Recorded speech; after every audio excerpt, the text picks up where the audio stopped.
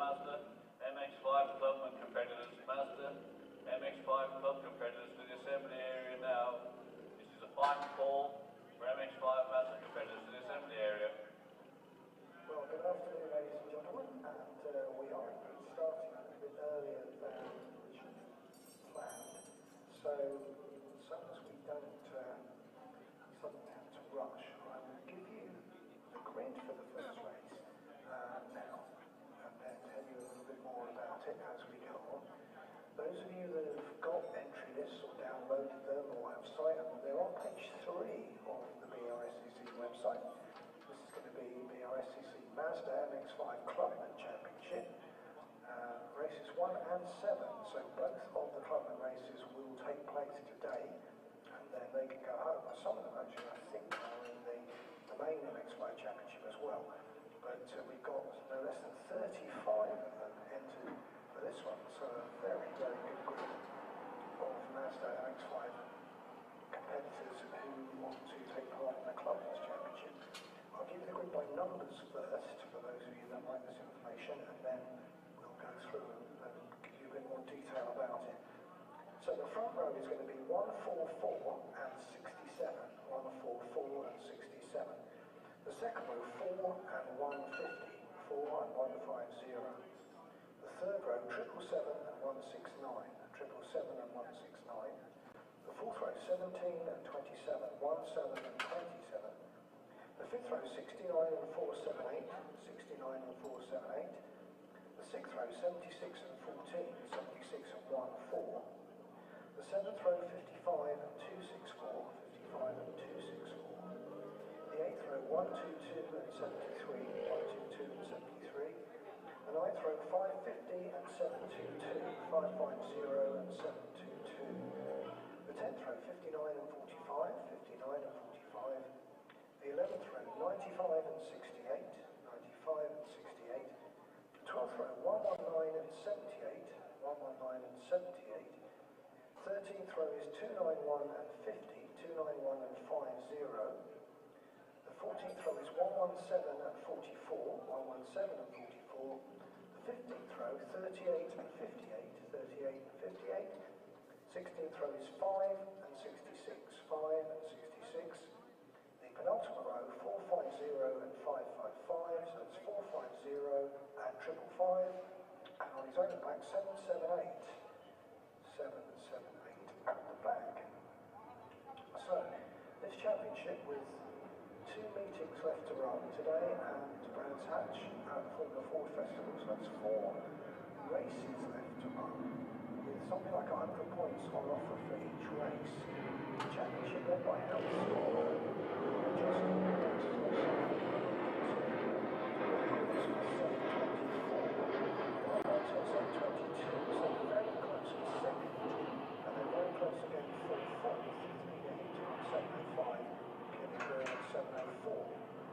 Now we've had 2 races so far this season.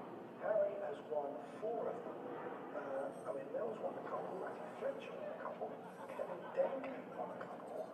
But Kevin Dengate, as Adam explained earlier, sort of got a bit confused with his entry and entered the wrong race. So he was put into the, he was allowed to race in this race, but he's actually at the back, so he's not been credited with any time. So that will be interesting to see what he's got.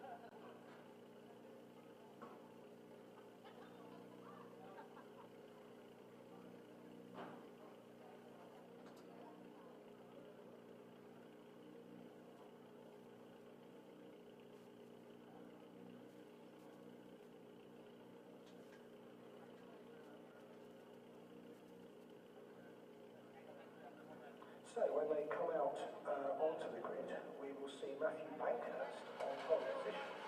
And 144, that's an interesting one because he's basically only had a fourth place at Snetterton so far. So he put it on pole with a 157.839 this morning. And that's a very good time, and obviously a very good performance from Matthew. Next in is Neil Chisnall, who was about 2/10 of a second slower than Matthew. That's number 67. Now he's had 4 third places, so he's been on the podium a fair amount, Neil Chisnall. But again, we haven't got winners on the front row, so that's an interesting one with the Clubman. On the second row, we have Peter Higton, number 4. He had a couple of second places at Croft earlier on in the season. And then next to him, 150, which is John Pethick, who has had a couple of second places at Snetterton. So if you're looking at the top 4, you probably have to say that John Pethick 150 was the one with the most form, if you like, among the top 4. The third row, we have Jay Shepherd, 777, who had a third at Croft earlier on. And 169, George Grant, who had a second at Anglesey. Now, George is a long-time Mazda campaigner. He's campaigned in all sorts of things. And he was out the other day, when did I see him? It was at Pembrey, I think he was there. And so George has been around a long time and has raced Mazdas for a long time. And the other day, actually, he was out, someone else, oh, that's right, it was the C1 race, which was at Pembrey. Someone else was out in his car, Clapham North car, and he was in a different car, and I think they came together at one point, so that was all a bit unfortunate. But George races as much as he can and whatever he can. He's a really enthusiastic racer, and it's good to see him up there on the third row of the grid. Yeah, absolutely. Not the first time I've seen that happen. Someone crash into their own car or their old car or something like that. I think Joey Foster might have done similar in Formula Ford a few weeks back. But yeah, it's never ideal, but a great field of Clubman MX-5s, as you say, on that fourth row of the grid as well. Well worth watching Dan Blake, who has been racing for a great many years in Hyundai Coupes and things of that nature. Has been taking to the MX-5s well. Keep an eye out for that number 27, the driver who has Castle Combe as his local circuit, but I know he enjoys Donington. He's had some good form here. And he's got a lot to do, hasn't he? Because he's side by side with number 17, Harry Storer, leading the championship and with 4 wins to his credit, but back there on the 4th row of the grid in the number 17. That's the black and day-glow yellow machine. And that number 17 will definitely be a car worth watching. Behind them, you've got 69 Brad Jones, who had a 60 Cadwell earlier on, and 478 Stephen Bartlett. And you've got a few other people scattered throughout the grid who've had some positions in the top 6, but maybe not consistently. But the one I think I would be watching is right at the back, 778 Kevin Dengate. Now, you told us earlier about his catastrophe of entering himself in the wrong race. Yes. And whether it's to do with that he's been put to the back without a time. I think so, because they hadn't resolved his mal-entry before qualifying. He was out on circuit, but I don't think he was classified at that point. So that's why he will be starting at the back of the grid for this one. 35th. Yes, yeah, exactly. And also, another one to watch, second in the championship, Rob Greensmith, the 122 car. He starts 15th on the grid. He'll be desperate to make up some positions here, not least of which because 8th place Dan Blake, 32.5 in the championship, second and third.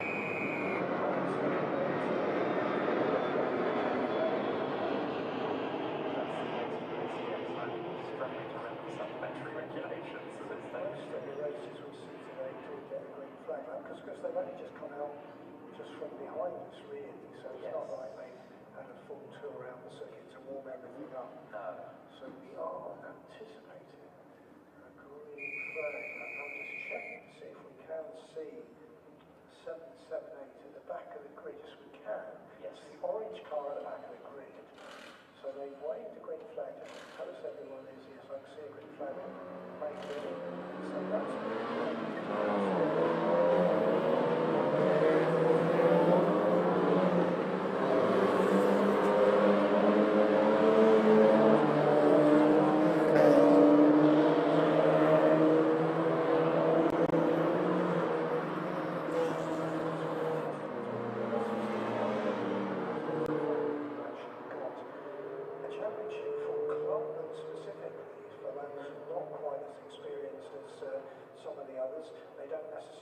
to do 3 races in a weekend, 2 would be enough for them, and you've got such a... Good afternoon, everybody. Welcome to Donington Park for this 2-day BRSCC race meeting. A packed schedule to get through. We've already got cars out on the circuit for our first race, and this is the first of 2 today.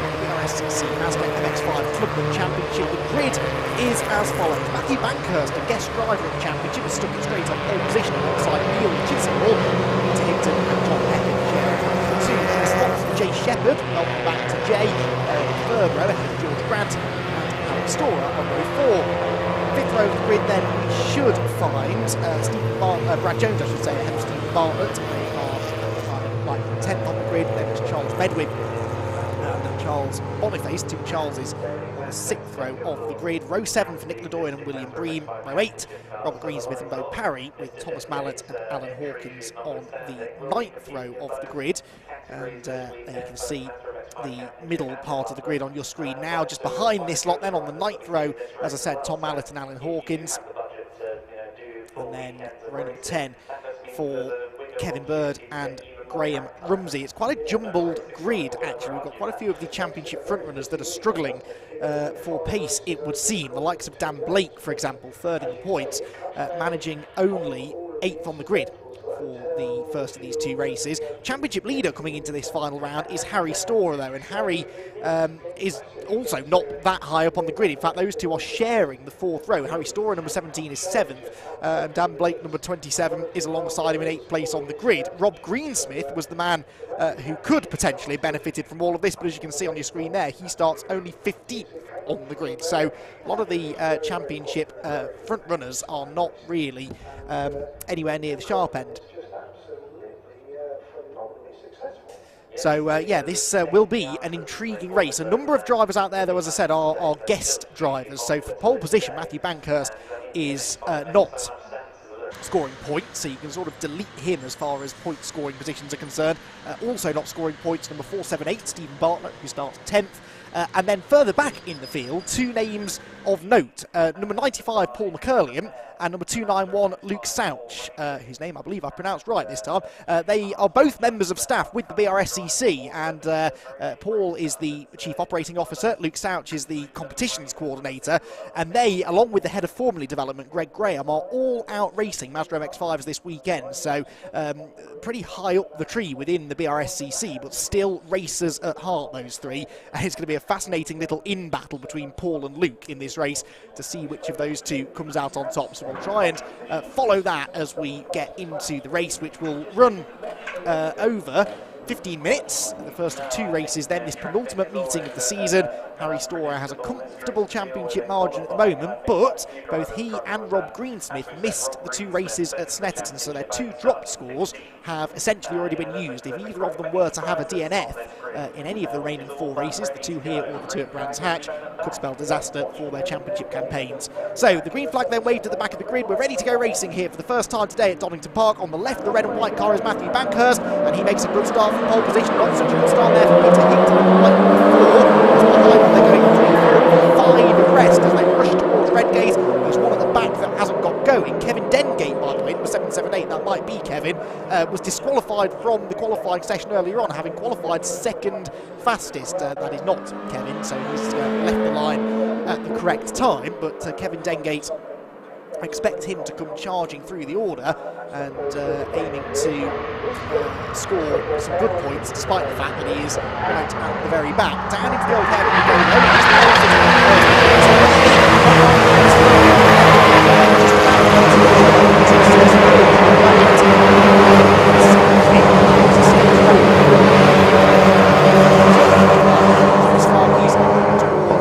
towards Curve for the first time. So up to the top end of the circuit. We're on the full Grand Prix circuit here at Donington this weekend, and the extra sort of few corners, like a lot on the map, run through the chicane and down into the Melbourne hairpin, always produces drama. Good overtaking opportunity as well. Same is true of Goddard's, the hairpin at the end of the lap. So looking to see if any of the leaders are able to make a move at that part of the circuit this time. So just experiencing a couple of technical issues, by the way, which is why we've not got full camera coverage yet. We're working on getting that sorted as soon as we can. We should, though, see the cars momentarily as they make their way down to the Melbourne Loop and through that tight first gear right-hander. It is there. You can see Bankhurst still leading the way then. Chisnall is down to second place there. Looks like John Peppin might need to second. Jay Shepherd is there in fourth. So the black yellow dust is a little bit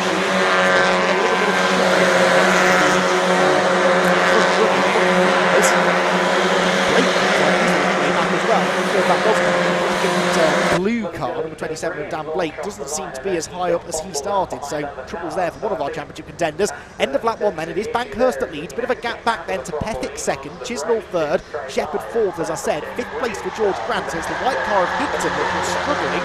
He was sixth at the line, but Richard Bartlett has just passed him and moved into that P6 as they went towards Raingate Corner, so not a good start unfortunately for Peter Higton, who lies fourth in the championship arriving here at Donington Park.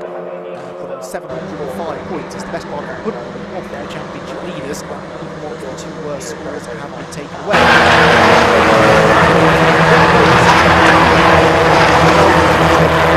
Fine promise from the back of the grid. Dengate is already up 18 spots and into 17th place. So Kevin Dengate in the number 778 car absolutely flying through the order as we sort of expected him to, and he will definitely make the top 10 unless something goes wrong, and could even get as far as the top 5 before the end of the race. So up through Coppice Corner, you can just see in the distance the leaders are coming. That gap between the top two was over a second at the end of the opening lap. Bankhurst back to Pethick, 1.1 seconds, but then Pethick had that big queue of cars right behind him, which is where the majority of the action is likely to be over the opening stages of the race. Of course, a relatively long lap actually. Fastest laps in qualifying were in the high 57s, low 58s, so 1 minute 58s that is. So best part of 2 minutes a lap. They're not going to get a lot of laps in the 15 minutes, 6 or 7 in all likelihood. So not a lot of time to be getting on with this. The leaders then are heading out on the Melbourne hairpin, about to come towards the final corner. Oh, there's contact further back, 2 cars go around, right in front of the middle of the pack, and just about managed to be avoided over 3 cars in the back to the third car emerging there. So who were they? Can't quite spot the difference there, but one of the cars in particular here is very, very badly wounded. Meanwhile, back at the front, change for third is on there as Jay Shepherd goes on the inside of Neil Chisnall. So Shepherd continuing to move forward from 5th on the grid. What of the championship contenders then? So we're looking in particular for championship leader Harry Storr, number 17. He is in 8th place at the moment. Dan Blake, number 27, started alongside him and did indeed fall down the order at the start. And he is all the way down in 20th place. So he must have been off the track on the first lap of the race. Got a glimpse there, by the way, of the all-red car. That is the 778 of Kevin Dengate. So Dengate is running now in... Where's Dengate gone? He's actually lost 5 positions on that lap, so I wonder if Kevin was somewhere.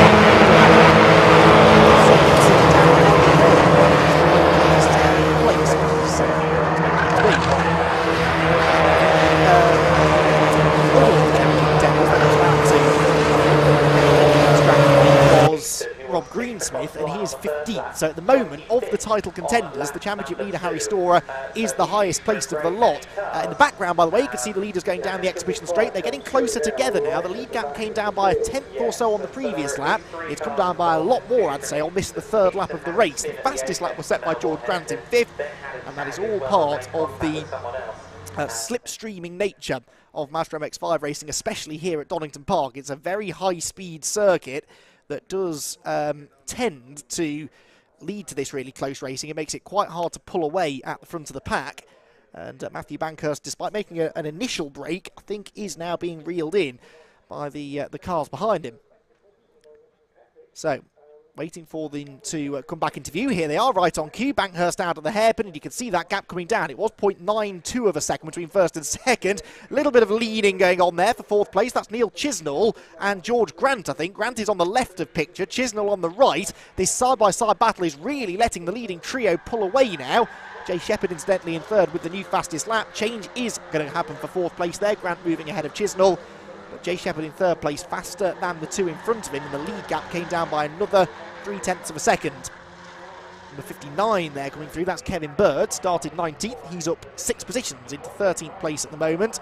As the battle there in the middle of the top 10 drops down into the old hairpin. So that's the silver and yellow car of George Grant, number 69, ahead of 67, Neil Chisnell, ahead of 478, Richard Bartlett, and 722, Alan Hawkins.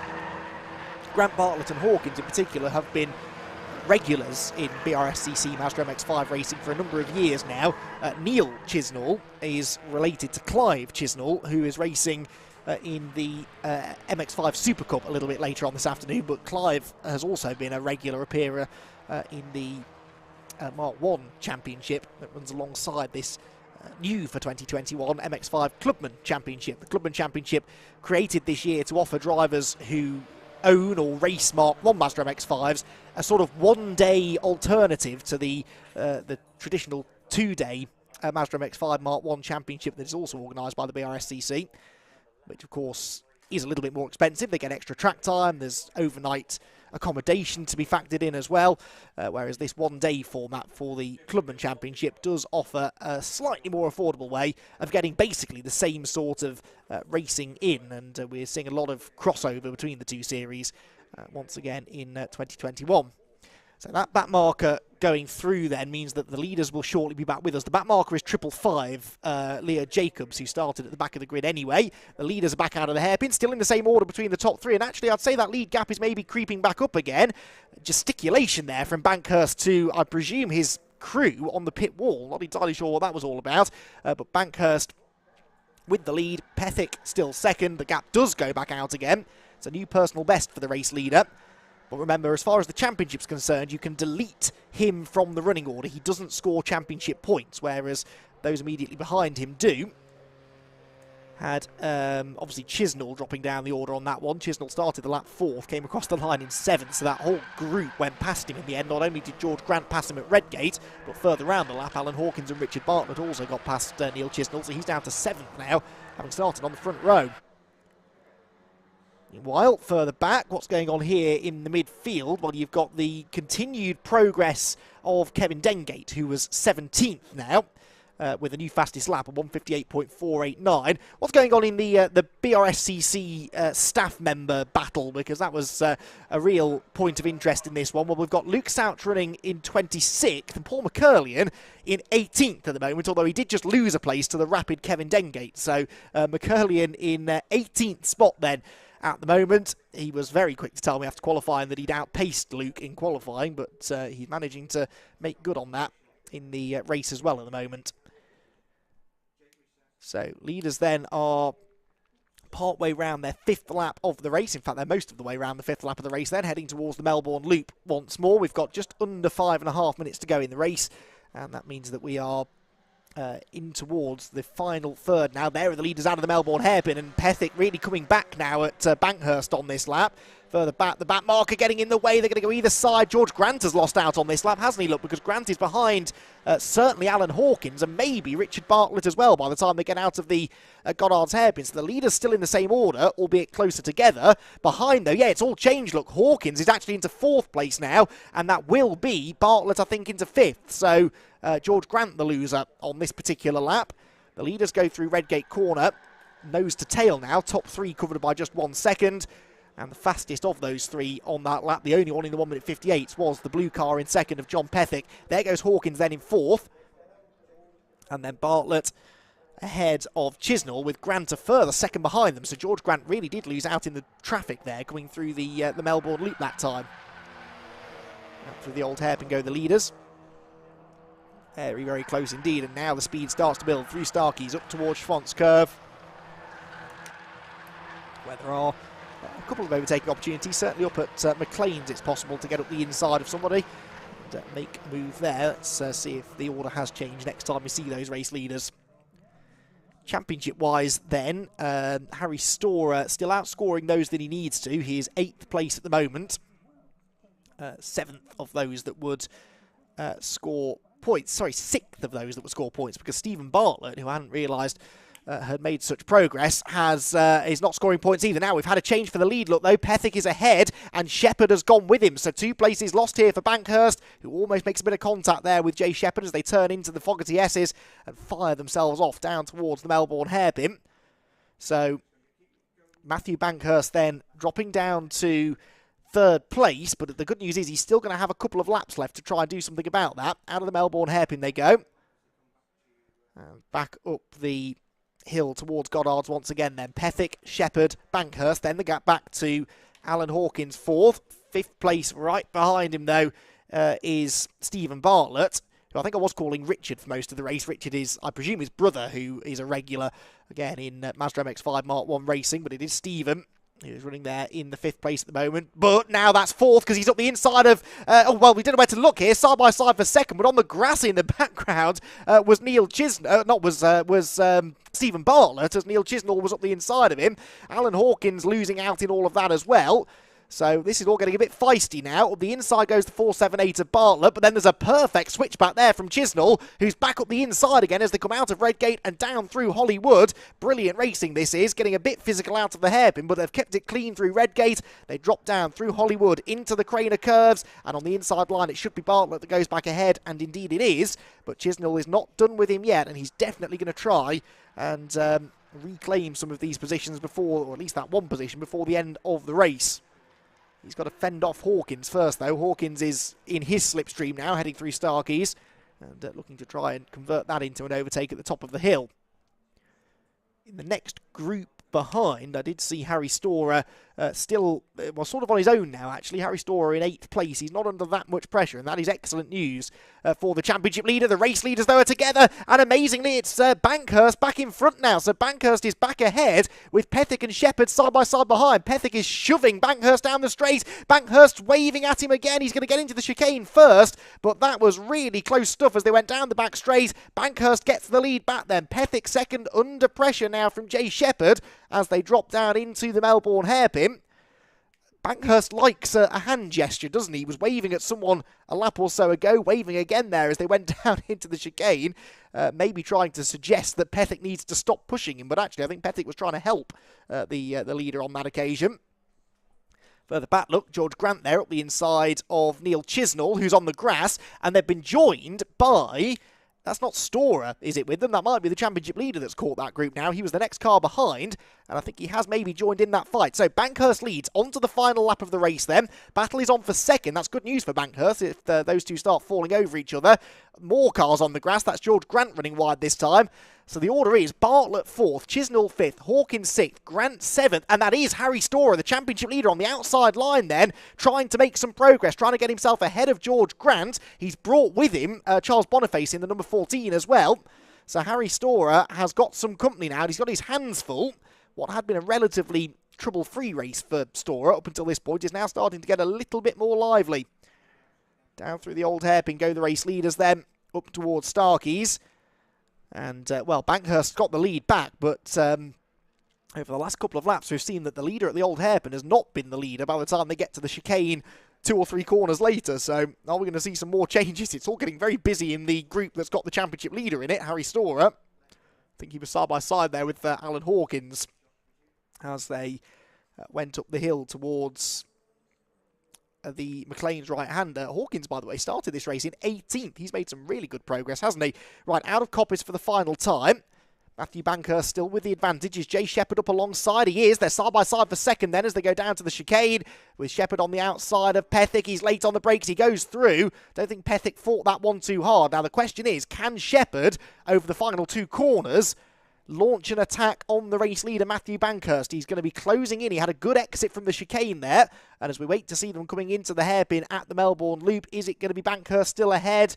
Yes, it is, but he's a little bit wide there. He's carried too much speed through the corner. Bankhurst way wide, almost off the track. Shepherd gets alongside him, side by side for the race lead towards the final corner of the race. Shepherd has the outside line. Bankhurst has the inside line. They arrive into the braking zone. It could be Pethick that comes out on top in this. He tries to get up the inside of Shepherd, who in turn is trying to tee up the switchback. It's going to be a drag race to the start-finish line. Get the photo finish camera ready. Already Bankhurst is punching the air in celebrations, though. He knows he's going to get there first, and he does. He gets the race victory. victory after a terrific last lap scrap between Bankhurst, Shepherd and Pethick, and that is the order that they will finish in, with Bartlett in 4th, Chisnall 5th. Harry Storer gained 2 positions on the final lap. He got past George Grant and Alan Hawkins to score 6th position, but with 2 drivers ahead of him that won't score points, that will actually basically become a 4th place as far as the championship standings are concerned, and that will do him very, very nicely as he tries to further stretch his points advantage over Rob Greensmith and Dan Blake.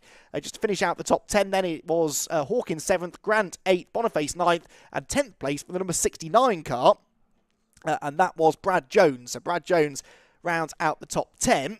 Now, as far as the other championship contenders were concerned, Greensmith ended up 14th, which will become 12th for point scoring purposes. He scores 78 points. Dan Blake was the one that really suffered there, though. He finished down in 19th place. So he'll gain a few more places with those that don't score. I think he's going to score 70 points. So as it stands, it looks as though Rob Greensmith is going to be almost 80 points, actually. In fact, over 80 points, 84 points behind Harry Storer with 3 more races to go. So the chances of Harry wrapping up the title in race number 2 this afternoon suddenly starting to look a little bit more likely. So a dramatic start to the day then here at Donington Park. It is Matthew Bankhurst, having qualified on pole position by 0.3 of a second, who takes the victory. But my word, did he have to work hard for that. I think he probably had it pretty much in the bag until he outbraked himself almost, or took a bit too much speed through the Melbourne hairpin.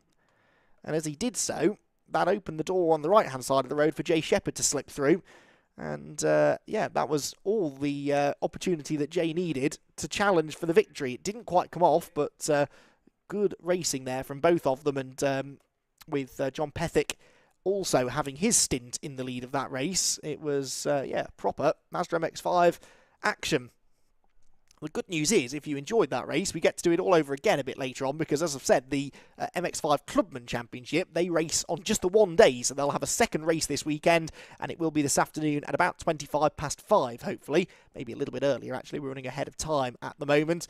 We've also got plenty of other MX-5 action, though, today, because all 3 of the BRSCC MX-5 Championships are here this weekend. You've got the Clubman Championship that we just saw, the Mark 1 Championship for the same cars, but running over a triple header 2-day format.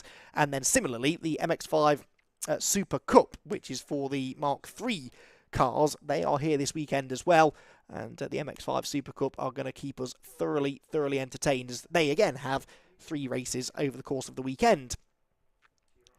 And for pretty much all of the championships, in fact, I think I'm right in saying every single one of the championships represented this weekend, it is their penultimate event of the season. So there are championships that could be decided here today. We could see the likes of the Nankang Thai BMW Compact Cup, for example. That could well be settled here at Donington Park. In fact, it's quite likely to be settled in the first of their races, which is coming up at around about 3:15. So Stephen Daly on course to try and wrap that championship up. Next out, though, is a championship that definitely won't be decided today. I will put my house on that. It's the BRSCC Fiesta Championship, and that is one of the most finely poised championships that we've got within the BRSCC this year. Just a single point between the top 2 drivers coming into this weekend, so that's one definitely not to be missed, and they should be heading out onto the circuit in the next few minutes. So the cars then returning to the pit lane after a frenetic opening race for the Mazda MX-5 Clubman Championship, and we look forward to seeing those drivers back out again later on today. A race in which Harry Storer could potentially wrap up the championship, as we've said. A race win in that one would do him the world of good, and might just allow him to, if not seal it, certainly put himself in a strong position before Brands Hatch, which on October the 30th and 31st will be our final live stream event for the BRSCC, with and a pretty special event it is as well, because it's not just the final round of the Mazda MX-5 Championships, but also it is the Brands Hatch Formula Ford Festival, and the 60th anniversary edition, no less. So that will for sure be one that you don't want to miss. We've got a packed entry. We're up to something like 90 cars entered already for the Formula Ford Festival. And then with the MX-5 Championships there to play the supporting role in a way, but as it is their championship decider, it's going to be a pretty exciting weekend all round, I think. So the field then makes its way back into the Parc Fermé then, and once they're cleared, we should then be able to get cars out onto the circuit for our next race, which, as I said, is the Ford Fiesta Championship, Fiesta Seniors. We've got both of the BRSCC's Fiesta Championships here this weekend, Fiesta Seniors and Fiesta Juniors. They'll be up a little bit later on this afternoon for their first race, with another one to follow tomorrow as well. But the Fiesta Senior Championship, just to turn our attention to that now, as I said, couldn't be much more finely poised, because Rob Smith arrives here at Donington Park with, on the face of it, quite a healthy championship lead. He's got 414 points, with Luke Pinder second in the championship on 369. However, when you then take into account the 2 dropped scores that all of the drivers have to take into account, the more consistent Rob Smith is actually punished a little bit for that, because Luke Pinder had a non-finish at Snetterton. He also had a bad race last time out at Cadwell Park, where he finished only 10th in the first race. So Luke Pinder is dropping fewer points than Rob Smith is, and as a result, drops fewer, or is now a lot closer behind Rob. Once the drop scores are calculated, just a single point will separate them, with Smith the leader on 344, Luke Pinder second on 343, and then a bit of a gap back to David Nye in third, but David is only 2 points ahead of 5th place in the championship. You've got David Nye 326, Zach Lucas 325, and Alistair Kellett 324. So those 3 drivers are absolutely together in the fight for the bottom step on the championship podium. So there you can see the cars lining up on the grid then, and we'll just have a quick shuffle of the paperwork, get the grid for that one for you then, and it is a grid that sees actually Alistair Kellett, who is 5th in the championship, qualifying first on the road, with Rob Smith, the championship leader, alongside him on that front row. So Rob Smith of the championship contenders then, remember it's Rob, number 99, really going up against Luke Pinder, number 55, that we need to watch out for. Well, Rob has qualified second, Luke Pinder is only 5th on the grid. So Rob Smith with the advantage after qualifying, but that counts for very little. Pole position scores you a championship point though, so that championship point goes to Alistair Kellett then, who will be lining up first on the grid, and that will move him essentially level with Zach Lucas as things stand. All depends on how he gets on in the race though, of course, but that 1 point for Alistair Kellett could come in handy as he tries to wrap up third in the championship. Here is the grid then. Kellett on pole with Rob Smith, the championship leader, alongside him. Row number 2 for Simon Horrobin and David Nye, with Luke Pinder second in the championship. He's only a point behind Rob Smith, but he's 3 or 4 places behind him on the grid, with Dominic Bush for company on row 3. Gary Miller and Jamie Going share the 4th row of the grid. Jamie Going was a winner at Snetterton earlier on this year. Zach Lucas and Spencer Stevenson, meanwhile, round out the top 10. Then you have got John Cooper in 11th place alongside Marco Ricci on the 6th row. Stuart Robbins is on the 7th row of the grid, and then alongside him Ethan Rogers. He's the highest placed of the ST150 class, the older spec ST150s that are still pretty popular. We've got 9 of them here this weekend, and it is the pole position in that class for Ethan Rogers. Dylan Hodgson and George Davis not far behind him. They're also ST150s, followed by Josh Watkins, who makes a welcome return, running in the Invitational class, so doesn't score points for the purposes of the ST150 Championship. He's then got Sam Watkins alongside him, Marlo Cordell and Will Kellett then towards the back. Row 11 is shared by Sean Reynolds and Matt Chambers, with Bryony Davis at the back of the grid. Good to see Bryony back out there. She had a pretty nasty shunt last time out at Cadwell Park, you may remember, if you tuned in for that event, where oil from another car was spread on the track going into the Hall Bends. A very, very scary sequence of corners, really, and with very little runoff area, and Bryony went off and managed to find the one bit of that section of the track that wasn't protected by tyre walls or rector-cell barriers. She headbutted a Armco barrier, metal Armco barrier, did quite a lot of damage to the car, but she was absolutely okay. They've got the car repaired, and the blue car will therefore line up at the back of the grid. So, fascinating championship battle in prospect here then, with 4 races still to go in the championship, though. It's very, very likely to go down to that final round. In fact, it's almost guaranteed to, you'd have to say, with just this solitary point separating the top 2. Rob Smith and Luke Pinder looking to try and get one up on each other. And 2 events, but triple headers always for the Fiesta Championship. So 3 races across the 2 weekends, meaning there are 6 more points-paying opportunities. And with 50 points available for a race win, plus a bonus point for a race 1 pole position, and 2 bonus points for the driver that sets the fastest lap, there are still an awful lot of points on offer. Mathematically, pretty much any of the ST240s, these newer shaped Ford Fiesta STs, could wrap up the title. Worth mentioning as well that although we have the 2 different shapes of Fiesta out there, the ST180s, which run in the ST240 category, confusingly, and the ST150s, they do all still compete essentially within the same championship. There will be a separate ST150 champion crowned at the end of the year, but they don't score points separately, if that makes sense. They score points based on their overall finishing positions, but then whichever of the ST150s has the most points by the end of the year will be the class champion. So at the moment it's Ethan Rogers who has the most points on 168.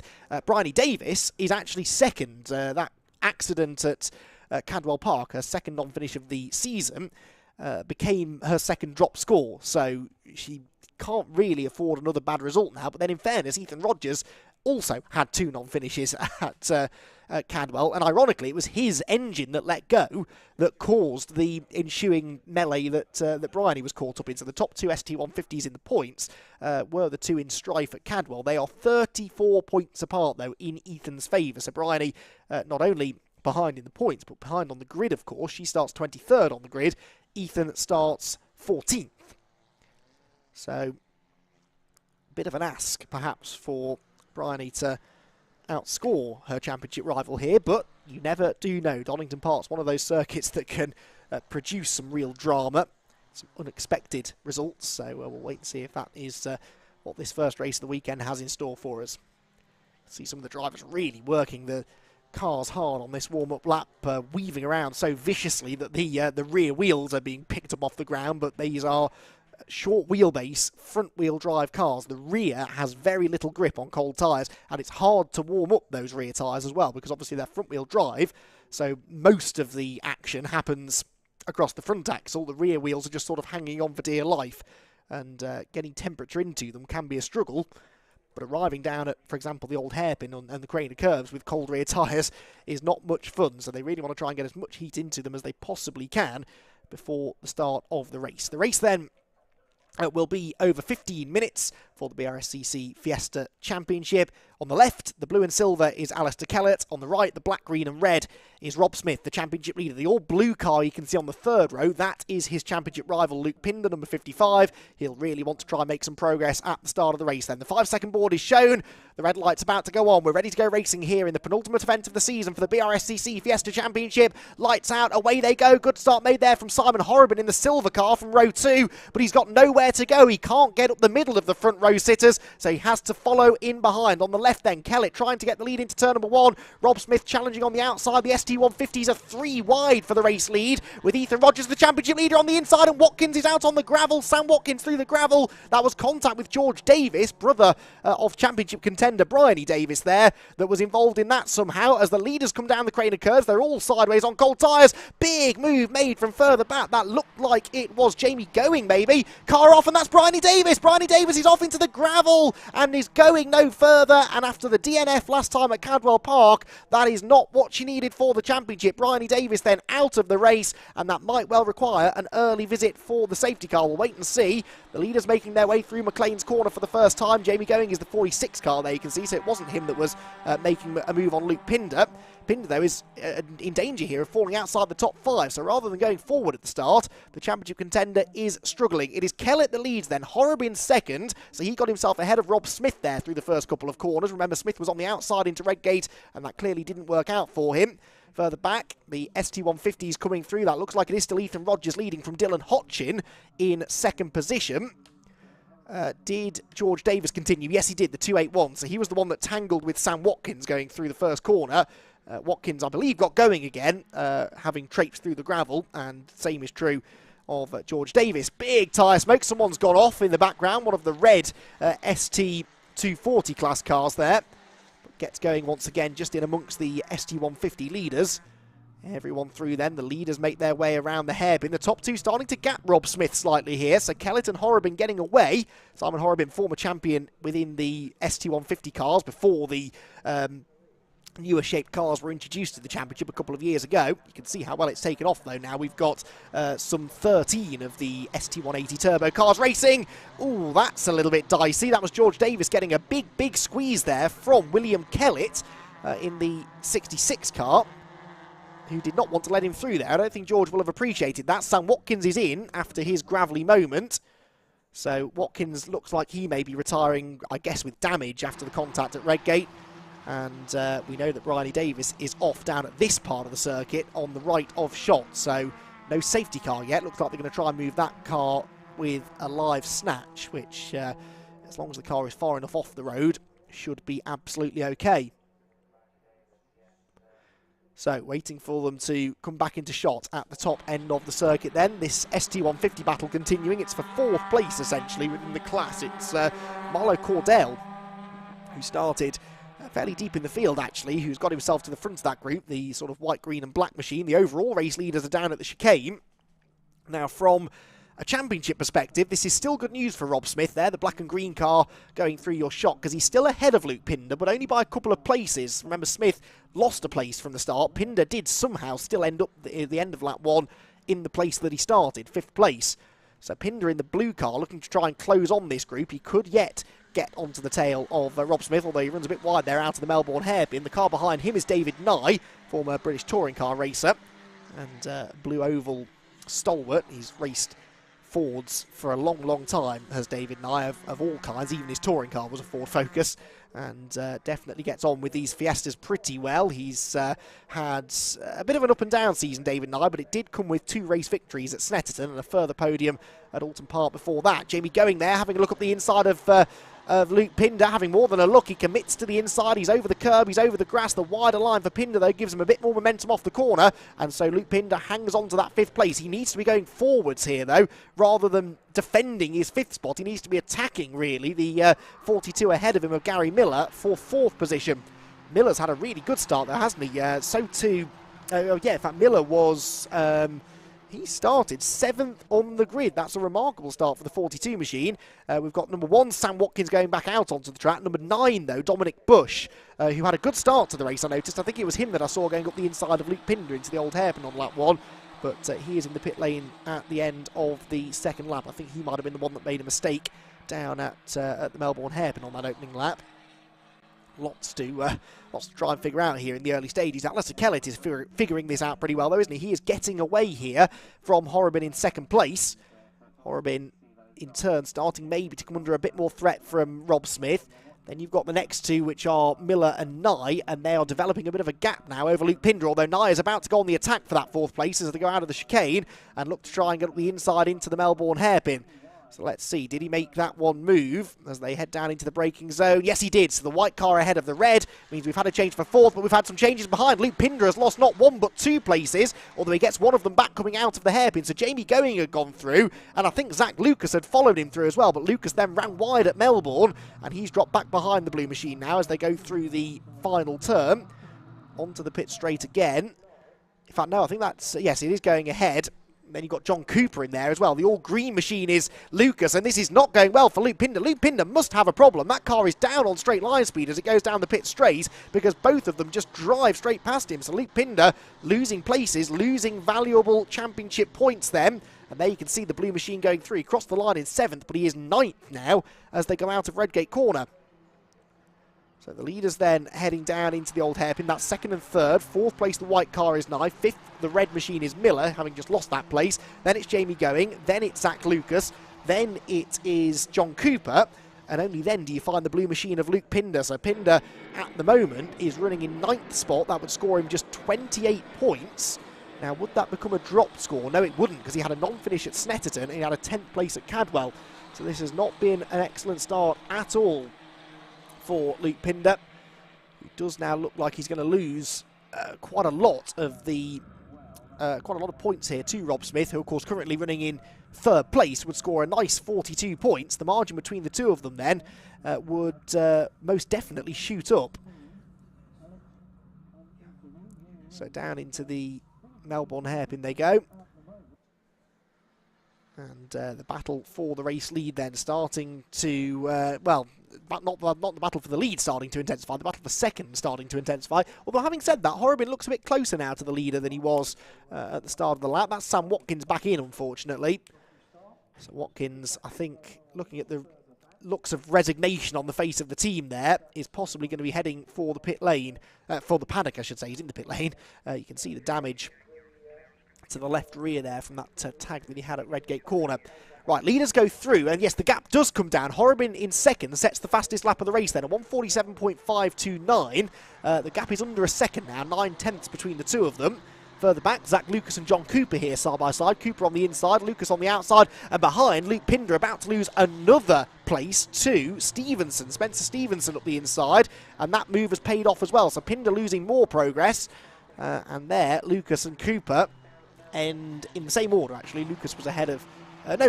Cooper was ahead of Lucas at the line, so they have changed over. The green machine is now ahead and then gets very sideways through the old hairpin. So Zach Lucas getting away from John Cooper, but I'm intrigued to know what is going on here with the Luke Pinder machine, because Luke is really starting to fade away. He's back into 10th place now, which would equal his worst finish of the year, not counting the non-finish that he had at Snetterton. As far as the battle for third in the championship goes, meanwhile, David Nye, Zach Lucas and Alistair Kellett. It is, of course, Kellett that would move into that third place in the championship as things stand. So Kellett, who runs very wide though through the chicane. If that wasn't exceeding track limits, I don't know what was. And I would argue he maybe gained a small advantage out of that. I'm sure that Simon Horrobin would argue the same. Yellow flags at the Melbourne hairpin. That is George Davis, the red car. Now, who is the other one? That might be the other Kellett, William Kellett, number 66, because he didn't come through at the end of the previous lap either. So two of the ST150s coming to blows down at the Melbourne hairpin, and they are on the track, those two, as well. So I'm a little bit less confident about the prospect of continuing under green flag racing with those two cars in a very precarious position. Down towards Redgate Corner go the top three. Gap back out again to almost exactly 1 second. 1.001 between Kellett and Horrobin. Horrobin back to Smith is half a second, and it was Smith who was the fastest of the three that time with a 1:47.627. So Smith starting now to look a little bit more menacing in that third place, but I'm sure that Rob is going to be driving with one eye on the championship here, much as he'd like to have a go at getting that second place away from Horrobin. Oh, hang on, someone's wide. Was that Horrobin or was it the leader? I think it might have been the leader, maybe. Yes, Alistair Kellett, I think, has been off at the old hairpin because all of a sudden he's a bit slower up the hill. So the race leader, Alistair Kellett, who did enjoy a 1 second advantage at the start of the lap, now enjoys maybe half a second advantage after what looked like a pretty scary moment down at the old hairpin. We didn't see it, but we saw the dust cloud that it created. Very easy to do that, though. You've seen the drivers really pushing hard, sliding their way through the old hairpin. And if you misjudge that slightly, you end up on the grass, and very easy to end up in the barriers as well. So Kellett has it all to do again now to try and get away, although a decent run through the middle sector here means that he's already starting to build that gap again, I'd say. Through the chicane, back down to the Melbourne hairpin. Rob Smith seems to have been deterred now from his challenge for P2. He's faded a little bit now. The top two are closer together than second and third are. Then they go through this yellow flag zone. They've got rid of one of the cars, which does look like it was number 66, William Kellett. We've lost the other Watkins now as well, Josh Watkins. So both of the Watkins have been in the pit lane to retire, unfortunately. We know George Davis's car is still stationary down at the Melbourne hairpin. As these gaps at the front continue to fluctuate, it was only a few seconds ago that I said the leaders were closer together than second and third. That's clearly not the case as they come across the line, so maybe Horrobin a bit slow through the final turn, and suddenly Rob Smith is right with him. Now look at the front of Rob Smith's car in third. The front splitter is very, very loose, isn't it? There's quite a bit of damage there to the front of the car. I don't know whether he's hit someone or maybe bounced over a curb too hard, but that will not be helping the aerodynamics on that car. His straight line speed will surely be compromised, and he'll be hearing that noise as well, which is distracting if nothing else. And if it were to come loose and get lodged under the front wheels, that could really cause him problems. So potential drama here for the championship leader. If he were to be given a black and orange flag, for example, to come and get that fixed, then he would have to pit. And that could actually then put him back behind Luke Pinder, who incidentally is now 11th because Margot Ritchie has gone past him. And that means the next car behind him is Ethan Rogers, the ST150 leader. But remember, they score points based on their overall finishing positions. So if Pinder were to start dropping behind the ST150s, that would still be costing him championship points. So monitor that as we are about to go on to the penultimate lap of the race, down towards the chicane. Kellett looking a bit more comfortable out in front now, with Simon Horrobin just about keeping Rob Smith at arm's length at the moment. Hearing, by the way, that the incident down at the hairpin involved Josh Watkins, so that's why the number 6 car has disappeared, and it was indeed Will Kellett and George Davis, the other two. So it was a multi-car incident, 3 of them tangling down at the Melbourne hairpin a few laps ago. But as you can see, they've got all of the cars out of the way, so great work by the marshals, which means that the track is back to green flag racing conditions once more. So out of the hairpin go the leading 3.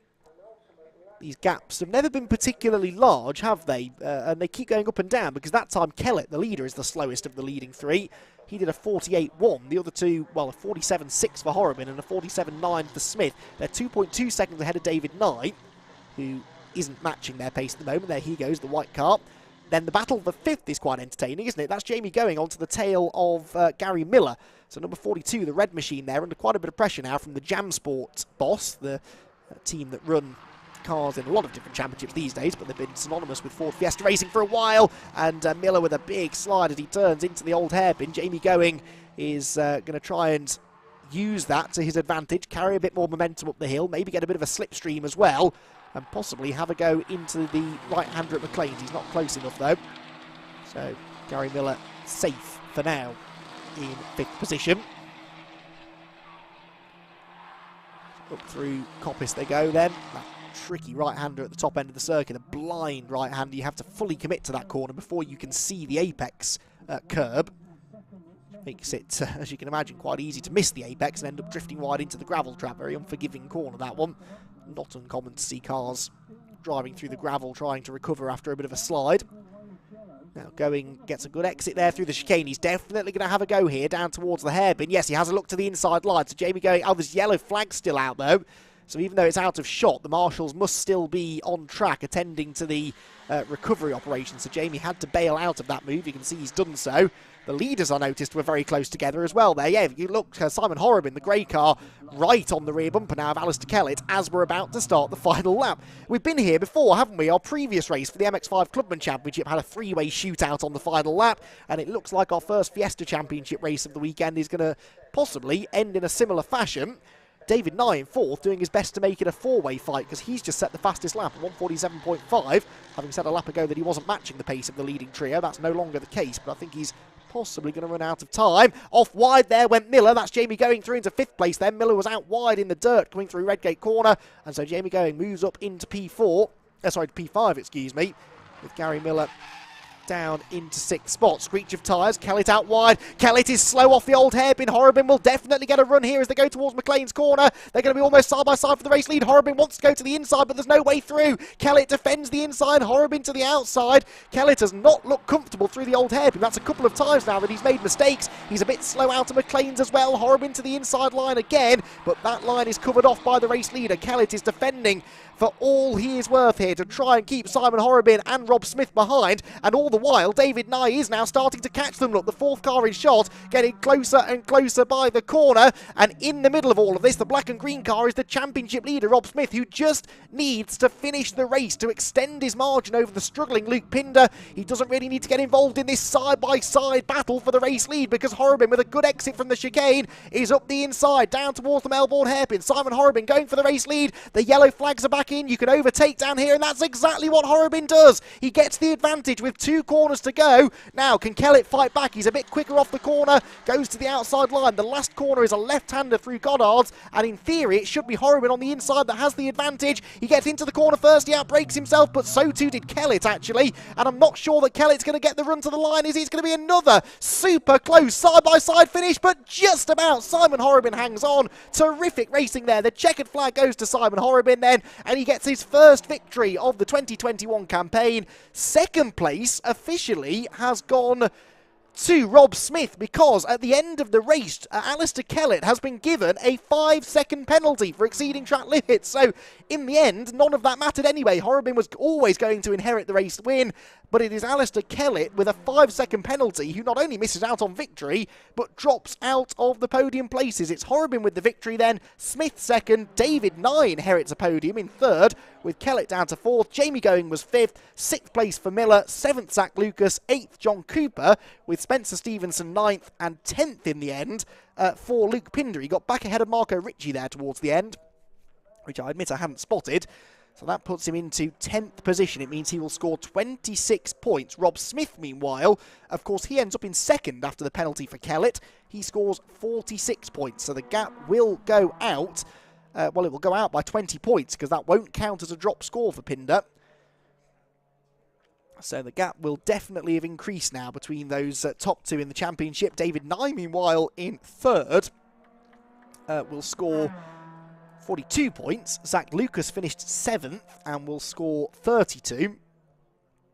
And Alistair Kellett ends up 4th in the end, so he gets 38 points for that. So that will potentially shuffle things around. Kellett no longer outscores David Nye, so David Nye will actually hold on to third in the championship as a result of that, with Kellett moving up to 4th, and Zach Lucas, the one that loses out of those three, dropping potentially down to 5th in the championship. The ST150s, by the way, let's not forget about them. It was Ethan Rogers that took the victory by 9 seconds in the end over Dylan Hodgin in second, and third place for Marlo Cordell. Fourth place in the class went to Sean Reynolds, and rounding out the top 5, well, in fact, that was it. There were only 4 ST150s still running at the end, so a bit of a race of attrition there for the older style Fiestas, not helped by the fact that 3 of them drove into each other down at the Melbourne Hairpin early in the race, but regardless of that, what a brilliant start to the day we've had here at Donington Park. 2 races in the book, both of them incredibly competitive, and both of them being decided by next to nothing, really, although eventually, once Kellett is given the 5-second penalty, it means that Simon Horrobin's winning margin over Rob Smith is nearly 0.6 of a second, which doesn't really do that race justice, because actually Kellett was only about 1/4 of a second behind him as they cross the start-finish line. But absolutely awesome racing there. Hopefully that is a sign of what is to come as we move through the rest of the day. Likely to have more of the same, I would think, in the MX5 Super Cup race, which is coming up next. Another championship that's pretty finely poised, with just 10 points separating the top 2 in the championship. Sam Smith, the reigning champion, the championship leader. Right, before we move on to more MX5 racing, though, let's check in with Scott Woodwis, who is down there ready and raring to go ahead of what is set to be a very exciting race.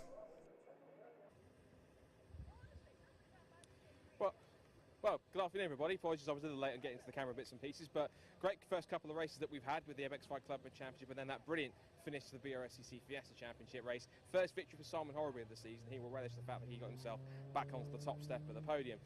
Busy weekend in terms of lots of racing, particularly with Mazdas. We've got our next race coming up just next, which is our first of 3 for the penultimate weekend for the Mazda MX5 Super Cup.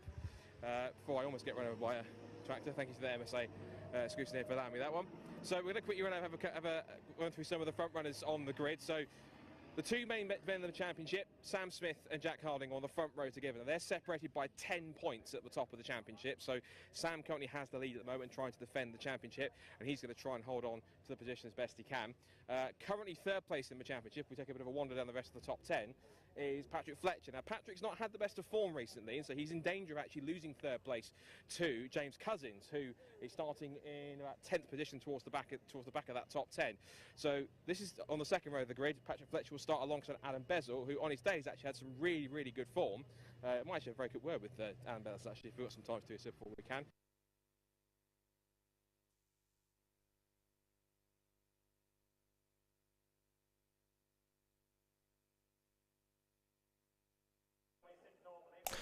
Well, we've lost Scott Woodwis, unfortunately, down there in the assembly area. That is, I should explain, right down at the other end of the circuit from where we are. So my position is not far away from where the camera position is, actually, halfway down the pit straight. Scott Woodwis right the way down near the circuit entrance, actually, which is where the assembly area is. So we will try and get back to Scott if we can. But in the meantime, let's start looking ahead then to our MX5 Super Cup race, the first of 3 races this weekend for this championship.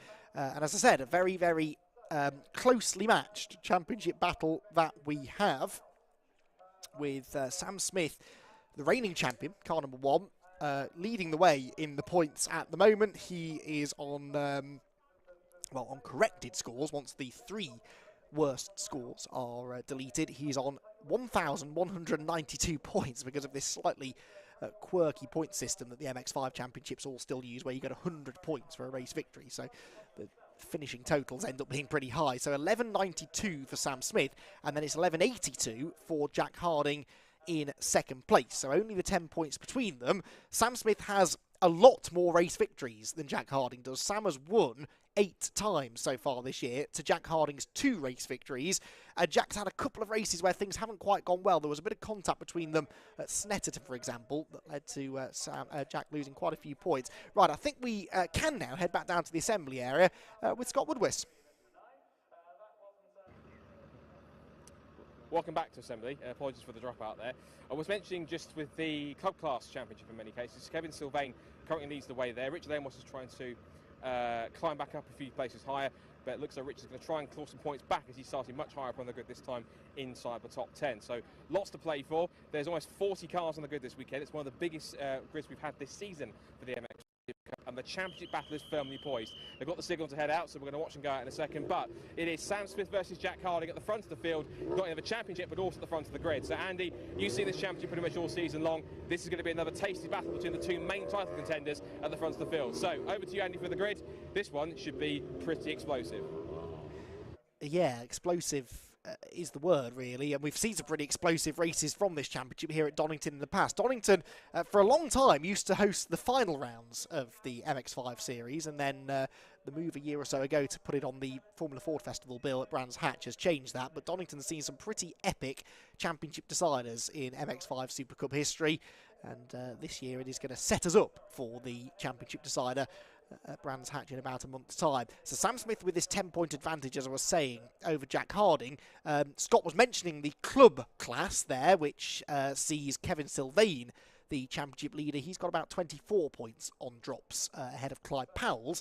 And then in the Masters Championship for drivers aged 45 and over, well, Martin Tolley, unsurprisingly, very experienced racer, has been doing rather well in that. He is nearly 50 points ahead of Clive Powell's. So the closest of the 3 championships, most definitely, is the Pro Class, the overall championship, if you like, between Sam Smith, the white car on the left of shot, and the red and grey of Jack Harding alongside him. So the top 2 in the championship are together on the front row. Let's run through that grid then, shall we? It's a big one, 39 cars set to start the race. The top 2 in the points then are the top 2 on the grid. Sam Smith, number 1, ahead of number 43, Jack Harding. On row number 2 is Patrick Fletcher. Patrick Fletcher is 3rd in the championship and won 3 of the first 5 races this year, but hasn't been on the podium in the last 6. So Patrick Fletcher looking to try and change that today. He's got Adam Bessel alongside him on row 2. James Warrior with a good effort there, 5th on the grid ahead of John Langridge, former Mark 1 champion.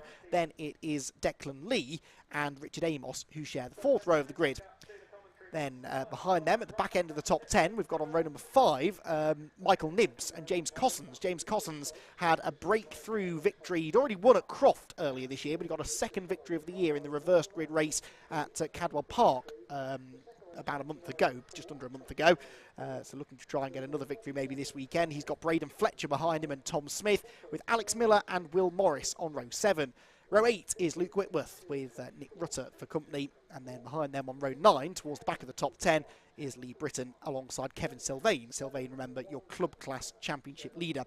Chris Richardson has got a driver alongside him whose name may be familiar to you, not a Mazda MX-5 racer, but Tom Grensinger, a multiple race winner in Caterham Racing, making a guest entry this weekend in the MX-5 Super Cup. So a different kind of sports car. Let's see how quickly he can acclimatise to that. He'll be starting right in the thick of the action there, 20th on the grid. Tom Selden's got Martin Tolley, the Masters Championship leader, alongside him on the 11th row, and then George Grant and Matt Pickford sharing row 12. 13th row then for Andrew Dyer and Bruce Robinson. Stephen New and Clive Powell's are on the 14th row, ahead of row 15, Nick Ponting and Seamus Heaney to round out the top 30. Xavier Brook and Alexander Jones on row 16. And then we finally get towards the back of the grid. The 17th row of the grid is Scott Wright and Andrew Flynn. The 18th row, good to see Christina Holly back on the grid alongside Martin Heath. Then it's Liz Walton, Adrian Burge and Clive Chisnell at the back. Chisnell had a 10-place grid penalty applied following an issue at the previous round at Cadwell Park. So Chisnall had qualified a bit further up the order than that, but now finds himself a lot further back.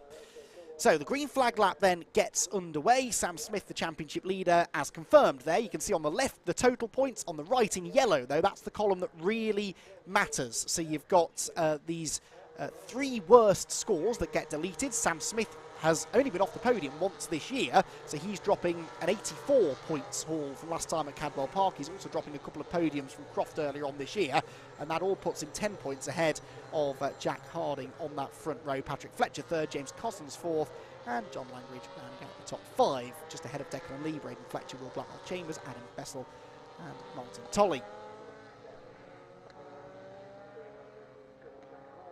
So that is the top 10 in the championship then, and it's not all, of course, just about the fight for the championship victory, but with the opportunity to finish as high up the championship as they can. The drivers are going to be pushing hard for each and every position there, each and every point. You've got this quite entertaining battle between Patrick Fletcher and James Cossins, for example, who have just a point apart them. Patrick Fletcher 1 point ahead of James Cossins. Fletcher 3 wins this year, Cossins 2 wins this year. We've only had, actually, 4 different race winners all season long because of Sam Smith's incredible hit rate. He has, as I said, 8 race victories. Jack Harding with 2, 3 for Fletcher and another 2 for James Cossins. But we've had a whole host of drivers making their way onto the podium, including some who haven't yet won a race this year. Declan Lee had a podium last time at Cadwell, 2 podiums at Snetterton for Braden Fletcher in what was by far his best weekend of the season so far. And then Adam Bessel, who should be a bit further up in the championship than 9th place really, but he's had 1 second and 3 third place finishes, but missed the 3 races at Anglesey and then had an exclusion at Silverstone, which he can't count as one of his drops. So that's why Bessel is, despite having been on the podium more than those around him, a little bit further back in the points. So, the green flag lap then well and truly underway. Sam Smith looking to try and make the jump from pole position, but it's a 20-minute race this, and we know that it's going to be almost impossible to break away at the front of the field. So, whoever gets into Redgate Corner first is very unlikely to hold first position for the whole 20 minutes. Sam Smith, of course, looking to try and repeat his championship victory from last year. Jack Harding still looking for his first championship in this category. It's remarkable when you consider how many years he's been racing and racing competitively in the MX5 Super Cup. He's been a championship contender pretty much every year that he's raced in the series, but always seems to come up one short. For a number of years it was Luke Herbert who seemed to prevent him from taking the title, and then Sam Smith has now sort of taken over the mantle of the man that is winning championships here, leading this one. Won it last year after a dramatic final round at Brands Hatch that actually saw Luke Herbert a championship contender again, but involved in a nasty accident on the Saturday that put him out of contention. Sam Smith was able then to inherit the championship. But Jack Harding says he's driving with a very different attitude this year. He's not thinking too much about points. He's not thinking too much about the championship. He said he was finding he wasn't really enjoying it as much when he was getting so preoccupied with winning the title. He said, instead, I'm just going to try and enjoy myself, make sure that I'm finishing the races in one piece, staying safe, and as long as he's enjoying himself, that really is the main thing. If he can end up winning some races and taking the championship as well, then so be it. But he said he's not going to get too stressed about trying to beat Sam Smith for the title. That's what he says anyway, but with only 10 points between them and 6 races to go in the championship, that may not be the attitude that he has. The red lights go on then. We're ready to go racing. We are racing now at Donington Park in the Mazda MX-5 Super Cup. Up towards Redgate Corner they go, and Jack Harding on the outside line has the better start. He gets the advantage into the first turn then, and Jack Harding ahead of his championship rival Sam Smith into that first corner. Through the right-hander they go, and down through the Craner curves. Oh, big lunge up the middle there for the 777, who gets sideways off into the gravel. He goes, oh, and there's a big shunt. One car upside down, thankfully lands back on its wheels, but that is a multiple car shunt. James Cossins is involved in that, I can see. So that means, well, 47 is actually James Warrior. James Warrior started 5th on the grid. He's the blue car pointing the wrong way there towards the right of shot. And, well, let's get a replay then. What on earth happened there? So, Jack Harding then with the lead. Sam Smith slots into second, and then there's going to be contact. So Warrior, look, is the blue car on the left. Now, someone goes up the inside of him there, a green car. We were watching some of the action further back, and somewhere in all of that, Warrior will end up making contact. And there, the black, gold and red machine, that's the one that ends up going upside down, just because it has nowhere to go. There is a huge melee in front. There is the contact. Up over it goes. That's number 70, isn't it? Which ends up going for a real tumble. And thankfully gets back on all four wheels. That's Javier Brook, another very well-known driver in the MX-5 Super Cup. So the red flag, unsurprisingly, is out because the road is blocked, honestly, at Redgate Corner. And with a number of cars, there's got to be about 6 or 7 cars that are going no further. This could be a fairly lengthy red flag, I fear, up at the first corner. The good news is that Sam Smith and Jack Harding got through that in one piece. Harding with the lead, of course, at that point, but we'll get a restart with a full change of with no change in the grid. They'll go back to the original grid order for the restart of the race. So red flag out then here at Donington Park, and the marshals immediately going to work up at Redgate to make sure that the track can be cleared and that all the drivers are being given the attention that they need. So waiting for the cars to make their way back up around to the grid then. And not the start of the race that we wanted, that is for sure. There you can see James Costner's going through, so I've got the wrong Aidan Hill's car that was fault, and it was James Warrior that appears to have been tagged into a spin to sort of trigger all of that. And when you've got so many of them, 39 cars all trying to fit through that corner together, unfortunately, when someone spins from inside the top half dozen or so, it can be almost impossible for those behind to avoid them.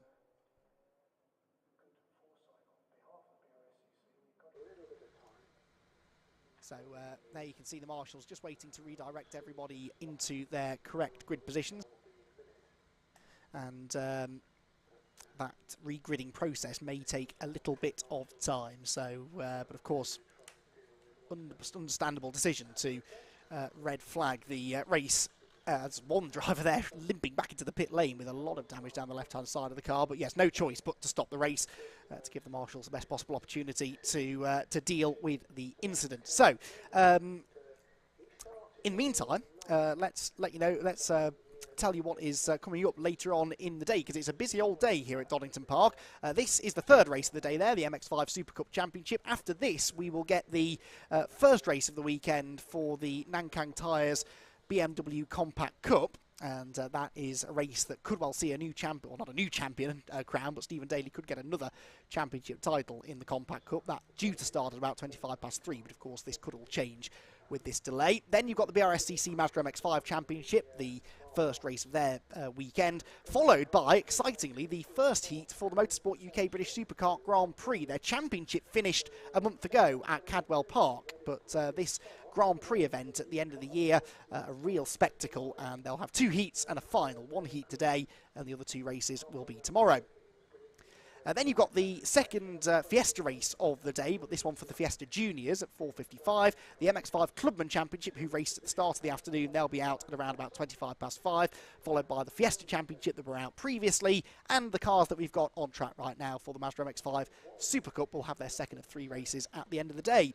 It's going to be quite a late finish here at Donington Park, but we are, as many of you will know, situated right next to East Midlands Airport, so noise curfews are not quite such an issue as they would be at certain other circuits, and so we can run quite late into the evening without any particular rush to get the racing finished. So there you can see the cars being regridded. Then Sam Smith will get that pole position back, but it's just going to take a good few minutes, I think, here to get the track cleared up at Redgate Corner, and you can see that we're going to be missing both cars potentially from row 3, which means that John Langridge must have been involved in all of that as well. That's a shame for John, who made the move up from Mark 1s to Mark 3s at the start of last year, having won the 2019 Mark 1 MX-5 Championship. Had to miss a couple of races last year, but he was back again this season. He was enjoying himself, and really happy to have him back on the grid here, John Langridge, for this weekend. Missed the last round at Cadwell, but a number of drivers made the choice not to go to Cadwell Park last time out. And good to see that John was back here at Donington, although he might be starting to wish that he hadn't come because his day hasn't started especially well. We've got the entire third and fourth row there, but then on row 5, row 6 is the one that we're missing a car from. That's Tom Smith that's not there. Braden Fletcher is the white car there, on the inside of row 6, but no sign of Tom Smith alongside him. So, more news as and when we get it about a restart. At the moment, the timing screen is saying that a scheduled start will be in 10 minutes' time. So, we've got 10 minutes at least before we get this race back underway. And that will allow the marshals time to get everything cleared up at Redgate Corner. And hopefully we will get then at least a 15-minute race in, you'd imagine, before the... when we do eventually get going once more. I doubt they'll be able to give them the full 20 minutes, but we did start racing about 10 or 15 minutes ahead of time, and this is exactly why the BRSCC will do that when possible. They'll want to try and get the racing back underway again as soon as they can, but they start ahead of time if they can, just to try and sort of alleviate some of the pressure should we have a red flag. And that's good news. That's John Langridge coming back into shot, the number 5 car. So he is there. He's just been delayed, I think, in all of that. But the car doesn't look too badly damaged. So John Langridge takes up his position on the outside of row 3. We know that James Warrior probably won't be there because he was pointing the wrong way at Redgate. But good news there. And a thumbs up from Adam Bessel there to John Langridge. That's good to see. Those two competed in Mark 1s together. They'll know each other pretty well. And... Adam Bessel just giving a thumbs up there to John to make sure that he's absolutely A-OK. So, and that is something that's worth mentioning. You know, the BRSCC, like most club-level motorsport in the UK, really, very proud of the fact that there is some real camaraderie in the paddock. And every event that I cover, there are always some stories of teams helping each other out, or drivers helping each other out when they need it. And whenever you walk through the paddock, they're all chatting to each other. They all know each other very well. They're fierce competitors out on circuit, but they are good friends off it. And an example of that there with Adam Bessel just giving the thumbs up to John Langridge. Whenever there is an incident like this, it's certainly clear that the drivers genuinely do care for each other, and they are keen to make sure that everyone comes out of these races okay. And yeah, that camaraderie is something that, in particular for the BRSCC, is a real positive. Now, that is also positive because that's the Javier Brook car being pushed away. That's the car that turned turtle at Redgate Corner. It doesn't actually look too badly damaged. They build these cars very strong, of course, and it was a fairly gentle roll, but always scary to see a car go up and over. The roll cage is doing their job, and Javier's car will need a little bit of TLC, but fingers crossed that's not going to be too hefty a repair job.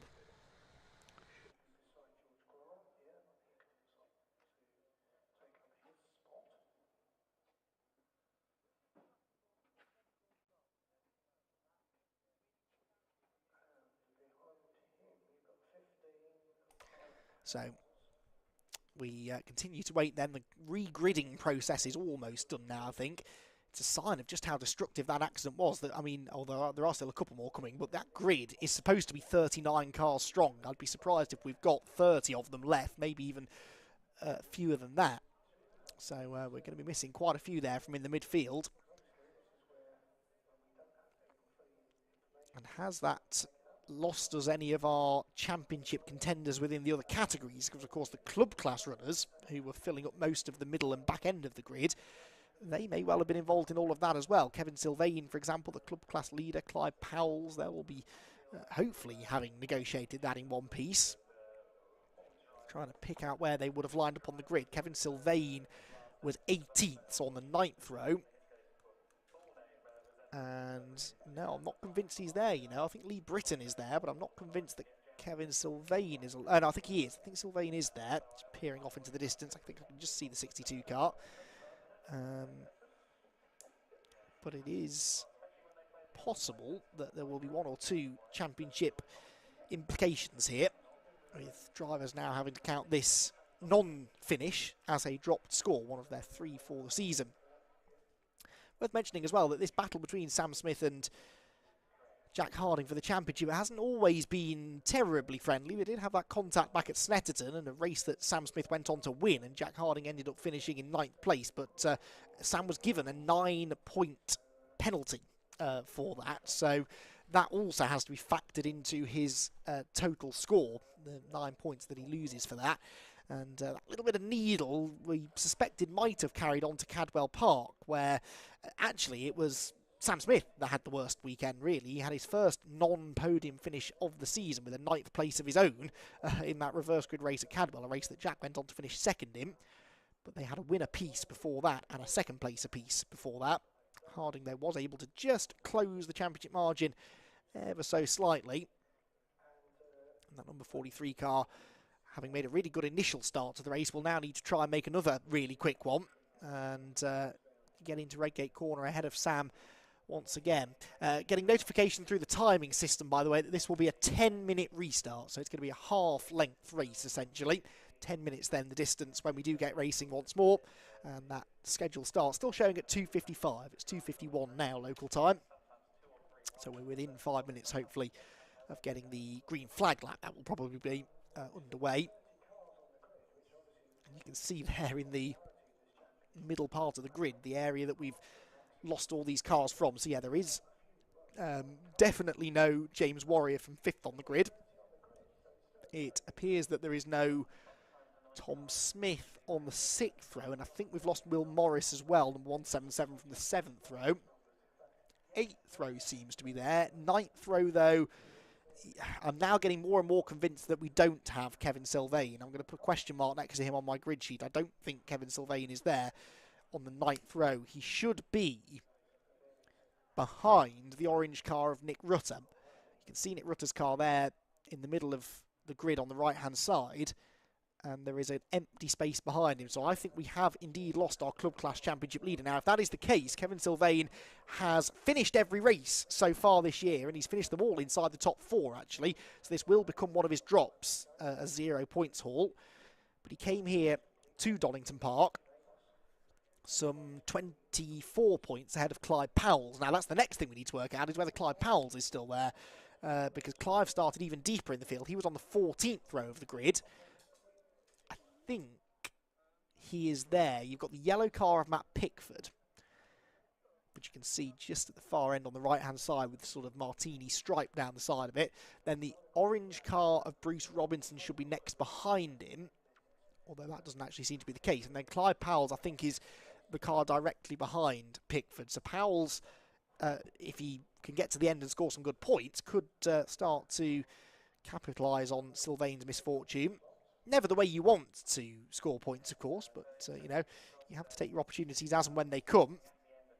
And then finally, the Masters category. Well, Clive Powell's is also in contention for that. He's 2nd place in the championship, arriving here at Donington Park, about 44 points off the championship leader, Martin Tolley.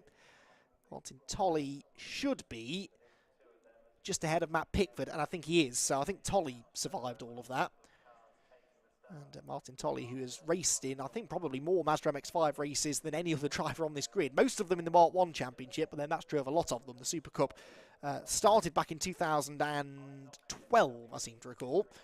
Started with a 6 or an 8 car grid at Castle Combe and grew massively even over that first year. It really was a big success story, getting on for a decade ago now.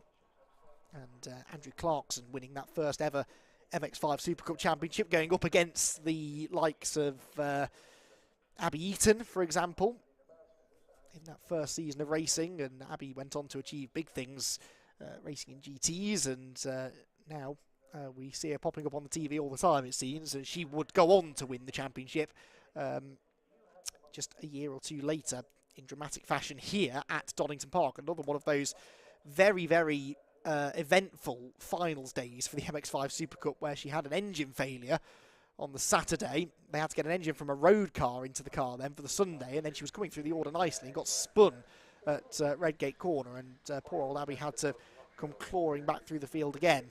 She did manage to do it, though, and beat Tom Roach, who was a legend of Mazda MX-5 racing, to the title that year. It was a truly epic way to round out the championship campaign. So we're getting thumbs up for the marshals further down the grid. It is 2:55 now, which is the time the race was set to get back underway, or the green flag lap at least was set to get underway. So as long as the recovery work at Redgate has been completed, which I think it pretty much has, should hopefully be good to go in the next minute or so. Marshals are off the grid, in fact, so I think that is going to happen very shortly. So excellent work by the marshals there, as ever, to get the track cleared pretty quickly up at Redgate Corner. And we always thank our marshals for the work that they do, and it's moments like these that we're particularly grateful for them, because an incident of that scale, just the sheer number of cars that would have needed to be moved out of the way, could not be dealt with so quickly without the hard work of our volunteer marshals. So thank you very much to them for doing what they do, and now we can hopefully let the drivers do what they do, because they should imminently head on to this green flag lap and then get 10 minutes of racing underway. So a shorter race, that does change the tactics slightly maybe, whereas over a 20-minute race you could afford to maybe let the race come to you. Now you kind of have to get on with it really. A flying lap in these things is around about 1:50, so we should get 6 laps in over the 10 minutes.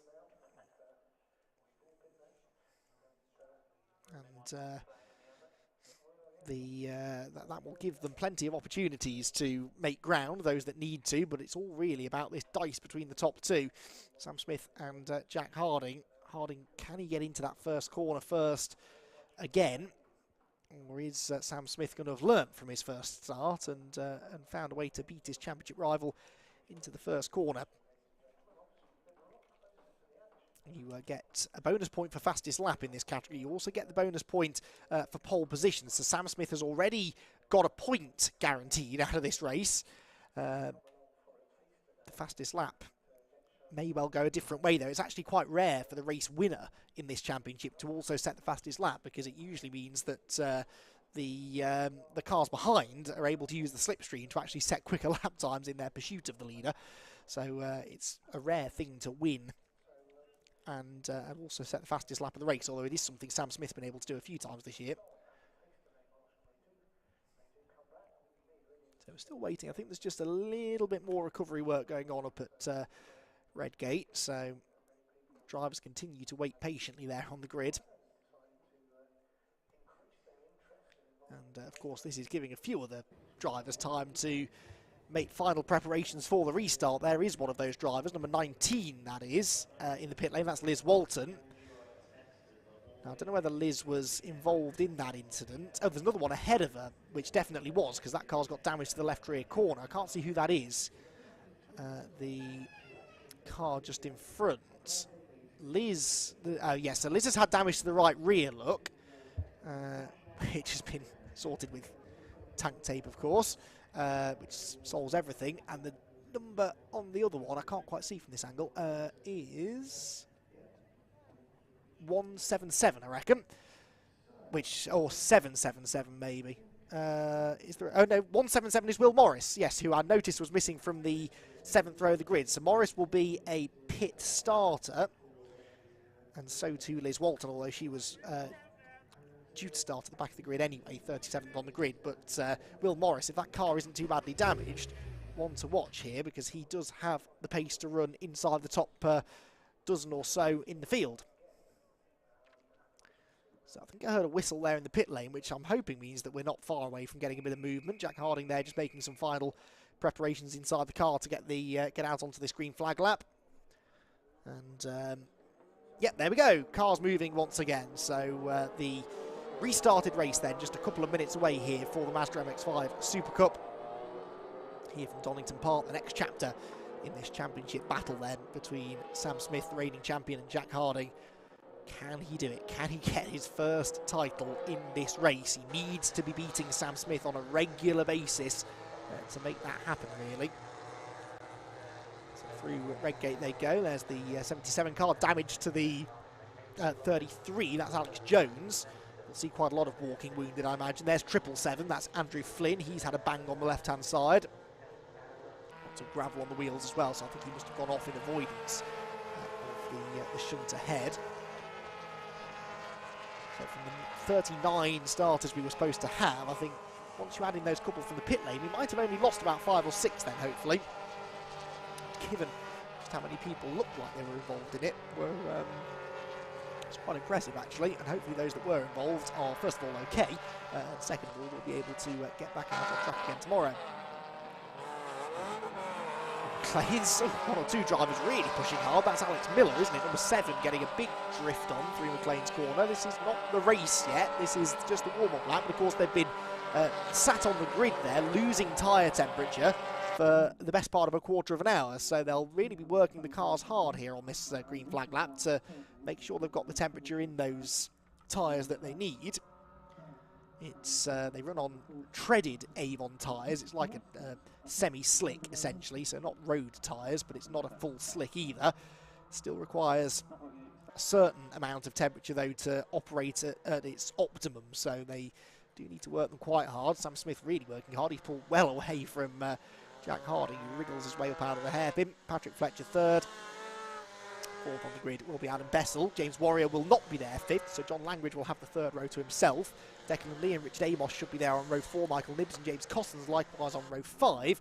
And then Braden Fletcher, I think, will be on his own on row 6 with no Tom Smith for company. Alex Miller, we know, is there, set to start on the 7th row, but Will Morris will be from the pit lane. And then we get into the group where we probably did lose 1 or 2 more as a result of that shunt.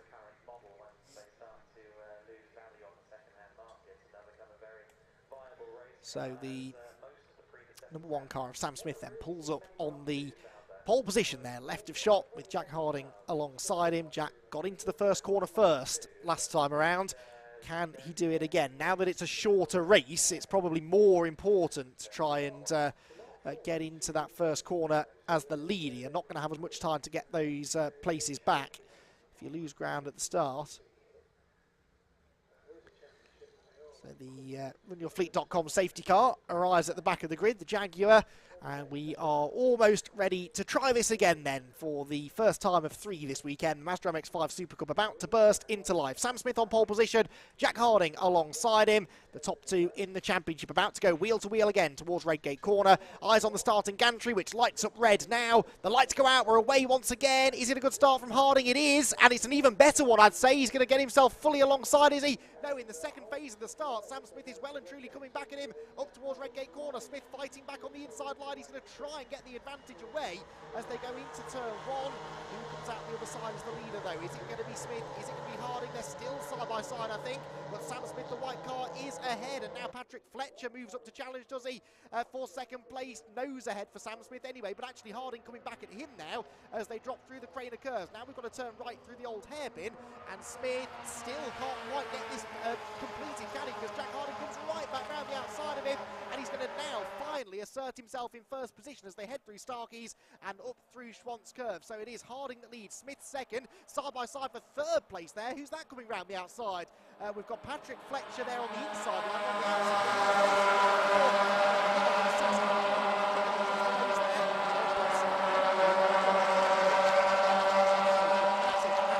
In the first half a lap, but it is going to be Harding that leads them out onto the exhibition straight for the first time. Smith, though, tucking into the slipstream, gets out of it, tries to go to the outside line, side by side again for first position, into the chicane, but Smith thinks better of it. It's the first lap of the race, there's no sense taking a big risk. Contact further back, though, and look at that for a move from Richard Amos, who took advantage there of Patrick Fletcher and Adam Bessel delaying each other to move through into 4th position. Brilliant stuff.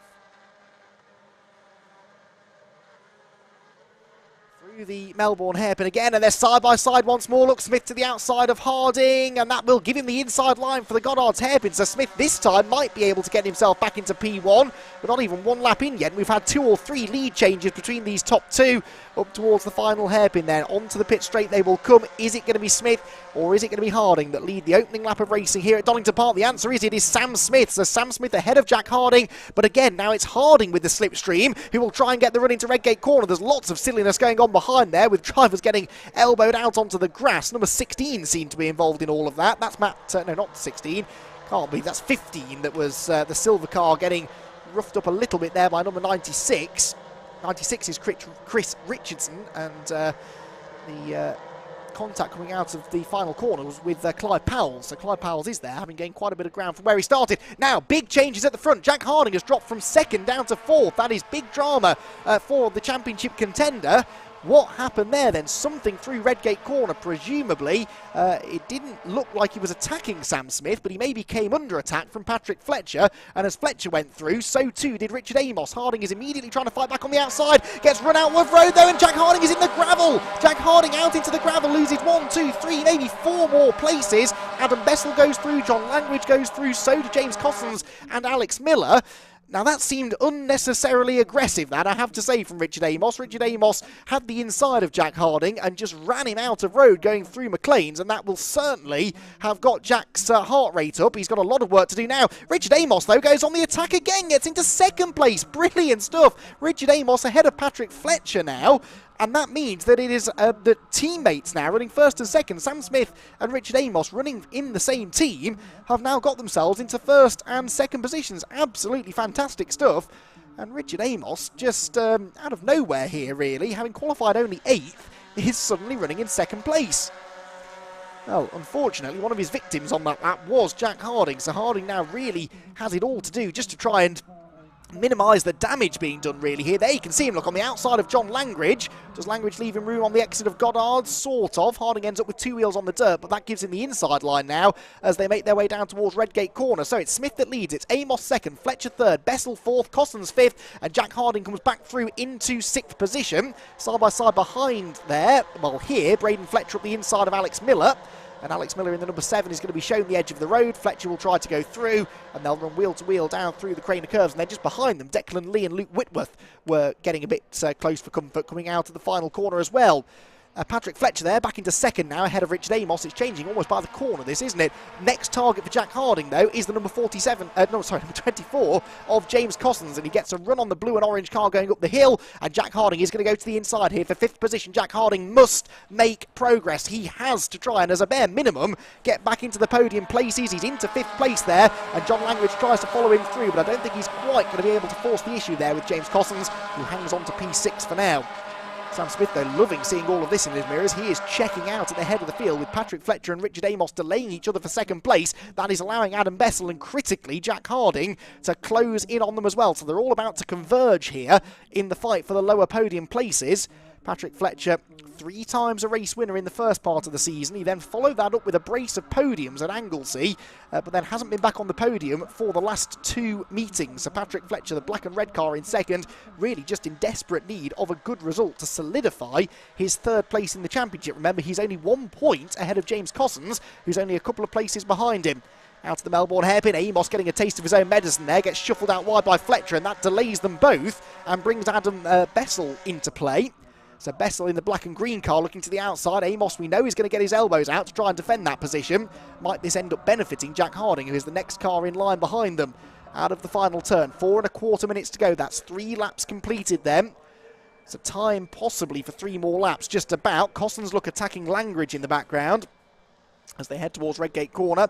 That's for 6th position, and Cossons is going to move through. That was important for him in this pursuit of 3rd place in the points that I just mentioned. As he tries to, again, minimise the damage being done really by Patrick Fletcher, who runs in the podium places. Down the hill they go then. Cossons making that move stick. There is Fletcher second, then 3rd, 4th and 5th together now. Amos, Bessel and Harding. It's Harding that needs to try and be gaining places. Amos is a bit of a rolling roadblock now, isn't he? He's just not quite got the pace of those around him maybe. He's driving defensively, which won't be helping, and it's backing Bessel up into Harding. Up to McLean's. Jack Harding won't want to try anything too silly here. He knows that a finish, even if it is only a 5th place finish, is better than ending up in the gravel. Well, you've got these drop scores to fall back on. You don't want to use them unless you have to, so Jack Harding would rather bag more points than have a non-score, because of course that can also then affect your grid position for the 2nd race later on today. So he needs to try and finish as high up the order as he can here. Down into the chicane they go again. Richard Amos, the white number 6 car. Not quite as quick through there maybe as Adam Bessel. I don't think Bessel's going to be close enough to have a go down into Melbourne. Wait for the leaders to come into sight then. Sam Smith had a 1.1 second advantage over Patrick Fletcher at the start of the lap. That looks similar to me as they come through the hairpin, maybe fractionally shorter at the margin. But Fletcher certainly not able to break away from Amos in quite the way that I thought he was going to. In the first half of the lap, it looked like he was stretching that margin second to third, but Amos good through the second half. He's closing back in on the second place driver. Out of Goddard's they go across the line. There will be 2 minutes and 20 seconds left, so they are going to get 2 more laps in here then. The penultimate lap begins. And actually, the fastest lap goes to Patrick Fletcher. So what was I talking about? I thought Fletcher was being dropped by Smith. That is absolutely not the case. And Fletcher is bringing those next 3 with him. So they could still get back onto the tail of Sam Smith if they work together, that group. And I think that might well be what they're doing.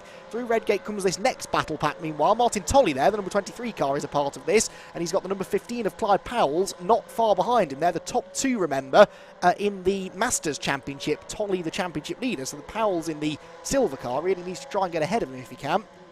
For the end of this one, which is only now a lap and a half away for the race leaders. Look at that. It is pretty much 5 of them almost together now. Fletcher trying to go after Sam Smith, but of course he's got to catch him and then he's going to try and pass him. He's not leaving himself much time to do that. Big moment there from Adam Bessel.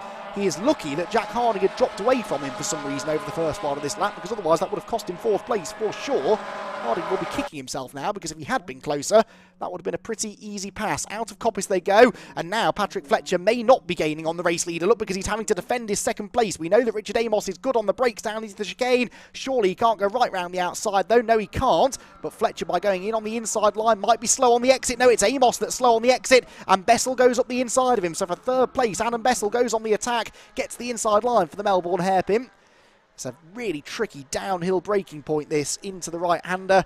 And is it going to be Bessel that comes through first? Yes, it is. So Adam Bessel into P3 then. And that means that Amos has Jack Harding behind him. Now, I don't think Jack's going to be too friendly towards Richard after their tangle on the opening lap. Or second lap. No, it was the opening lap of the race, wasn't it? Where they had that contact up at McLean's corner. So, in fact, he's already got past him, look. So Harding, I wonder if Amos moved out of his way. That'd be interesting to find out afterwards. So Richard Amos then drops down to 5th. Jack Harding up to 4th, with Adam Bessel right ahead of him. So as it stands then, if Harding were to finish in 4th place, he'd score 94 points. Sam Smith, of course, is in the lead, would score 101, actually, because he had the pole position as well. And that means the gap would go out to 15 points as it stands. So Harding needs to try and gain a couple more here before the end of the race. As it stands, this would become one of his drop scores, Jack. But it doesn't change things massively. He was previously dropping 96 points. He's now dropping 94. But he's on the tail of the number 4 car ahead of him into McLean's corner then. This is likely to be the last position that Harding can gain. And look who's joining back in again. Richard Amos pulls to the outside of him up towards Coppice corner. Harding might be forced into having to consolidate his 4th place, I think, rather than attacking for 3rd. The top 2 really getting away now as a result of this. Sam Smith looking good for his 9th victory of the season. 3 cars, though, tied together by a very short piece of string here as they fight for the final step on the podium. And the middle of these 3 cars is Jack Harding. He really could do with getting this place away from Adam Bessel, but we know Bessel's good through the chicane. This is where he attacked Amos a lap ago. This time, though, Richard Amos is the one going on the attack as he gets a good run on Harding, heading into the final 2 corners. So waiting for the leaders to appear there are the top 2. 3rd is still Bessel, 4th is still Harding then, so Amos didn't go for it in the end into Melbourne. Then it is James Costons, still ahead of John Langridge, heading up that next group. Look, then it's I think is still Miller, Fletcher and Lee, the order behind them. Into the final corner we go, though. Out of the final corner we go, and Sam Smith is going to take the first victory of the weekend in the Mazda MX-5 Super Cup. 2nd place will go the way of Patrick Fletcher, and Adam Bessel hangs on to P3 just about from Jack Harding, who had a bruising race there. Richard Amos is 5th, Cossons 6th, Langridge 7th, Miller 8th, Fletcher 9th, and Declan Lee to round out the top 10 just as quick as that. Clyde Powell's here, meanwhile, battling away further back. Who's that he's side by side with? That was Chris Richardson. And then Nick Rutter, the orange car, sweeping from the outside to the inside. Matt Pickford with his hand out of the cockpit in celebration. As further back, we've got a very walking wounded car here, still battling away. That is Will Morris, isn't it, from the pit lane. The black car with the yellow stripe there, finishing the race in the end in 21st place, having restarted with just 10 minutes on the clock from the pit lane. Brilliant stuff. So the last few stragglers making their way through. It looks like we will get 31 runners at the end. The only one that we lost on the restart was Tom Grensinger, who completed 2 laps of the restarted race, but sadly the Caterham ace does not get to the finish. There was also a penalty applied to number 66 for an out-of-position start. 66 was Martin Heath, who was supposed to start on the 18th row of the grid. I don't know whether he was on the wrong row, which is possible, but anyway, he got 10-second penalty and eventually finishes in 26th position. Sam Smith, though, finishes considerably higher up than that. He takes another race victory from Jack Harding from Patrick Fletcher in second place, who extends his margin over James Cossons for third in the points. It's not likely that Fletcher is going to challenge Harding for second place in the championship, though, so it really is 2 for the lead of the championship and then 2 fighting for third place as well. And then we had another really close battle, actually, between John Langridge and Declan Lee for 5th in the points. They were just 1 point apart in Langridge's favour. Langridge finished 7th and Declan Lee finished 10th, so that gap will also extend after the first race this weekend. So entertaining stuff. Shame about the way the race started with that multi-car shunt at Redgate Corner, but once we did get going again, it was another fantastic race there from the MX5 Super Cup. And we look forward to seeing them back out again a further 2 times this weekend. They'll be racing as the final race of the day, due to start at about 6:25 today. And then they have another race tomorrow at 12:35. So that will be their third and final race of the weekend, which will set us up then for the finale at Brands Hatch. That will be coming to you live on October the 30th and 31st. That Brands Hatch Formula Ford Festival weekend, always highlight of the calendar, especially now that the Mazda MX-5 Championships have their championship deciders there as well. So the MX-5 Super Cup drivers head back to the pit lane. Then I don't think there are any extra cars to be collected from around the circuit, but it may be that 1 or 2 of the cars that were involved in the initial shunt might have just been pulled to positions of safety behind the barriers and may need now recovering, so we'll wait and see, especially because they've got another race today. Of course, the teams will want the cars back as soon as possible to give them the most time to get them fixed for the second race later on. So there may be a short delay before our next race gets underway, but it gives us more time to build up to what should be another really exciting one. It is the first race of 2 this weekend for the Nankang Tyres BMW Compact Cup coming up shortly. Stephen Daly on the cusp of taking another championship victory. Stephen Daly has been the man to beat, really, in this championship in recent years. He's been a championship contender for the last 3 or 4 years, really. And yeah, Stephen Daly looking to try and take another championship victory here this weekend. He is the reigning champion, and he needs really just to finish this next race, and he will have an unassailable lead then going into the second race later on today. All of that and plenty more still to come in this busy day at Donington Park. Thank you for joining us here for this BRSCC live race weekend. And the close competition continuing all the way through the first 3 races of the day, and I'm sure will continue to be the case as we move through the rest of it. It's a bit of a queue forming for everyone to get back into Parc Fermé. There are still, despite the fact we lost a few of them, still an awful lot of these MX-5s to try and get back into that Parc Fermé area. But there you can see, I was about to say how well prepared the cars are. They were well prepared before that race, but a couple of them now sporting some wounds a little bit. So that lot making their way into the Parc Fermé area. I think I can already hear, though, BMWs being released from the assembly area just behind us. So those cars will be gridding up pretty quickly, it seems. So we'll have a look at the grid for them in just a few moments.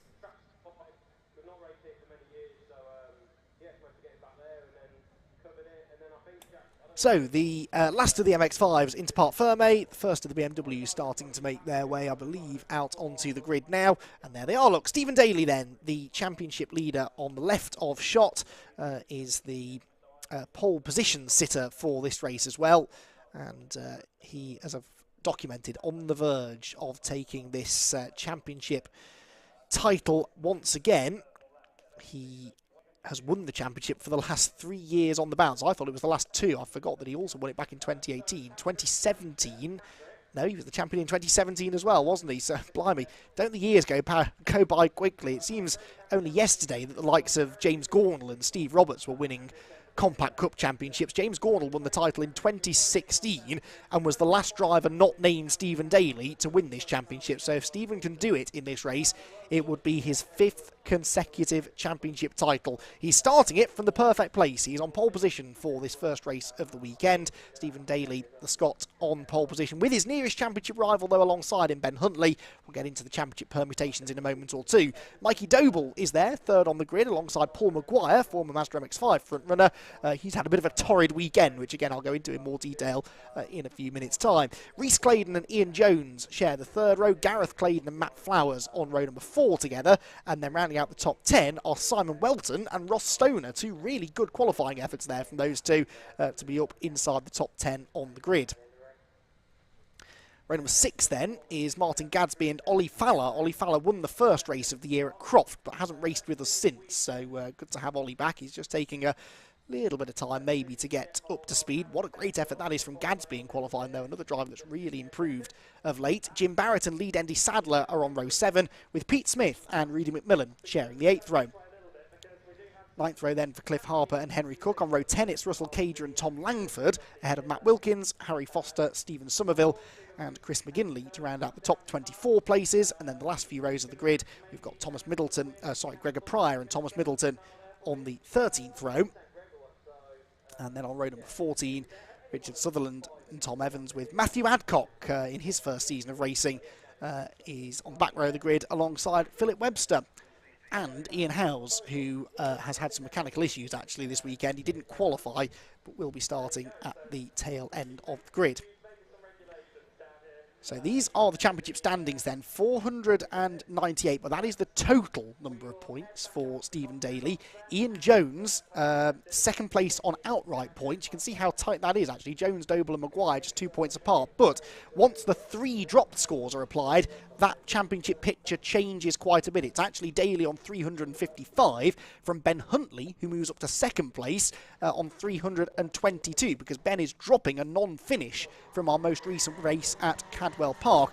Mikey Doble stays third, just 4 points further back, and he in turn is 4 points ahead of Paul Maguire, who is 3 ahead of Ian Jones. So it all shuffles around a little bit once you apply those dropped scores. Now, as I worked this out, Stephen Daly, if he finishes in the top 19 in this race, he is champion. Doesn't matter what Ben Huntley, Mikey Doble, Paul Maguire, all the rest do.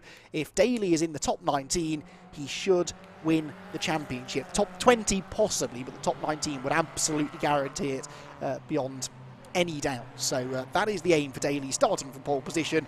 He really should finish inside the top 19. If he doesn't, it will mean that something went pretty horrifically wrong in this race for the Scot, who many of you will have seen racing potentially a week ago up at Croft, because Stephen made, at long last, his long-awaited debut in the Ginetta GT5 Challenge, a championship that he's been eyeing up for a number of years, and he went and finally got himself on the grid at Croft. Had an absolutely incredible weekend where he qualified up at the front of the grid. He was running second in race 1 before he got punted off the road, and then in race 2, live on ITV4, he went and won in front of tens of thousands of spectators trackside, and plenty more watching along at home. And Stephen Daly really showing the talent that is on offer, not just in this championship, but at club level in general here in the UK. We have some hugely talented drivers that often don't have the budget, perhaps, to go and race at a higher level. And Stephen Daly, I know, as I said, has been really wanting to make that step up for a number of years now, and finally was able to show that if he could commit to a full season of racing in something like the GT5 Challenge, he would absolutely be a championship contender. So we're all really proud of Stephen for what he achieved. Worth pointing out as well that he shared that grid with Mikey Doble. Mikey Doble and his father Mike, who are regulars in this championship. Mikey, in fact, qualifying third on the grid for this race, third in the championship as well. They've both been racing in that Ginetta series as well all season long, and they will testify that it's a really tough championship to jump into, and for Stephen to have won on his debut really was very, very spectacular indeed.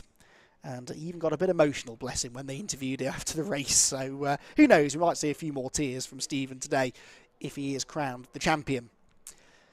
So Daly then looking for this historic 5th championship in the BMW Compact Cup. But even before that, he was winning championships in the Scottish Compact Cup as well. And he knows these cars extremely well. He knows the championship extremely well. He's learnt over the years these circuits very well as well. And even that first year that he came and raced in the championship where James Gornall took the championship, Stephen was still 3rd on his first attempt and then has won it every time since. Ben Huntley, though, champion of the future, you'd have to say, in this category. Even if he can't quite do it this year, he's been getting quicker and quicker over recent seasons. The excitable youngster Ben Huntley there, the blue and yellow car that starts on the outside of row 1 with Mikey Doble, the blue and white car number 88, and the green and black Paul Maguire, who had an engine change actually this weekend. The engine let go right towards the end of testing yesterday at about 4 o'clock yesterday afternoon, and he wanted to thank a lot of the other teams for chipping in, including KC Motorsport, Stephen Daly's team, who chipped in, and they all pulled a bit of an all-nighter to get that engine changed, and Paul able to reward them with 4th place on the grid for this race. Right then, the revs rise, the lights go out. We are away and racing at Donington Park, and Stephen Daly and Ben Huntley go door to door down towards Redgate Corner. 1 or 2 on the grass further back trying to make some progress, but it's Daly being given the big squeeze. There's an even bigger squeeze in the midfield there. There's contact on the way down to Redgate. Now let's hope they all get through safely this time. Through the right-hander. Is everyone still pointing the right way? Well-ish, yes. No spinners, at least, at this point. And it is Daly then with the advantage. Mikey Doble forcing the issue there at the inside of Ben Huntley for 2nd place. Not really what Ben needs. He's sideways through the crane of curves, but the right-hander at the old hairpin should favour Mikey Doble, and I reckon he's going to move through into P2 then. The rest of the field coming through as well, 2 and 3 wide.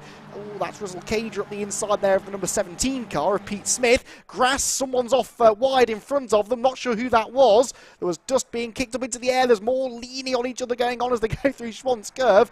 This is a really physical opening half a lap here, and off in the background, oh, I'm afraid that was Martin Gadsby, who had that brilliant qualifying effort, one of his best ever.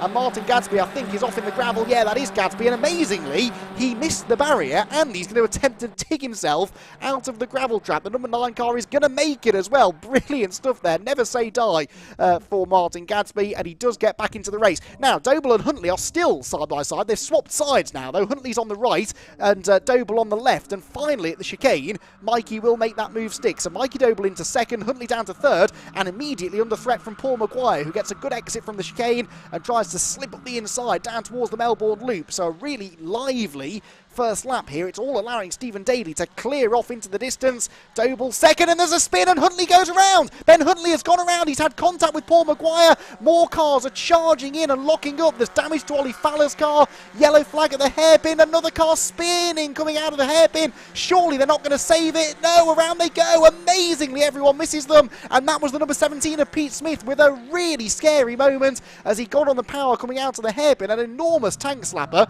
It took him a number of seconds to actually lose control, and somehow, and it really was miraculous, nobody hit him. Brilliant reactions there, but unfortunately for Ben Huntley and Paul Maguire, it has all gone wrong, and that now pretty much does spell the end of Ben Huntley's championship chances. There he is, the blue and yellow car on the outside line, damage to the right front corner of that car, and he's still running, but a long way down the order. He realistically had to win this race to have any chance of taking the fight down to race number 2 tomorrow, and unfortunately that ain't going to happen now. So, Stephen Daly leads the way as they come out of the old hairpin towards Schwantz Curve. There he is. Mikey Doble, though, giving chase, isn't he? He's really going after the Scot out in front. 3rd place, out of nowhere, is Rhys Claydon with Ian Jones 4th, Ollie Fowler 5th, and then everybody else trying to be 6th. There is a big knot of cars here together. On the outside line, sideways and with damage, look, is the number 6 machine. That's Simon Welton, who is just about fending off Matt Flowers and Paul Maguire, who himself surely has some damage after the incident down at the Melbourne hairpin. So you've got to remember to breathe in these Compact Cup races. They are always pretty manic, but that one in particular was a really dramatic opening lap. They're still battling away here. Maguire and Flowers side by side. Maguire, of course, trying to fight back after that contact he had with Huntley down at the hairpin when they were battling at the time for 3rd place, but Maguire crossed the line in the end in 8th position, Huntley down in 15th. And Huntley I fear came out of that a little bit worse, didn't he? Now, Mikey Doble here going after Stephen Daly. Up towards the final corner they come. That lead gap was over 0.7 of a second at the start of the lap. It's probably down to about a quarter of a second, 0.3 maybe, as they come through this time around. Ollie Fowler, meanwhile, on the outside of Ian Jones, comes through the hairpin. And Ian Jones hanging on to 4th position. Now, Jonesy could benefit here from Ben Huntley's problems, because he's not a million miles behind Ben in the championship. 2nd through to about 6th or 7th in the points are very close together, and Huntley might well end up losing a couple of positions as things stand. Up to Redgate they go. Number 22 there having a dive up the inside. That was the orange car of Ross Stoner. Ian Howes there from the back of the grid making his way through as well. Oh, Jim Barrett getting into the back of the 311 machine. That's Henry Cook getting a bit of a helping hand there from Jim, but the leaders are indeed together. Mikey Doble with the fastest lap of the race then, a 1:57.782, under half a second the gap at the start of the lap. Up towards Schwantz they go. At this stage of the race, Doble looks the quicker of the two, doesn't he? Stephen said to me in the lunch queue actually earlier on today that he was not going to be pushing too hard in this race, so I suspect that if Mikey Doble really wanted to force the issue, Stephen probably wouldn't make life too difficult for him. But Mikey Doble then, could he finally be on for his first ever race victory in the championship? He's had numerous podiums, he's been very close on a couple of occasions. In fact, even this season he's had 2 second-place finishes and 4 third-place finishes, but he's yet to win a race in this championship, and he's now got to go up against the maestro of Compact Cup racing to try and get his first victory in the championship. Out of the chicane then, down towards the Melbourne hairpin. And towards the end of this, the 3rd lap of the race, they've got a big gap over Rhys Claydon in 3rd, car number 10. You can see the gap there, because there go the top 2. We still haven't seen Rhys come into view. There he is, 3rd, with Ian Jones 4th, getting away now from Ollie Fowler. Lots of tyre smoke from the back of Jones's car, which is falling apart after the knocks that it's had on the first lap of the race. Leaders then through Goddard. So Doble has caught Daly. Now what can he do about passing him? These two drivers that were both on the podium a week ago at Croft in the Ginettas together, and now they are 1st and 2nd in this Compact Cup race. Across the line they go then with 9 minutes left on the clock. Jones had that moment at the hairpin, didn't he? And now he's under pressure from Ollie Fowler and from Simon Welton. Not far behind are Matt Flowers and Paul Maguire. Welton weaving from side to side, tries to go up the inside of Fowler, who defends it nicely. Ollie was out testing here earlier on this week and wasn't really sure how competitive he'd be. Certainly qualifying didn't go very well for him. Ended up having a lap time disallowed for exceeding track limits, did Ollie Fowler, which saw him drop from, I think, 4th on the grid initially to start down in 12th place. So Fowler is now back up into the top 5 in the end. But you can see he's paid a bit of a price for that, because he's got damage to the front of the back of the car. Jones has damage to the front. There's a lot of damage to the front of Simon Welton's car.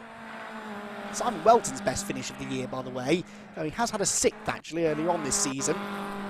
Currently running in the same position. Behind him there's a change there. Maguire on the inside of Matt Flowers. Matt Flowers didn't really fight that one all too hard. Now, keep an eye to the blue car there at the back of that group. That is Ben Huntley. Ben Huntley has worked his way into 11th place now. In fact, that might now be 10th. Yeah, I think he's ahead of Ross Stoner now. So he's into the top 10, Ben Huntley. And he's almost on the tail, really, of the 4th place squabble, isn't he? Because Jones there, the black and pink car, is in 4th position. Then Fowler, Welton, Maguire, Flowers, Claydon, Gareth Claydon, that is, and Ben Huntley next in line. So this is shaping up to be a really good battle. So is this one, though. Look, Mikey Doble taking big chunks out of the curb on the inside at Melbourne there to try and challenge Stephen Daly. We've got side by side further back. That's Jones. He's been overtaken by Fowler. He runs out a bit wide as well. They're both delayed, and here comes the number 6 car of Simon Welton. This ain't going to work, is it? 3 of them into the hairpin together. You can just see what's going to happen. They're 3 wide. Jones on the inside. Fowler's going to go through, but runs a little bit wide. Jones comes back at them again now, and Mighty just lean on Simon Welton. Coming off the corner, Paul Maguire's joining in the fun as well. This is getting really, really busy. Down towards Redgate corner. Ollie Fowler already has his wing mirror pushed in, and they're leaning on each other again now towards Redgate. Jones on the outside, Fowler on the inside. You've got Welton and Maguire behind them as well, and Welton goes on the inside of both of them. Fantastic driving that from Simon Welton. He read the situation perfectly, and he has cleared both of them. He runs a bit wide though. Fowler tries to force his way back into line, and Ian Jones, I think, out of all of that, has somehow come back out in front. Jones back into 4th. Bumper goes flying off off Faller's car. There's more contact into the old hairpin. Faller on the grass on the inside line. Simon Welton is not wanting to give this place away. Ollie Faller almost into the back of him. Welton sideways over the grass. And Paul Maguire now gets a run. They're 3 wide through Starkey's up towards the top end of the circuit. Maguire has got himself ahead of Welton, and he's now alongside Ollie Faller, who I think might be a little aggrieved at what happened there, going down through the crane of curves. He tries to get his elbows out now against Maguire, and does so. Maguire is wide. It delays both of them. That man Welton comes back at them again, and Ben Huntley, look, is closing in on this lot. He's got himself alongside Gareth Claydon now. If I were Ben, though, I'm not convinced I'd want to get too involved in this battle, because it is all starting to get a little bit too physical, isn't it? I think drivers are getting a bit frustrated with each other, and they're starting to leave less and less room at some pretty high-speed parts of the course. Down towards the chicane then, Huntley side by side there with Gareth Claydon. Huntley on the inside, Claydon tries to force the issue on the outside. There's going to be contact, is there? Almost, but I think Huntley just squeezed around the outside without any further paint being traded. All of a sudden, this lead battle looks like the calmer element of the race, doesn't it? In fact, the man that's really in luck here is Rhys Claydon in third. He's the only one that hasn't got any company at the moment. Jones then is fourth. Faller is wide again at the Melbourne hairpin, so Welton gets back alongside him as they head towards Goddard's. We've still got 5 minutes of this to go as well. We're only 2/3 of the way through the race. There go the top two. Still Stephen Daly in the lead and on course for the championship. Mikey Doble second. Third place Rhys Claydon. Ian Jones, don't ask me how, is still in fourth. Ahead of Ollie Faller, Simon Welton, Paul Maguire, Matt Flowers, Ben Huntley, Gareth Claydon, Ross Stoner, Lee Hendy Sadler. The list goes on. They're all there, look, in this massive long line of cars. They've calmed down for the time being, but you sense that it's all going to kick off again before the end of the race, isn't it? There is Huntley. So number 96 is now in 9th position. So for the record, would score 39 championship points, while Stephen Daly, of course, is on for the maximum 50 at the front. In fact, make that 51 because he's got the fastest lap as well. Probably because he's the only driver that doesn't have damage at this stage of the race, and that hasn't been off the road at least 2 or 3 times. Simon Welton sideways through the old hairpin. He's trailing bits of trim from the back of his number 6 car, although the back still looks prettier than the front. Oh, now he's not, because Paul Maguire helps him out and just peels it away from the back of the number 6 machine as they went out of Starkey's corner, then positions himself on the outside line in the green machine, and that isn't going to work out because Matt Flowers is up alongside him. They lean on each other slightly. Ben Huntley gets a run off in the background. I think that's Russell Cager who is bouncing across the grass.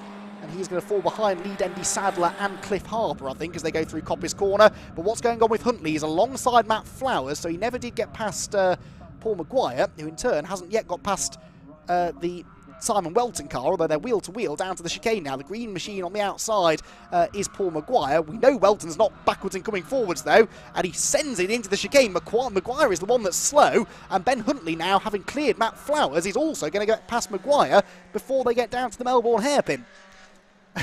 Did you get all that? Quite a lot happened then in the space of a very, very short space of time. Ollie Faller, look, is closing back in on Ian Jones. Very wide in the background, Simon Welton, whose car clearly isn't handling very well. It's not really a shock to hear that, given the state it's in, but he's sliding around all over the place. Still doing well, though, there, to be running inside the top half dozen at the moment. Through go the top 3. There is Jones in the background, the black and pink car, with Ollie Faller right behind him. They are 4th and 5th, and a bit of a gap back now to Welton 6th. Huntley is up to 7th place then, so 41 points on their way to him as things stand, with Paul Maguire right behind. Now, if Huntley accepts at this point, which I think he might have to do, that he's not going to be champion this year, his next target then becomes hanging on to this 2nd place. But with Mikey Doble doing so well, 2nd place at the moment, Doble would actually move, by my calculations, to just 1 point behind Huntley now for this 2nd spot in the points. That's not a good place to make contact. Matt Flowers and Ian Howes, but Ian Howes from towards the back of the grid here, remember. Well, right at the back of the grid, in fact, having not set a lap time in qualifying, that blue and red number 27, is storming through. That puts him in 9th place now, with Paul Maguire his next target. Maguire is right behind Huntley, who is in turn trying to go to the outside of Simon Welton. Through McLean's they go. Welton sends it. He's going to run out wide on the exit, though. Well read that by Ben Huntley. He knew the number 6 car wasn't going to stop in time for the corner, so he just waited. He let him go and then cut back to the inside on the exit. Maguire goes with him. but Welton might try and pull the same move now on Maguire by getting the better exit from Coppice to get back alongside down the back straight. Ollie Fowler looking alongside Ian Jones for 4th place. Meanwhile, the silver and yellow car on the inside, Jones on the outside line. Behind them, Huntley has made it stick against Maguire, who in turn stays ahead of Welton, and he now has Ian Howes up the inside. Howes goes for it, Welton sends it into the corner again, and somehow manages to stay in front. But did we have the change there for 4th place? As we're about to go on to what will be, disappointingly, the final lap of the race, do we now have Ollie Fowler ahead of Ian Jones? Through the Melbourne hairpin, yes we do, the yellow and black car is ahead, so Ollie Fowler gets himself into that 4th spot. And that little side-by-side exchange between them means that Huntley's not far behind. Stephen Daly in the pit lane. Stephen Daly is in the pit lane. The championship leader is pulling in with a problem. I do not believe it. He was on the verge of the championship. That is his team. I think that might even be his dad running up the pit lane to him. What has happened to Stephen Daly then? It is his dad. He leans into the car. He has a chat with Stephen. What's the problem? Was there smoke coming from the right front corner? It might have been a puncture. But that means that Mikey Doble, in the most dramatic of circumstances, is in the lead and Daly is out. Stephen Daly is out of the car. Now, what does this mean for the championship? Where does Ben Huntley have to finish in order to take the championship down to the second race? Huntley is currently in what will now become 5th position. So I think, as it stands, we'll have to get the abacus out after the race. I think this might just be enough against all the odds to keep Ben Huntley mathematically in contention for the title. It might actually be Mikey Doble, though, that benefits the most, because Mikey is now going to take his first ever race victory. He will move ahead of Ben Huntley by a couple of points into 2nd place in the championship, and he might still be champion the way things are going. Out of Coppice they go, down the exhibition straight then. Mikey Doble, I bet he can't believe what he's seeing here, but this has been a long time coming for Mikey, it must be said. From his debut in the championship a year or so ago, he was immediately on the pace, scoring podium finishes in his very first season, or top 5 finishes at least in his very first season of racing, and now here he is on course for the victory. There's been something happened up at McLean's corner, someone's been off in the dirt, not sure who it was, but it was not Mikey Doble, because he is going to come out of the final corner and take what will be, I'm sure, a very popular maiden victory in the Nankang Tyres BMW Compact Cup. We're waiting for him to emerge then out of the final turn in one of the most dramatic and eventful races that I've ever seen in what is always a dramatic and eventful championship.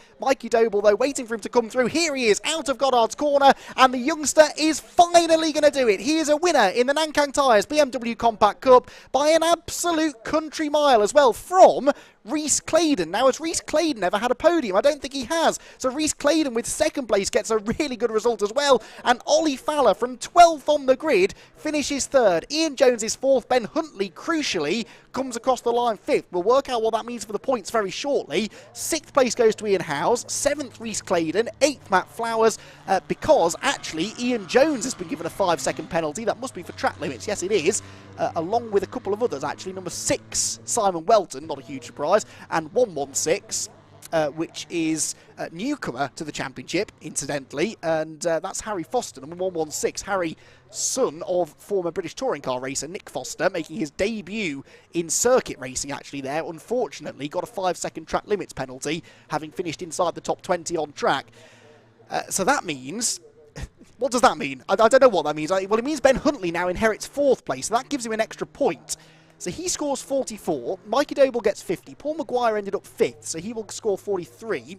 You'll have to excuse me doing this on the fly now, because this was the replay, meanwhile, of Ollie Fowler and Simon Welton getting cosy down at the old hairpin. Wasn't the last time they'd made contact, those two. Paul Maguire then made it 3 abreast, coming through Starkeys. What a sensational race that was. I mean, it got a bit silly on a couple of occasions, but generally speaking, that was top quality stuff. And in the end, Mikey Doble it was that came home victorious. But just to get back to the points then, so Ian Jones, with the penalty, ends up 9th. He scores 39.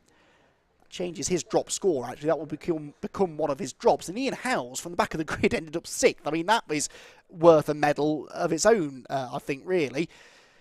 So, all of this means, by my reckoning, and this is all very provisional, Stephen Daly on 405 points is now 37 points ahead of Mikey Doble, who is 2 points ahead of Ben Huntley. So...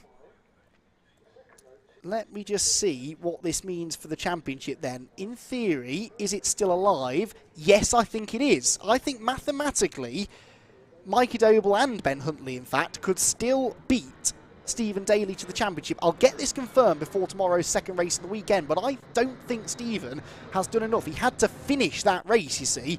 By non-finishing, yes, it becomes one of his drops, but that is... he'll score a point, of course, because he's still got the fastest lap out of all of that, but that will become one of his drop scores.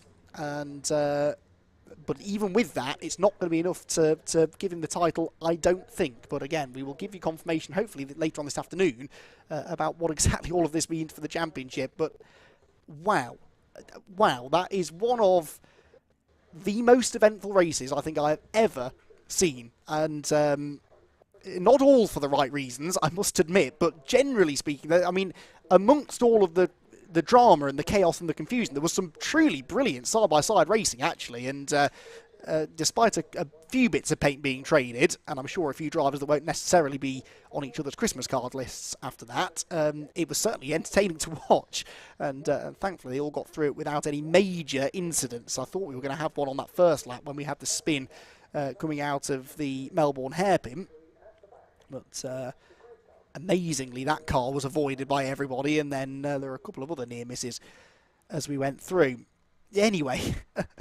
Anyway, that was the Nankang Tyre BMW Compact Cup, and if you enjoyed it, and I suspect you probably did, you'll want to tune in again tomorrow, because their second race of the weekend is due to start at 11:10 tomorrow morning, and I think we all need a good lie down and a good night's rest before we prepare ourselves mentally for what is going to be, I'm sure, another very entertaining race that, well, it looks like the championship is going to be postponed until tomorrow at least, and who knows, if Stephen Daly has another shocker, then...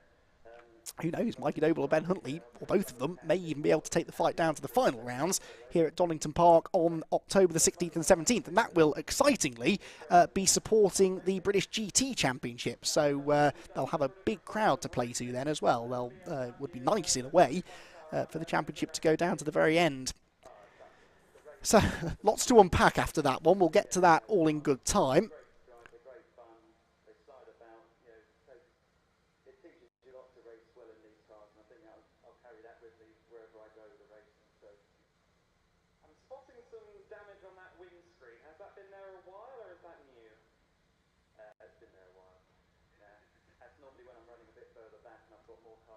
So, much as I could do with about half an hour to catch my breath after that one, we do have to move on because the next race is not that far away. It will be the first of the weekend for the Mazda MX-5 Championship.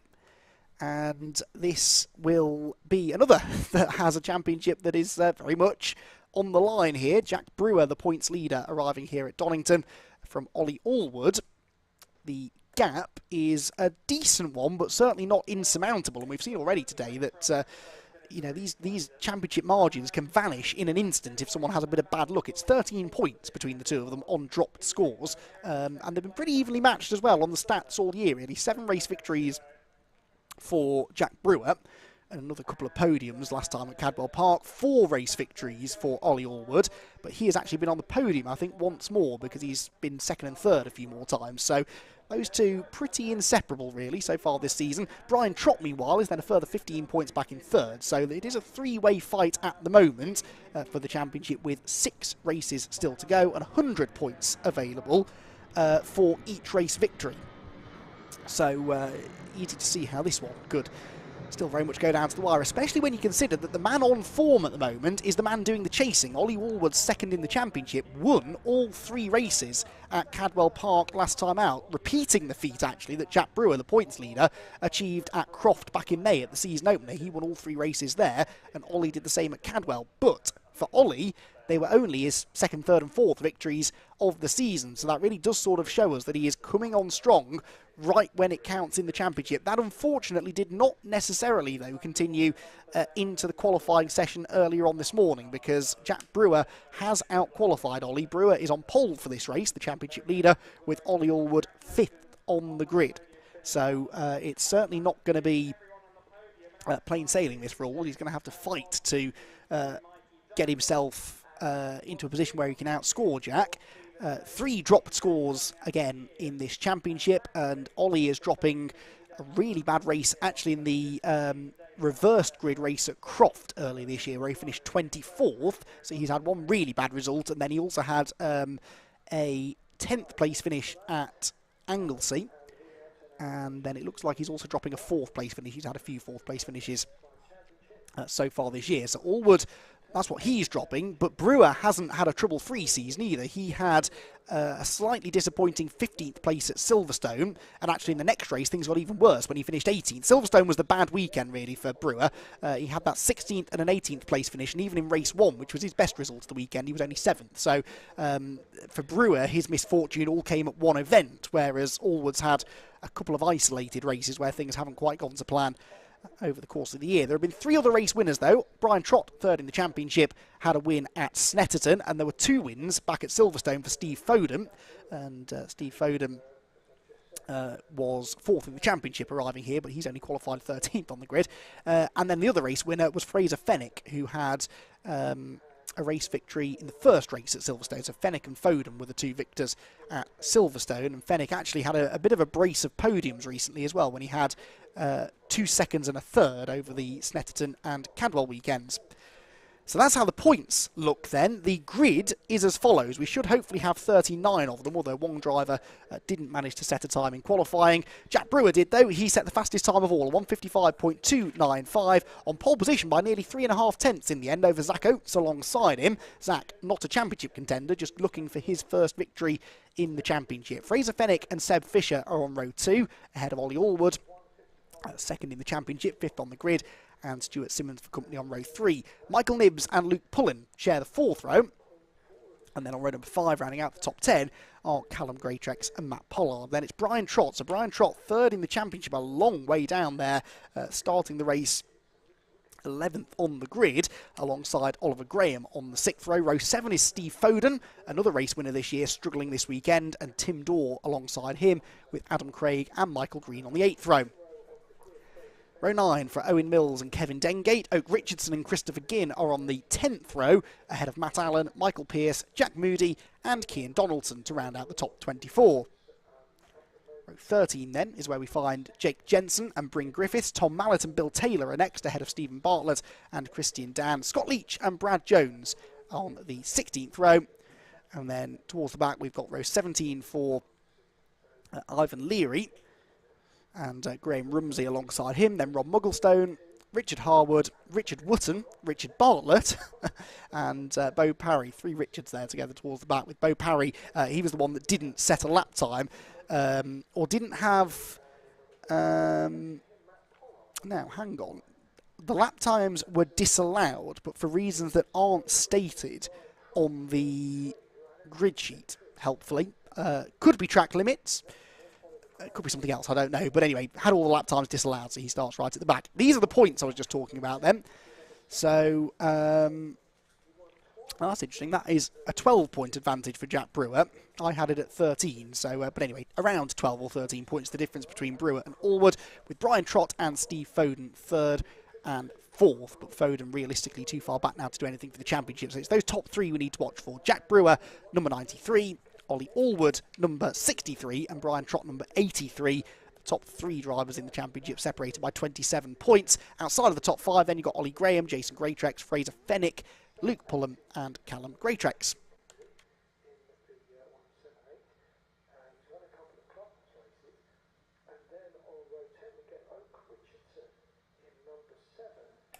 So the grid is formed. They've got the green flag lap to come, though, of course.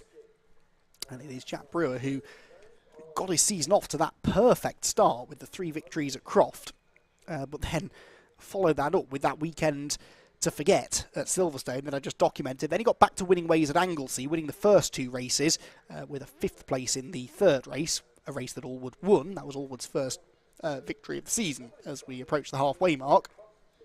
And then again, Brewer won the first 2 races at Snetterton before race 3 was that time won by Brian Trott, Brian's only victory of the season so far. Then Allwood victorious all 3 times, last time at Cadwell Park, as I said, but it wasn't a bad weekend by any stretch for Brewer. He had 2 second place finishes and a 4th place and actually set the fastest lap in all 3 of those races, did Brewer. So even though he didn't have race wins to show for it, Jack was still plenty quick enough at Cadwell, and he's now in this quite nice position in a way of defending a championship lead. He's 13 points ahead, but because of the point system in Mazda MX-5 racing with the BRSCC, 100 points for a victory, and then it goes down in 2-point increments per position. So 98 for second, 96 for third, 94 for fourth, and so on. So actually, you can finish 2 or 3 positions behind someone and only lose 2 or 4 positions, 2 or 4 points. So and if you get fastest lap, of course, that's worth a bonus point as well. So it's quite easy in a way to defend a championship lead as long as you stay within touching distance of the driver that you're trying to stay ahead of. 13 points is certainly not a hugely comfortable margin for Brewer, but he will be feeling pretty good, I think, about his chances coming into the final part of this season now. Again, like the other MX-5 series, this their penultimate event for the races at the Brands Hatch Formula Ford Festival on the 30th and 31st of October. So field making its way up towards Coppice Corner then on the green flag lap. This will be another 20-minute race, and we are actually getting vaguely back on track, I think, time-wise. This race was due to start at 3:55. It is 3:55 now, so yeah, I think by the end of this race, touch wood, we should be pretty much back on track as far as the timetable is concerned, and we should then have plenty of time to get the final few races in, although of course the night's drawing in now. We're at the end of September. The final race for the MX-5 Super Cup due to finish at 6:45. It's going to be getting rather gloomy, I think, by that point. The forecast, though, thankfully, that I saw this morning has held true. It's not rained. It's got sunny again now. It was a little bit overcast over lunchtime, but it's got pretty bright again out there now. The temperature's been up all day, and that hopefully has tempted a few of the local spectators out of their early winter hibernation to come and watch the racing here at Donington Park. Of course, a lot of the teams and drivers who have been unable to invite guests or family members or friends to come and support them for the last year or so because of the COVID regulations are now able to do so again. So that's been a nice touch over the last couple of events. Nice to see the drivers able to bring their loved ones to come and cheer them on. And as we get towards the end of the season, especially those that are in championship contention, I'm sure biting their fingernails a little bit as they watch their driver lining up now ahead of this race. So Jack Brewer then is the orange, red and blue car on the left-hand side of the screen. And on the right-hand side of that front row, the white and purple AB Motorsport car of Zach Oates, looking for his first ever victory in this championship, having had 1 third-place finish as his only appearance on the podium this year. That was in the middle race at Anglesey back in July. So he's been on the podium. Now he wants that race victory. Then row number 2, you've got the sort of purple-coloured car of Fraser Fenwick. He's been pretty feisty already this year. Fraser Fenwick with that win earlier on at Silverstone. And alongside him, the silver, black and purple. That's Seb Fisher, 4th on the grid. Green flag then is waved at the back of the grid. 20 minutes of racing here for the BRSCC Mazda MX-5 Championship. The red lights go on. They go out.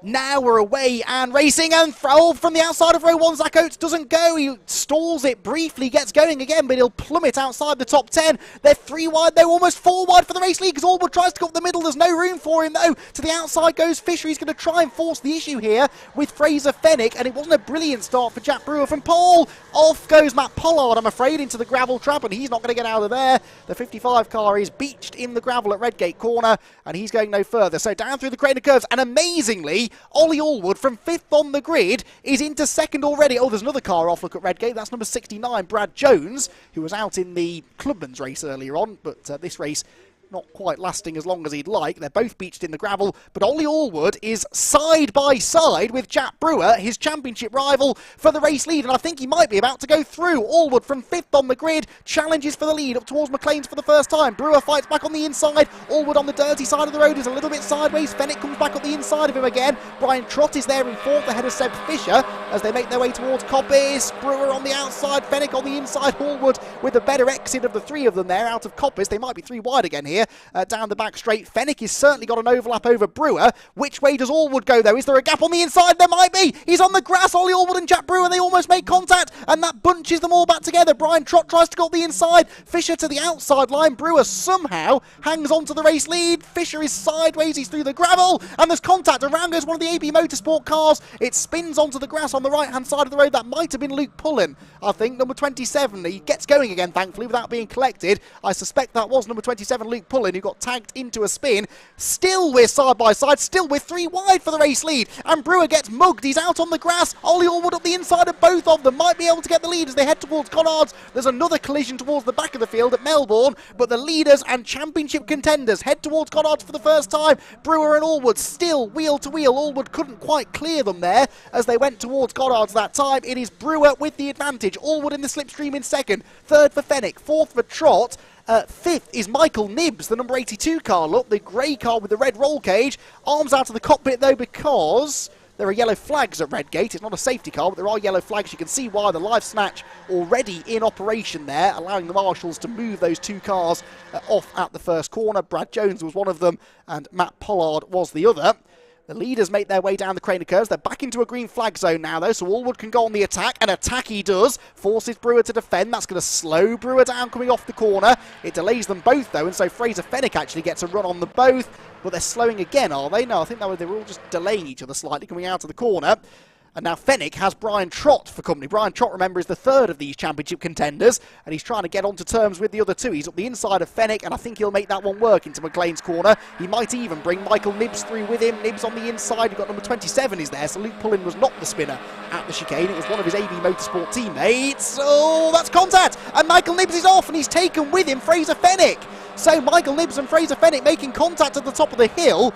It really did look to me like Fennick turned in there when Nibbs was fully alongside him. Speaking of fully alongside, Allwood is back to the right-hand side of Jack Brewer. Brian Trott considering making it 3 wide into the chicane where there's a slippery surface flag, and Allwood goes right round the outside. He's through the gravel. Surely not. Ollie Allwood for the race lead was completely off the road there as he got up alongside Jack Brewer. They've got another car joining in the front now. That must be Luke Pullen, who I started to say was not the spinner at the chicane. Therefore, I'm not quite sure which of his teammates it was that ended up pointing the wrong way. It is, though, amazingly, Ollie Allwood that has got the lead, or has he? Because Pullen is there now, up alongside Jack Brewer into Goddard's corner.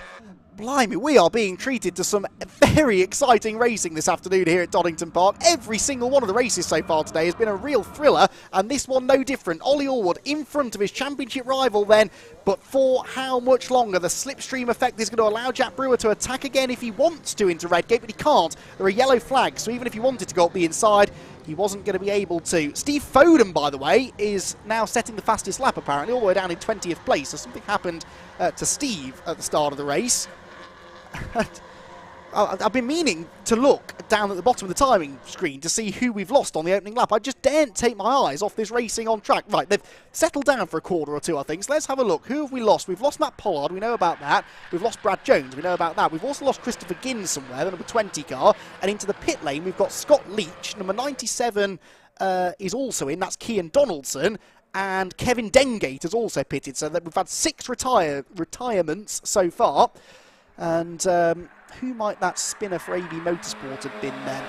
I wonder. Michael Nibbs, by the way, rejoined in 27th after that contact that he had with Fraser Fennick, who is 33rd. So Fennick lost even more time there than the man that he tangled with. Right, I've taken my eyes off the screen for at least 10 seconds. Something must have changed, surely. No, amazingly, they're all still in the same order, these top 3. It is Ollie Allwood leading, Brewer second, Luke Pullen there peeking to the inside line in third, Brian Trott is fourth, Seb Fisher fifth, 6th place is Callum, is it Callum Greytrex? Yes, Callum, number 34, red and white car there. Ahead of, at the line, 7th place Michael Green, 8th place number 22, which was Owen Mills. Then Tim Dorr and Zach Oates to round out the top 10. Oates, possibly, was the spinner, because Oates, of course, started on the front row, didn't he? He is an AB Motorsport driver. He's back up to 10th now, so he lost remarkably little ground, but I think it was Zach then, maybe, that I saw getting tapped into that spin on the opening lap of the chicane. Right, it was not the AB Motorsport car of Ollie Allwood, that's for sure, because he leads the way.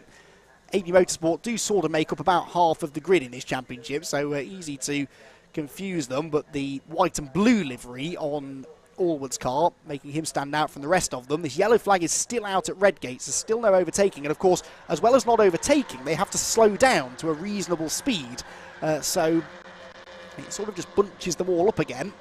And then as soon as you come out of the corner, look, there's another green flag, and you can set to it again. That yellow flag, though, might well be in by the time they get their next lap. So Redgate corner, as we move into the second half of the race, should once again be an overtaking zone. It's one of the best overtaking opportunities on the circuit. So I'm sure we'll see a few of them trying to utilise that to their advantage as we move into the second part of the race. So up the hill they go then, towards McLean's. Now, are they all just sort of taking their time over this a bit more now? I think they've all realised that no one's going to be able to break away in this race. It's going to be another one of those Mazda slipstreamers. So, in a way, there's not much point in sort of going all in at this stage of the race, is there? Although some of them really have. But in some respects, it makes more sense to wait until the final 5 minutes to make those big lunges. And even then, if you've got a championship to fight for, as Allwood, Brewer and Trott do, you still need to make sure that it's not a 50-50 move. You need to make sure it's a high percentage move that is not going to end in tears.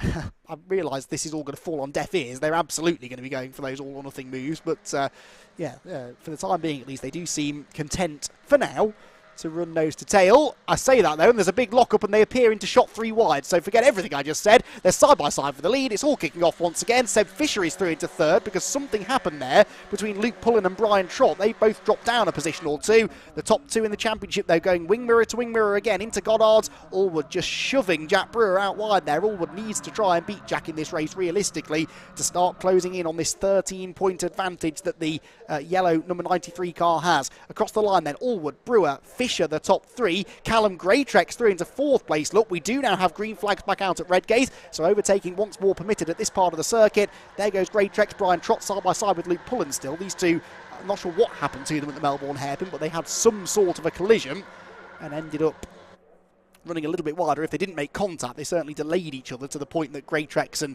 Fisher both went through.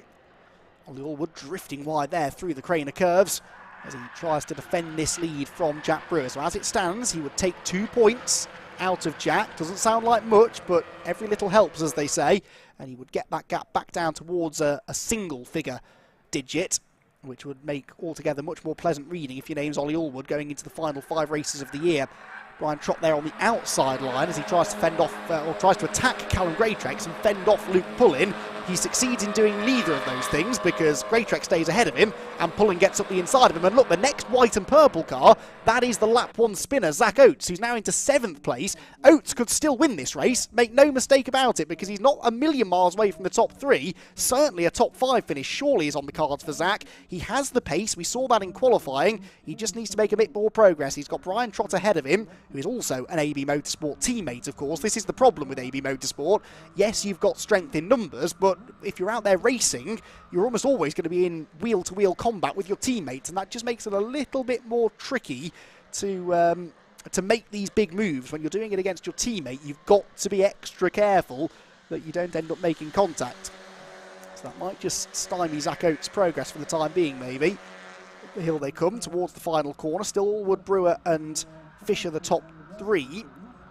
Wonder if Brewer might just be happy to settle into 2nd place now behind Allwood. Might be content to lose a point or two if it means that he doesn't have to get involved in a door-banging battle maybe with his championship rival. Owen Mills here, the orange car, side by side with number 24. That is Oliver Graham, who tries to stay around the outside. Owen Mills and Oliver both had lap times disallowed in qualifying early on, although so did half the field, quite frankly. But it was Mills that suffered the most. The orange car started down in 17th on the grid, and is currently battling away there for 9th position. In fact, he's in 9th as they come down through the old hairpin. 9 1/4 minutes to go. Allwood has set the fastest lap. That's significant because it's worth an extra point. So in a championship this finely poised, every single one of these bonus points you can get is potentially important. They've all got no grip because they go through McLean's, probably because they're all running way off the racing line. They've carried so much speed into the corner that they're drifting wide of the apex, getting onto the dirty side of the road, and they just can't keep the momentum up then through the turn. black and gold car there going through Coppice. That's Steve Foden recovering from an incident. I couldn't begin to tell you what it was on the opening lap or so, but he dropped back from a starting position just outside the top 10 to well outside the top 20. Callum Graytrex under pressure from Luke Pullin here. Luke Pullin trying the outside line. They're going to go wheel to wheel. This is going to back them both up. Brian Trott, Zach Oates and Ben Green are going to be getting a run on all of them, I think, now as they come down into the hairpin at Melbourne. Sorry, Michael Green, not Ben Green. Side by side for the race lead as well, look, because that is now Jack Brewer up alongside Ollie Allwood, and Allwood has lost the position. He's out on the grass. He loses the lead then, so Brewer goes through. Behind them is all chase, and Brian Trott has contact with Callum Graytrex. They were both heading for the wall. Did they save that? I think they might just have done, but that will definitely have lost them time on the run up the hill. Let's hope they avoided making significant contact there, because that concrete wall was beckoning. Yeah, they're both there, but they're at the back of that next group. Allwood, though, wheel to wheel with Jack Brewer. They are now starting to make a bit of contact. 8 minutes still to go, and Ollie Allwood desperately wants to try and get the lead back. He's on the outside line, though. Brewer on the inside. Keep an eye to Seb Fisher. The third car in shot here is going to have a much better exit from the corner, and as those two are so preoccupied with each other, they completely forget that the third place driver is there. They're almost driving into each other again as they go through Hollywood, and I think sensibly there, Seb Fisher decided against getting involved, because he can see that this could royally kick off in front of him. It's Brewer back in front. Allwood almost pushing him down into the old hairpin, and Seb Fisher with the best seat in the house there in third place, watching the championship battle unfold ahead of him. Out of the old hairpin, up through Starkeys they go, nose to tail between the top three, and Ollie Allwood just waiting for his next opportunity to go on the attack. He's forced to the inside line though, because Fisher was looking to his outside as they went towards McLean's corner. Come off the corner with Allwood a little bit quicker than Brewer, but Fisher quicker than both of them. There's no room on the inside for Allwood, so he has to bail out of it. Fisher again looks to the outside. Now Brewer runs a little bit wide there through the middle part of Coppice, and Allwood might be able to get alongside him as they come down the straight. They're 3 wide. Seb Fisher has chosen this moment to go for the lead. They are 3 abreast down the back straight. Brewer on the inside, Fisher on the outside, and Ollie Allwood stuck in the middle. It might well be Fisher that's got the best line. He's on the outside line, but Allwood sends it into the chicane. He gets the lead away. Ollie Allwood goes to the front of the field, and critically, he's got a car between himself and his championship rival, Jack Brewer, who drops down into third position. So it's Allwood from Fisher, from Brewer, the top 3, as they head for the Melbourne hairpin for the 7th time in the race. That looked like it was all going horribly wrong for Allwood half a lap ago, and by the time they come to the end of this lap, he's actually going to be sitting really, really pretty, because he's got the race lead. He still holds the fastest lap of the race. No, he doesn't. Brewer's got the fastest lap. I'll take that back. So Jack Brewer set the fastest lap on the previous lap, but it would still see this gap come down now to less than 10 championship points between them. There is a long way to go, though, and if they keep on battling, that next group is going to continue to catch them, isn't it? Brewer back to the outside of Fisher. Allwood wants these two to battle now, because if they do, he might just be able to break away over the next lap or so and head into the final quarter of the race with a little bit of a margin. Fisher, I don't think he's quite as quick as these two, actually. He was just staying with them because they were fighting so hard. So is he going to be able to put up much of a fight here against Brewer? Brewer is alongside him through Hollywood. That gives him the outside for the Craner Curves, but the inside for the old hairpin. He doesn't really need it because he's made the move stick already. So Brewer back into second, but you can see the daylight now that this has given Ollie Allwood. Is it enough, though, to break the toe? That's the critical thing. These cars are so slipstream dependent that you have to be over a second, really, ahead of another car to break that slipstream, to stop them towing back up to you again. And I'm not convinced that Allwood is, and he's sideways through McLean's as well. That won't help his lap times. So, yeah, Brewer will definitely get a tow now down the back straight. They're going to be absolutely together again by the time they reach the chicane. Behind them, by the way, Luke Pullen is still 4th, Brian Trott 5th, Callum Graytrex 6th, 7th is then... is that still Green? I think it is still Michael Green in the 222. Yes, it is, ahead of Oliver Graham. So Zach Oates has actually lost some ground. He and Owen Mills both lost a couple of places on that last lap. So Oates for the podium is now looking a little bit less likely. It's a shame, given where he started the race, of course, starting on that front row. So down towards the hairpin. 4.5 minutes still remain then. Going to be touch and go as to whether we get 2 or 3 more laps. I think it will be 2 laps left at the end of this one. So 2 laps for Brewer to try and find a way back through. But at the moment, because Brewer has the fastest lap, he's only actually dropping 1 point to Allwood now. Because you get 98 per second, plus the bonus point for the fastest lap. You get 100 for the race victory. So it's not making a massive difference now in the championship. Brewer, if he knows he's got the fastest lap, which he might not, but if he does, he might be willing to concede the victory and just stay in second place. But I said that a few laps ago, and then he immediately tried to overtake Ollie Allwood.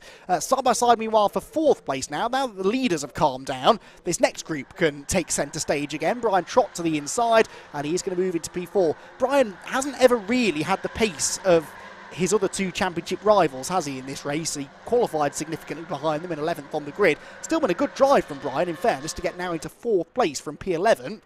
But he's not had Allwood or Brewer's speed in this one, that is for sure. And the hairpin then ahead of Pullen, though. So Trott now fourth, Pullen fifth. Callum Greatrex there, the number 34, is in sixth. And then it is Michael Green, Ollie Graham, Zach Oates and Owen Mills. Oates there you can see ahead of the orange car of Mills, and not far behind them actually, the yellow and green is Tim Dorr. Tim Dorr in 11th place is catching this group pretty quickly as again they begin to squabble. Brewer, by the way, may have gained second place back on the previous lap, and in doing so set another new fastest lap, so 57.134 is now a tenth and a half quicker than anything Allwood has managed.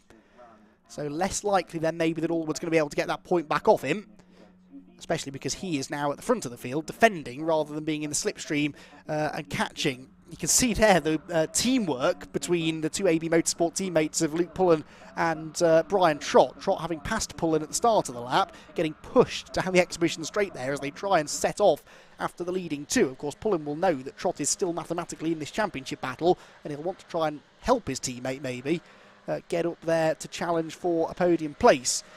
So lap times in the 157s. We've got 2 minutes and 20 seconds left now. It is going to be really tight as to whether this is the last lap that they're beginning now.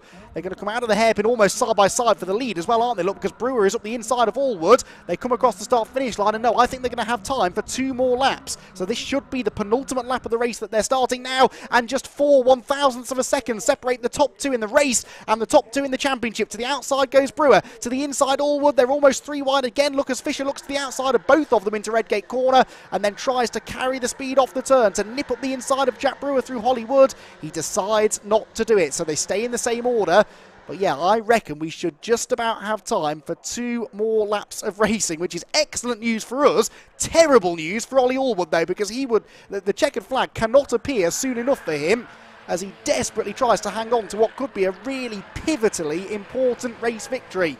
Out through Starkey's they go then, up towards McLean's corner for the 10th time in the race. Brian Trott, for reference, is 2.4 seconds behind these three, but he's not lapping as quickly as them. Well, actually, no, I tell a lie. He was quicker than the leader on the previous lap by about half a second. So actually, that was a complete lie, wasn't it? It was a slow lap from Allwood.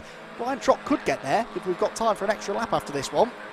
And he's bringing with him Luke Pullen. If they keep on working together, they may still be a part to play in this. Yeah, look, they're definitely closing in. Trott will be getting a slipstream now from the top 3. A faint one, admittedly, but as they continue to attack and defend from each other, they're going to keep on slowing each other down. They're going to keep on allowing Brian Trott and Luke Pullen to close the gap. A gap that was 2.4 seconds at the start of the lap is definitely going to be less than that this time. Now, we've got the last lap graphic up. Is it definitely the last lap? Have we seen a last lap board? It was always going to be tight, this, as to whether this was the last lap. I think we might just have time for one more. The leaders are side by side, and Jack Brewer up the inside of Ollie Allwood at the Melbourne hairpin has done it. Jack Brewer has got the lead away now. Has he timed that right, or has he gone too early? If it's the last lap, then that was perfect timing. If there's one more to go, though, he could be a sitting duck because of the slipstream. Out of the hairpin, there are 10 seconds left on the clock. It won't take them 10 seconds to get to the line. There'll be one more lap to go. Look, the last lap board is out, so that was too early for Jack Brewer, and now he's got to defend for a lap here from Ollie Allwood, who goes immediately to the outside line, into Redgate corner. They're side by side for the race lead as they disappear from shot and head towards the grain occurs. Brewer on the inside. Oh, well, there's contact! There's contact! Around goes Jack Brewer. Jack Brewer, the championship leader, is off the road after contact with his title rival, and Seb Fisher has got the lead out of all of that. Sebastian Fisher has gone into first position. Second is Brian Trott. Third place for Luke Pullen. Callum Greatrex is fourth,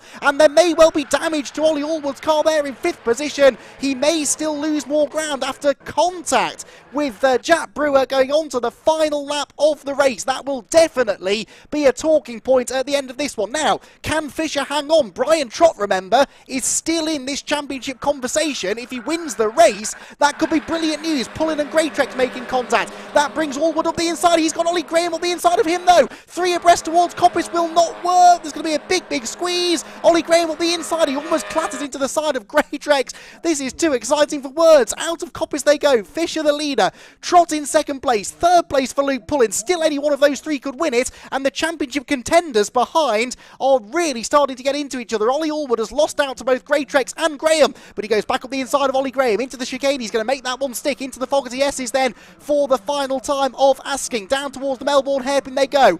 What is happening with the race leaders, though? Can Brian Trott get himself that race victory? He is looking, remember, for only his 2nd win of the season, but it could be the one that puts him back into championship contention. Out of Melbourne they go. Fisher still with the advantage. Trott is a car length or so behind him, and I don't think he's going to be close enough to attack. Somehow, by the way, Ollie Allwood is back into 4th, and there, Jack Brewer, I reckon he's in about 11th place or so, but we'll confirm it in a moment or two as they come across the start-finish line at the end of what has been another absolutely epic race. Ollie Graham is on the grass, but Seb Fisher is a race winner in the Master MX-5 Championship here at Donington Park. Seb Fisher with his first victory of the season.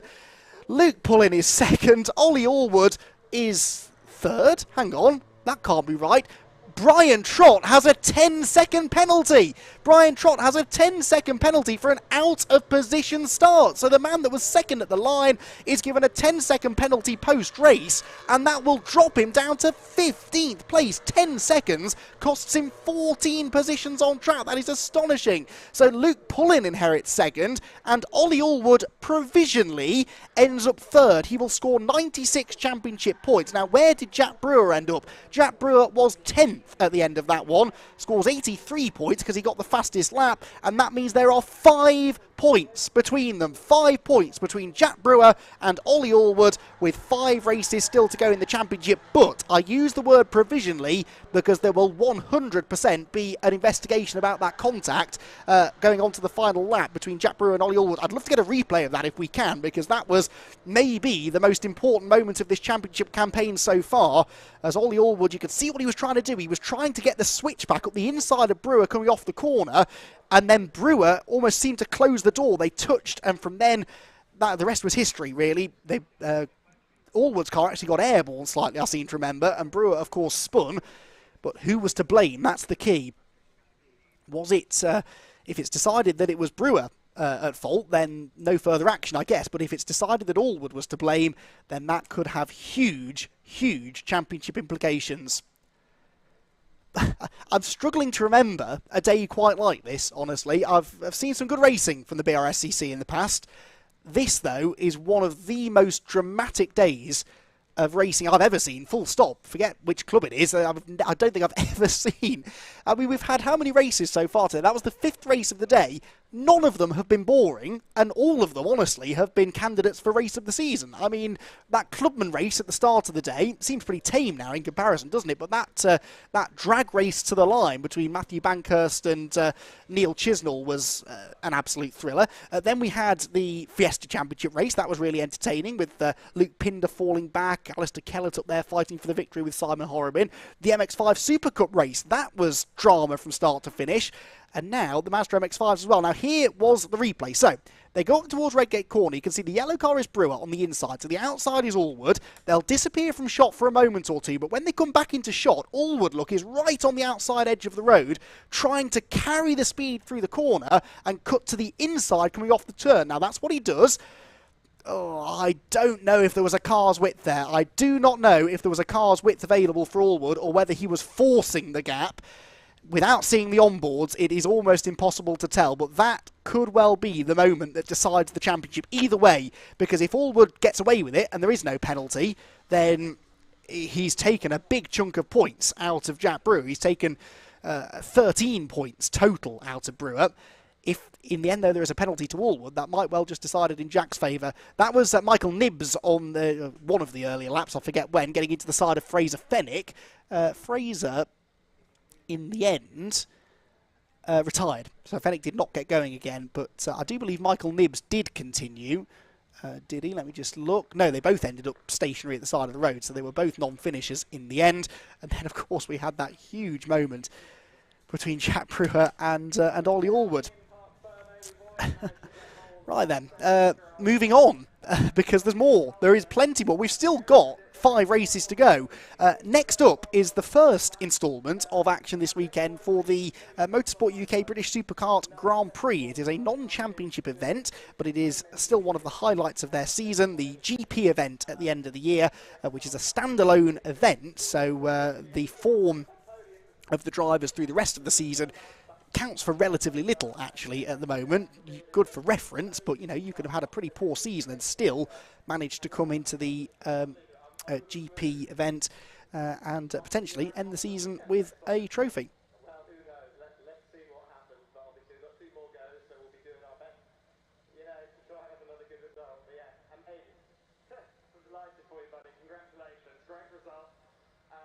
Let's see whom else we can grab hold of. Need to find Mr. Pullen. Yeah. Luke Pullen. Where's Luke? I think I see Luke. Yes, I do. Okay. Just allow him to get the helmet off, etc., etc. Yeah. Then I have to the microphone actually works. No, it's fine. It's entirely on our end. But a second place finish in some interesting circumstances. That looked like a fun race. You look like a tired man as well. Thank you. Yeah, I'm taking it as a compliment. It was hard work, but I don't know what to say. I'm all over the place. Yeah, it was mental. It was just carnage. A lot of racing. I don't know what to say. I mean, obviously thank you so much for my sponsors. So we are preparing then for our next race here, the British Supercart Racing Club Championships British Supercart Grand Prix. A very special event this, but I believe that down near Parc Ferme is a very brave Scott Woodwis, hopefully, will be able to get a little bit of reaction. So Scott is going to be delving in, rather him than me, I have to say, but he's going to delve into everything that happened in the last 20 minutes or so. That was an absolutely insane race, and Scott Woodwis is down there in Parc Ferme with all the reaction.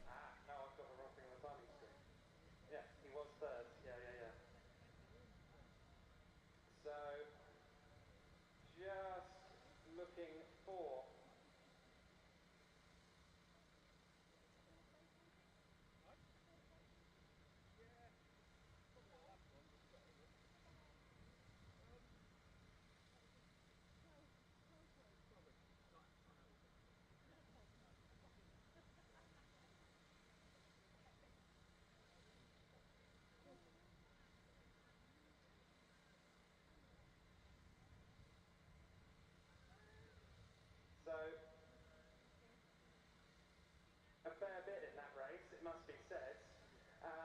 But ending up with 3rd place courtesy of Mr. Trott's penalty. Looked like a fun race. It looked like you were struggling to get the car stopped in a couple of places though. Yeah, the heat's been making it hard work. We had really good pace. Obviously, so did Jack. So we were going toe to toe. You know, we're both last time championship. So it was a tough race. It was a really, really good battle actually. Unfortunately, going into this one, I'm just so lucky to have like AB and like not only the mechanics and the team, but you know, people like Ollie. I've got people that I can, you know, learn from them and go fast. And yeah, it was just, I did not think when I qualified P8 that I would be on the podium or second on the podium. So yeah, I'm a bit all over the place. I don't, sorry if that's not the most. Well, the race was all over the place because you were up in that pack and it was just all action towards the front. It must have been incredibly frantic to be a part of. Yeah, big time. I mean, I lost count of how many times we changed position, you know, be it with, you know, Brian and, you know, people that aren't my teammates as well. There's a lot of back and forth, but yeah, I wouldn't have wanted to get the first podium any other way. There's battle scars on the car and it was hard racing. Yeah, it's been brilliant. I remember when you made your debut and Ali said to me before the weekend that you'd be one to watch. I think you've lived up to that because that was a brilliant run. Stop it, you. Yeah, that was Ali's words, not mine. I know, I did give him an extra 20 quid at the start of the season. Yeah, say nice stuff about me, please. But no, I mean, especially from someone like Ali as well, who is just, you know, Monty. Every time he gets in the car, it's, yeah, super high praise. Yeah, yeah. Feel great. Great. So, Paul, congratulations. It's fantastic stuff. And go and get your trophy in a second, but well done. I do actually want to catch over the man who actually has picked up the victory. And I will say simply one word, Sebastian Fischer. Finally, you've been waiting for that for a while. The smile is evident. It might have been the most unorthodox way to pick it up, but even so, congratulations. A first win in the MX5 Championship. And the smile says it all. I know it means a heck of a lot. Absolutely. I mean, me and Dad have been doing this for years. We started off in the other championship and then the other championship and then this one. And yeah, we've been up there, but I've never won anything and I cannot believe it. I mean, 2 days ago, I was in hospital with my little girl. We thought we weren't coming. She got out at 9 o'clock on Thursday and I said, right, let's go. So I'm sure they're watching. So this is for you, Isabella and Leona. You're both stars. I love you very much. So yeah, fantastic. Thank you. You've had a stellar breakout season, so I mean, this really, whatever happens now, must have capped it off in the best possible way. Yeah, no, it's been an amazing season. The car's flying, so thank you so much to my dad. It's brilliant. Thanks to Computer Service Centre for sponsoring me. They've been doing that for a number of years, and I can't wait to tell them that we finally got a win. Unbelievable. Congratulations, go and enjoy it. Good stuff. We'll have a chat with Ollie, but we are running short of time, so we're going to hand it back to Andy, who's to take us through the grid for Heat 1 of the Motorsport UK British Supercart Grand Prix. This should be superb. Yes, thank you very much, Scott, for the interviews. Thank you very much for giving me a chance to catch my breath. I've just walked past the Clerk of the Courses office.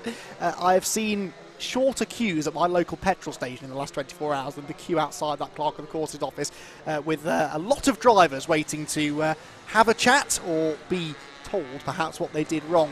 Hopefully we will continue to see some good racing, but clean racing, in this first heat of the weekend for the British Supercart Grand Prix. Then there are 2 heats and the drivers score points in each of them, and then the total number of points scored by each driver will then determine the grid order for the all-important final, which takes place tomorrow afternoon. So they have 1 heat this afternoon, 1 heat tomorrow morning, and then they have the final in the afternoon as well. 4 different classes as well. You've got the Division 1 carts, which are the fastest. They're the 100 brake horsepower machines at the front of the field. Then you've got the F250 Nationals, which are 65 brake horsepower. Then you've got the 4 strokes, the F450 Nationals, sort of the 3rd fastest of the categories. And then the entry level, the 125cc class, producing about 50 brake horsepower. They don't have that many entrants in that class, but usually pretty close racing. The race distance will be 12 minutes, so it's a short, sharp race. The grid is Sam Moss on pole position ahead of Liam Morley. These are all, as you'd expect, Division 1 carts at the front of the field. Now, Sam Moss and Liam Morley were both race winners in this year's championship, but the champion was Ross Allen. He had 3 race victories, the same number as Liam Morley, but a slightly more consistent season gave Ross the 2021 championship, and he will start 3rd on the grid ahead of Lee Harpham, who was the championship runner-up. Then you've got on row number 3, Andy Gulliford and Carl Kinsey, row 4, Carl Hume and Tom Rushforth, ahead of Scott Allen and Andrew Waite, and then you have to go down to 11th to find the first of the F250 Nationals. That is the reigning GP winner, so he's running the GP plate, and that is Paul Platt, who was 2nd in this year's championship. He starts 11th ahead of Samantha Hemshall. We'll get into the details and the specifics of the classes as we get to go racing. That is a problem, it would seem, for Ross Allen. That is a problem for Ross Allen. The champion, then, is in the pit lane already, so his heat is not getting off to a good start. The rest of the field, though, face the red lights for a 2x2 rolling start. A couple of them already out of formation, but the lights go out. We're away in racing here at Donington Park, and the rush towards Redgate Corner will see Sam Moss go wheel-to-wheel with Liam Morley for the race lead as they head towards the braking zone at the right-hander. You can see the size of the field. We've got over 50 carts here this weekend. It really is an astonishing entry and good racing across all 4 of the classes, hopefully, as a result. A couple of stragglers there at the back, number 17 of Gary Popkins, the 33 of Mark Newton. The leaders, though, making their way down the hill, and that looks to me like Sam Moss has got the lead then, with Liam Morley slotting into 2nd place, so that's grid order for the top 2. There goes the E-plated cart of Kirk Cattermole, who was the 2nd placed of the F250 Nationals, as we almost go side by side there for the lead up towards the top of the hill. Oh, and there's a spin, that was Morley, I think, that was Liam Morley around, yeah, number 31, no, sorry, Sam Moss, excuse me, it's Sam Moss who's gone around then, the pole sitter off the road at McLean's. Cold tyres perhaps playing a part in that. Oh, and another one comes shooting through, that's number 97, Tom Riley, who was 2nd of the 125s on the grid. Blimey, okay, scary moment for Sam Moss, who was sat in the gravel watching another kart come firing towards him at very, very high speed. Thankfully, though, I think the 97 continued. Sam Moss, though, will be out of the race, and that is immediate drama as far as the Division 1 and overall GP is concerned, because that will be 0 points from Heat 1 for Sam Moss, who, as I said, was twice a race winner in the 2021 campaign. So it's 47 then, I think. Lee Harpham that's going to have the lead at the end of the first lap. We'll get this all confirmed as they come through. Yes, it is. It's going to be Lee Harpham that leads. Second place across the line is number 2, Carl Hume. Carl Hume in the yellow and black car. Then Liam Morley in third. Andy Gulliford is in fourth, ahead of Paul Platt. So the running order at the end of lap 1, there's no resemblance to the grid. The zero-plated kart is out wide. That's Tom Rushforth, who was over the curve through Redgate Corner, out of 10th position. So he'll lose a place probably to both of the planes, actually, Lee and Luke Plane. Number 84 is off. Can't tell whether they've gone off or pulled off, but that is Matt Robinson, yes, got that right the first time, who was one of the slowest of the Division 1 runners in qualifying. There's our reigning GP winner, the GP plate going through a Paul Platt. Number 3 is in this group as well, that's Carl Kinsey, so these are all Division 1 runners. Number 10, Scott Allen as well. Actually, I say they're all Division 1 runners, of course Paul Platt is not, he's an F250 national runner. Battle for second place though, down towards the chicane. The yellow kart is number 3, they go into a yellow flag zone because this is where the number 84 is off. And so they no overtaking, they slow down a little bit there as a result of that, then pick the speed back up again coming out of the chicane. But yeah, that battle for second was starting to look pretty energetic there as Liam Morley tries to take the fight to the number 2 kart ahead of him of Carl Hume, who I don't think we saw racing in the... in fact, Carl Hume was a late entry into this event even. He wasn't on the initial entry list and didn't go out in the practice session earlier on today. So he went out straight in qualified 7th, but now he's running there in second place. Under pressure though from the number 24 behind him, which comes through Redgate Corner. Liam Morley right in the slipstream then as they go down the hill through Hollywood. Only a 12-minute race this, of course, so you've got to try and get a move on here. And as I said, you score points in this heat based on your finishing position, and then your points scored over the 2 heats will give you your starting position for the final. It's 25 points for a victory, 20 for second, 16 for third, then 13, 10, 8, 6, 5, 4, 3, 2 and 1, all the way down towards the back end of the top 10. So you score points finishing anywhere pretty much. There aren't many of the classes that have more than 10 or 11 entries, certainly not many that have 10 or 11 still running at this point of the race. Is this side by side for second? No, not quite. Liam Morley can't get alongside, and then frustratingly that yellow flag is out at the chicane, and Liam is really slowing down quite a bit more for that yellow flag, isn't he, than Carl Kinsey, but then he seems to carry more speed off the chicane, so Kinsey almost slowing down for longer but to a slightly higher speed, if that makes sense. All of this playing beautifully into the hands, though, of Lee Harpham, who is just pulling well clear now at the head of the field then, who came up just short of the Division 1 Championship this year. But we know he's quick.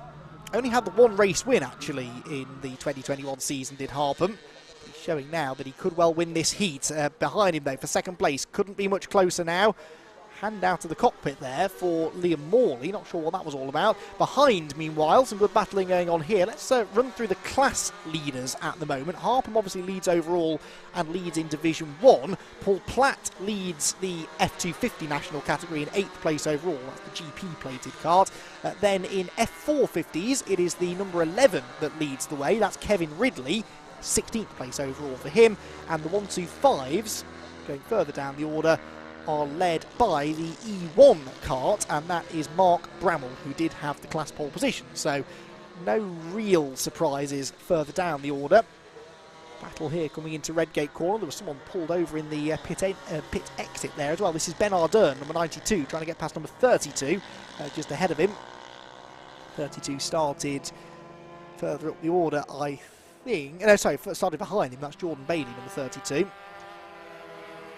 So the position doesn't change on this occasion through the first few corners. It must be such a thrill ride in these supercarts, though. Long circuit karting, still really in rude health, and you can see why. It's pretty scary, I'd imagine, at times, but the low centre of gravity, the extreme light weights and the immense amount of power, particularly for the Division 1 and the F250 carts, mean that the lap times and the average speeds really are astonishing. Lee Harpage is at a 1:29.0. The qualifying pace for Sam Moss was a 29.6. That was an average speed of 99.93 miles an hour. Average speed, that is, of basically 100 miles an hour. They are not slowing down for the corners that much at all. So no change in the positions then inside the top 10. Everyone, I think, minding their P's and Q's a bit in this one. They know it's only Heat 1 and that your starting position for the final, whilst it's good to try and start as high up as you can, isn't essential. That's damage, isn't it, on the side of the black, pink and yellow cart coming towards us? Yeah, that is the 0, isn't it? Which the left edge of the rear wing has come loose. So that's Tom Rushworth, who's running in 9th position, under a bit of pressure at the moment from Kurt Cattermole there. So that's not Kurt Cattermole behind him, that's number 44, Louis Wall, behind him. But that is definitely going to be a slight concern. I think that might actually be a number 11. I think that might be the number 11 cart that's carrying the damage, even though it does look like a 0. That is Kevin Ridley, who is defending nicely, despite, you would imagine, a lack of rear downforce, but carrying decent speed nonetheless. Behind, number 46 there makes a dive up the inside. That was not for position though, that was a back marker being lapped by the number 46, 46 being Charles Johnson. This battle continues into the chicane once again. There you can see the gap that's grown now between Carl Hume and Liam Morley. And actually the fight now really is, well, it's not even a fight that, because the number 26 was Andy Gulliford putting a lap on one of the 125s there. You can tell the 125s, by the way, because they're the ones that run without a rear wing. So they've got the sort of rear wing end plates, if you like, at the side, but they don't have the wing going across the back. So a little bit less downforce, a lot less power though, so they don't really need quite as much corner grip. And yeah, no real contention there between the classes, but it doesn't matter where you finish in the overall running, it is all down to where you are within your class. So there will be Grand Prix winner for each of the 4 classes at the end of the weekend, based on who scores the best finish in that final. So these heats are all about positioning yourself for the final. It doesn't really matter about winning the heats, although Lee Harpham certainly looks odds-on favourite here. 3 minutes and 20 seconds to go. He's 4.5 seconds ahead of Carl Hume, who at the start of the lap was 1.2 seconds ahead of Liam Morley. That gap bigger now than it's ever been, because it was a personal best lap for Carl Hume on the previous occasion. One slowing there, going up the hill towards the final hairpin, I should say, at Goddard, so that's likely to be one cart pulling into retirement. We've lost a handful of them already, I'm afraid. We've lost number 4 to the pit lane. That was Curtis Seymour. We've also lost number 97, which, as we saw, was Tom Riley. So Tom Riley, having gone off at McLean's, it looked like he was going to continue, but he may have damaged the cart by bouncing through the gravel. So he's pulled into retirement. So too has number 22. That cart going no further. And yeah, there's about 6 or 7 of them that are unfortunately not going to make it to the end of the race. Hopefully this one will, though. Number 47, there's a very smoky cart ahead. Look, there it is, number 17 with its hand in the air. That is Gary Potkins, 125. That was ending its race in very smoky fashion. And let's hope he didn't drop any fluid onto the track there at the old hairpin. That's not a nice place to come across the slippery surface in anything, let alone one of these supercarts where you're sitting so low to the ground. Any braking traction is going to catch your attention there, isn't it? Lee Harpham then 6 seconds clear now. His last lap was nearly 2 full seconds faster than Carl Hume. So no contention here really, as there come through some of the tail enders that may go a lap down before the end of the race, although the leader should be going on to, will it be the final lap? No, it might be the penultimate lap this time. They're lapping in the 129s. There is 1 minute and 40 left. Where is Lee Harpham? Should be coming into shot shortly. There he is, through the hairpin. And out onto the pit straight. So no, this will be the last lap, I think. Is there a last lap board? There isn't, but he crosses the line with 1 minute and 27 seconds to go. And they're lapping in the 129. So I think this will be the last lap, but we'll wait and see for sure on that, because there was no last lap board that went out. Lots of gravel there going out of Red Cake Corner all over the track.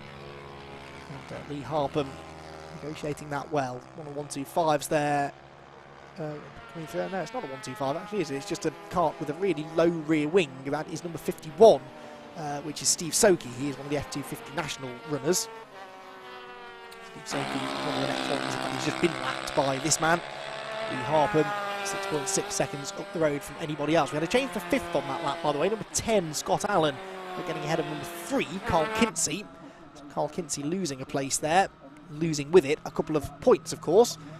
Yellow flag at Coppice, coming out of Coppice. That means there must be a, sorry, green flag on the exit of Coppice means there was a yellow flag on the way into or through the right-hander. So someone's gone off at the right-hand corner at the top of the circuit. The leader, though, is about to come through the hairpin down at Melbourne. There are 20 seconds left on the clock, and I'm guessing that Harpen will probably have backed off a bit on this last lap anyway, so this should be a checkered flag this time around to end Heat 1 for the British Supercart Racing Championships Grand Prix event here at Donington Park. Wait for Lee Harpen to come out of the final corner. Here he comes then, the 47 cart will see the checkered flag and win Heat 1 here at Donington Park in convincing fashion, and he's pretty happy with that as well. Second place, meanwhile, a hard-fought second place in the end, but a really good one there from 7th on the grid for Carl Hume, and 3rd place some way back from him. Now, hang on, where's Liam Morley? There's Liam Morley, isn't he? So Morley has dropped down to 4th. Gulliford got him on the last lap, so something happened there to Liam Morley on the final lap of the race, which allowed Andy Gulliford through into 3rd. Morley 4th. 5th place goes to number 10, Scott Allen, after getting past Kinsey, and Kinsey actually has not come through yet according to the timing screen, so up into 6th place goes number 18, Andrew Waite. 7th is the GP of Paul Platt. 8th, number 0, that was Tom Rushworth. 9th, 101 is Lee Plain, and 10th, number 113, Dean Forward. So we've lost Carl Kinsey, I think, on the final lap of the race. I know not why. Was he the reason for the yellow, I wonder, at Coppice? No, because he went through to start the last lap, so he stopped somewhere beyond that point. There goes the slightly wounded number 11 of Kevin Ridley making his way through.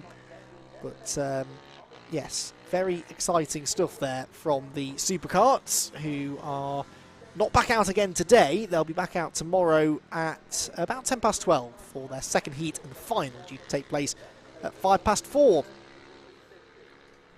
So the stragglers then working their way through. The class winners, incidentally, Division 1, as I've said, won by Lee Harpen. The 250s were won by Paul Platt in 7th place overall. The 450s by number 11, Kevin Ridley.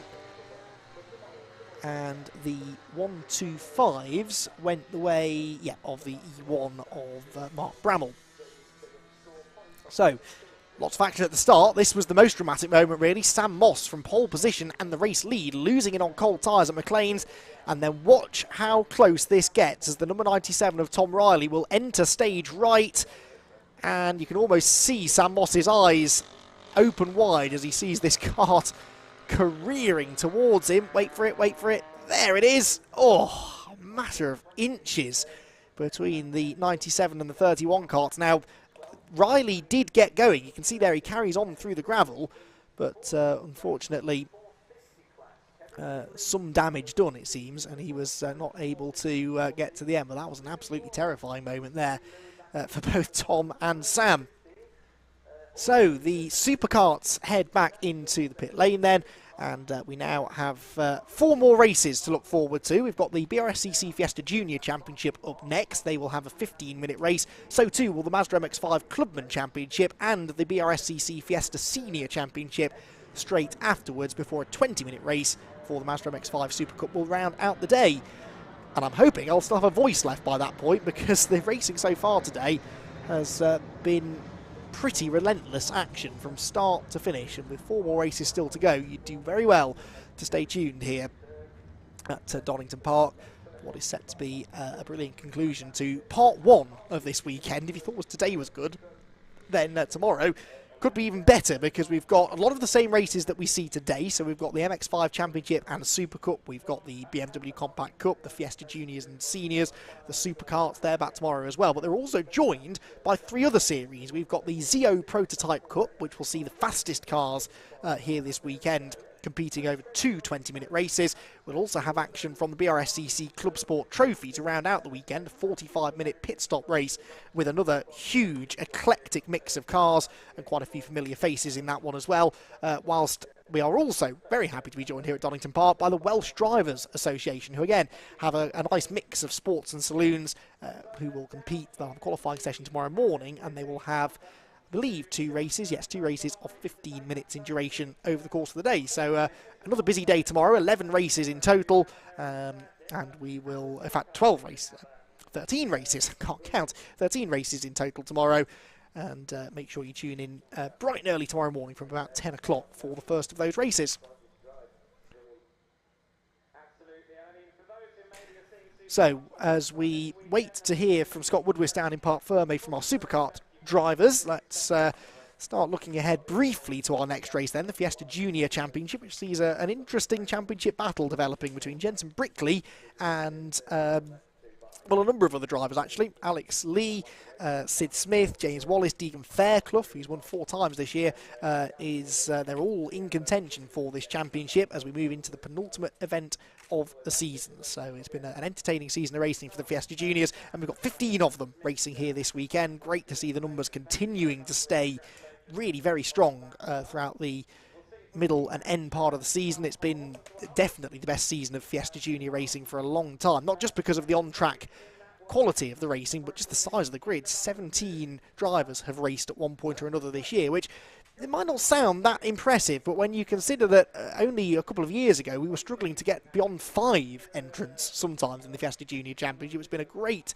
resurgence in popularity for what always should have been a popular series, really. It's great to see it returning to that form again. Right, before we get into Fiesta Junior action, then Scott Woodwis, I believe, is down there in the Parc Fermé area with all of the reaction from Heat 1 for the Supercart Grand Prix.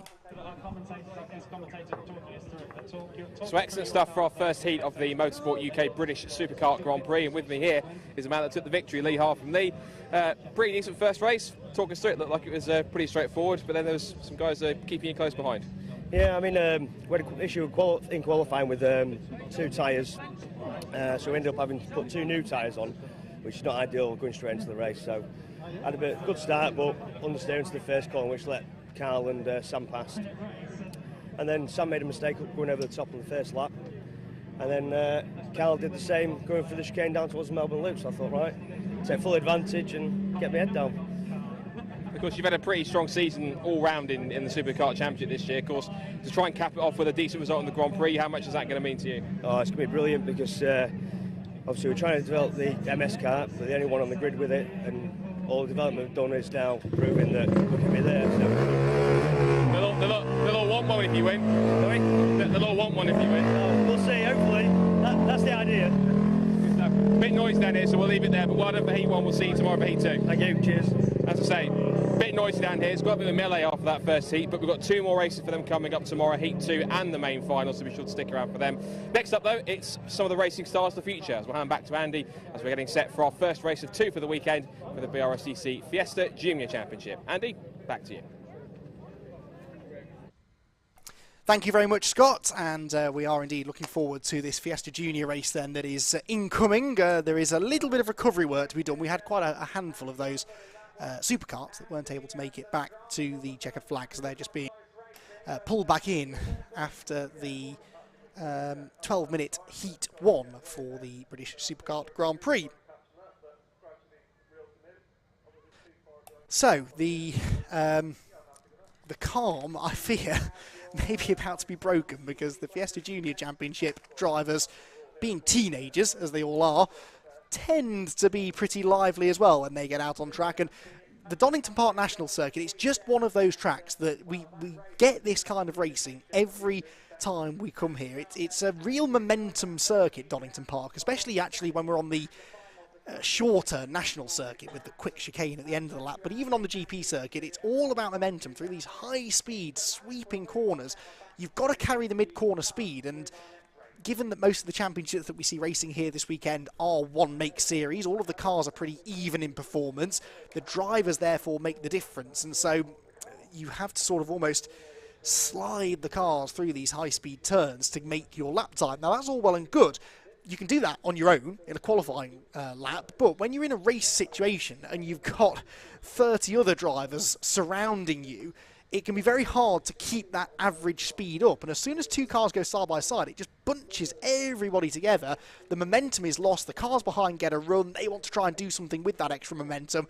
And that's what creates this really topsy-turvy racing at Donington. And you have to leave each other room when you're doing this. You have to sort of be watching your mirrors, and if you go side by side into a corner, be aware of the fact that the cars behind are going to be quicker than you and may well try and get alongside you coming off the corner. And I think there have been one or two instances today where maybe the spatial awareness hasn't been quite as high as it could have been, and that has led to a couple of incidents, but it's also generated some truly spectacular racing, and I think we'll continue to do so now over these final 4 races of the day, with the Ford Fiesta Juniors, the next ones to make their way out onto the circuit. But yeah, Donington Park, there's a reason that it is probably my favourite circuit in the UK. Certainly as far as the racing action goes, you know, it's a nice place to come and spend a weekend, don't get me wrong, but there are lots of very nice racetracks in the UK to go and spend a weekend at. But Donington Park, if you want to see good racing, you really can't beat it. It is one of those circuits that never fails to deliver. Today it has delivered in bucket loads. Now there is the last of the carts being returned. That is the number 31 of Sam Moss that had that dramatic spin on the first lap of the race. And I think they just you can see the tractor in the background. I suspect maybe sweeping the track, because there's been a lot of dirt and gravel and dust and debris and probably fluid that's been dropped on the circuit over the last few hours. So just taking this opportunity whilst some of the carts were being brought back in to do a bit of work on the circuit. Gives us another chance to thank our marshals for all of the work they're doing this weekend. It's getting towards the end of the season now, but their enthusiasm never wavers, and they have had quite a lot to deal with today, haven't they, here at Donington Park? And yeah, there's volunteer marshals, remember, they do it for no money, they do it simply for the love of the sport. And unfortunately this year we've really had it brought very much to our attention, the sacrifices that they sometimes make, and we cannot be more grateful for what they do for us. And they enable us to go racing and enjoy the sort of action that we've enjoyed here today. And as you can see, the action is about to continue now, because the Fiesta Junior Championship drivers are making their way out onto the grid. And so let's run through that grid, shall we then, before they get the green flag lap underway. It is 2 of our championship contenders at the front, Deegan Fairclough and Jensen Brickley, sharing that front row of the grid, ahead of James Wallace, who is also in championship contention, and Sid Smith. Guess what? He is too. So is Alex Lee, 5th on the grid, with Jake Maynard in 6th, probably the first driver that's not really entering this weekend thinking of points, and instead just looking to try and get another race victory, as he had at Cadwell last time out. Then you've got Jake Triggs and Joseph Knight sharing the 4th row, Archie Handy and Harry Garman on row 5, Albert Webster and Daniel Lewis on the 6th row, ahead of Alex Sprange, James Pope and George Foxlow. And George, I think I'm right in saying, yeah, is making his debut in the championship, so a very warm welcome to George Foxlow, who's just having a bit of trouble, I think, finding his grid slot there, but this is his first race in the championship, and I imagine his first ever car race. So, yeah, looking forward to seeing how he gets on out on circuit. Don't necessarily expect him to be up there fighting for the win, but still amazing to have him out on the track, and another new driver entered into the championship can only ever be a good thing. So the silver and red car of Deegan Fairclough then on the front row of the grid. He's been a winner on multiple occasions this season. So too has Jensen Brickley, though. He had a couple of race victories at Alton Park and also a win at Snetterton, and has only been off the podium twice. Once at Croft, the second race at Croft, where he was 12th place, and then again last time out at Cadwell Park, when Brickley actually had a non-finish in the second race of the weekend, having had a pretty bruising finish to the first race, where he and Deegan Fairclough made contact on the last lap, and as they did through the very final corner, actually, it allowed the car behind them, which just so happened to be Jake Triggs, to come driving straight past the pair of them and snatch the victory on the line. So we had a real thriller at Cadwell Park. And given the fact that there seems to be something in the water here at Donington Park, I would not be surprised to have another similarly exciting race here today. Fiesta Junior Championship racing has always been pretty exciting though, and there have been some pretty strong names that have come through this category over the years and gone to achieve big things in British motorsport. And the one make category that has been around now for quite a number of years actually is still going strong, thankfully, despite this little sort of lull that it had over the last couple of seasons. As we've said, the BRSCC have done such a good job of getting it back on track again for 2021, and hopefully it will continue to grow from here. You can get one of these Fiesta ST 150s for relatively little money these days, really. You can get the road car, the donor car, if you pick up, if you've got a good eye for spotting an offer, you can get a relatively cheap one, get it obviously prepared and converted to a race car.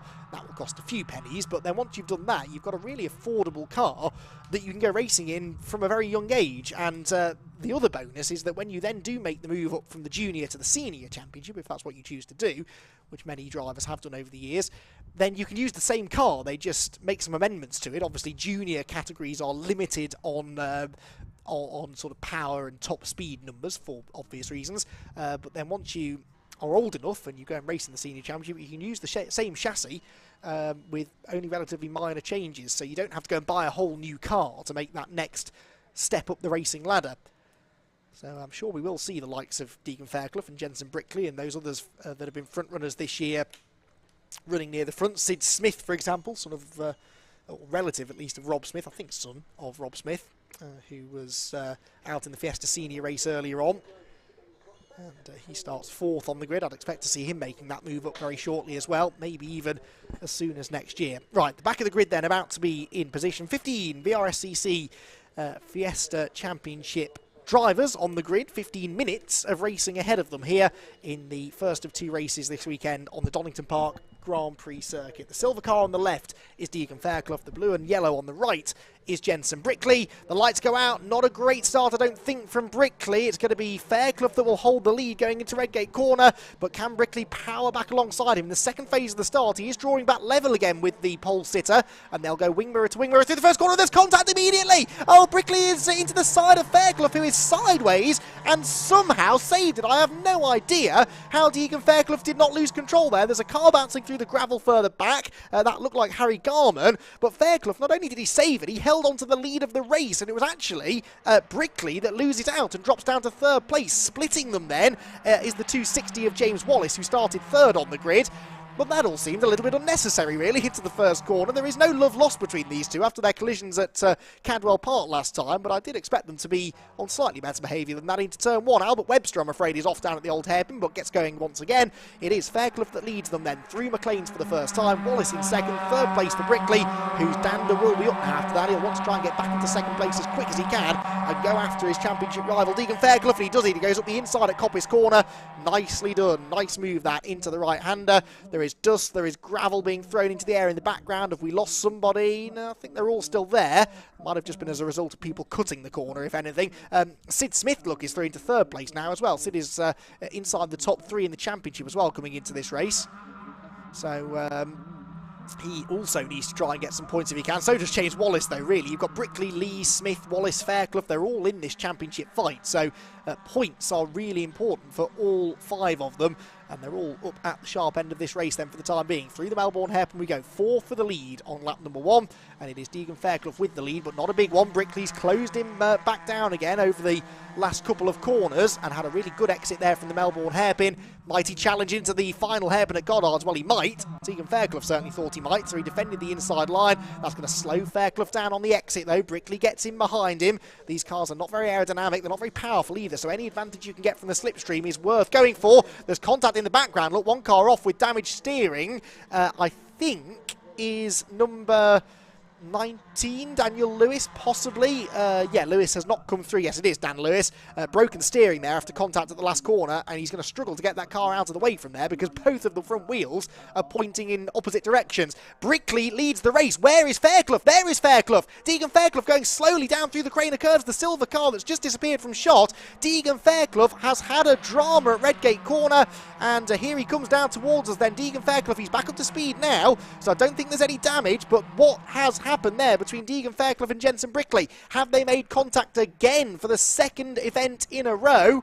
There's no obvious sign of damage on Brickley's car, is there? It would be the front left you'd expect if they have made contact, and I can't see anything.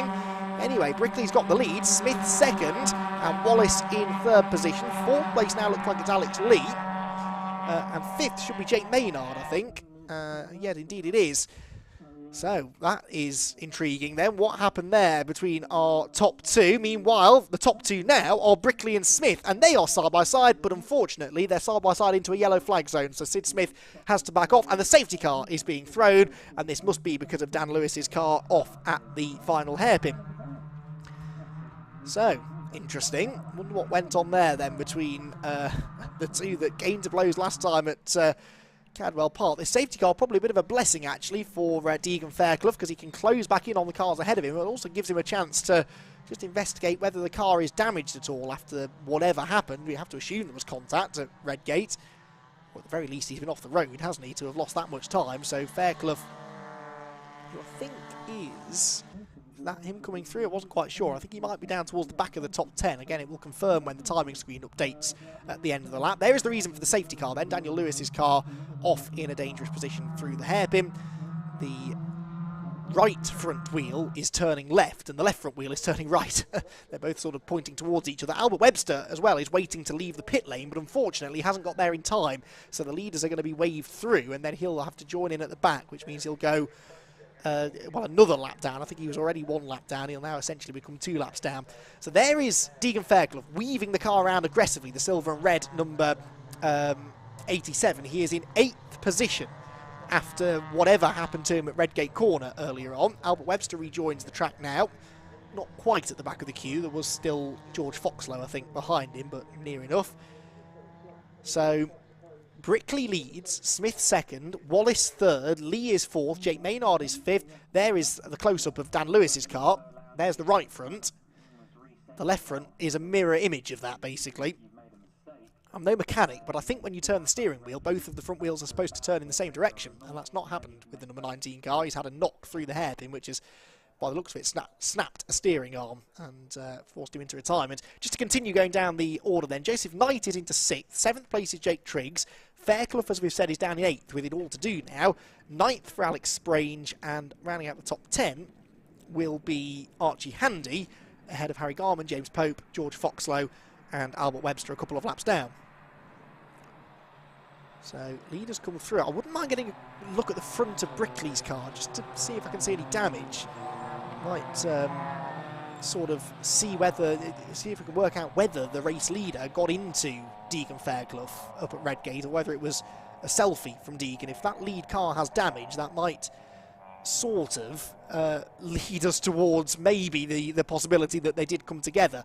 But Jensen Brickley, it's hard to tell because it's quite a dark blue that makes up the bulk of that livery. It's hard to see whether it is damaged or whether it's clean. Of course, they had that bit of side-to-side contact into turn 1 as well, didn't we? So they sort of let it be known right from the get-go that they weren't going to play nicely with each other. So there is Brickley. It's the front left I'd expect to see damage on. I think there might be, I think there might be a little bit of paint that's been stripped from that left front corner, and maybe a little bit of loose bodywork as well. We'll get a better look probably when they come back down towards us on the pit straight, if they do, because they may actually, well, they will come down the pit straight, but they might be coming down the pit straight at speed next time, because I think that car of Dan Lewis, it wasn't going to take too long to get out of the way. There it is. No, they're not going to be able to start this time, are they?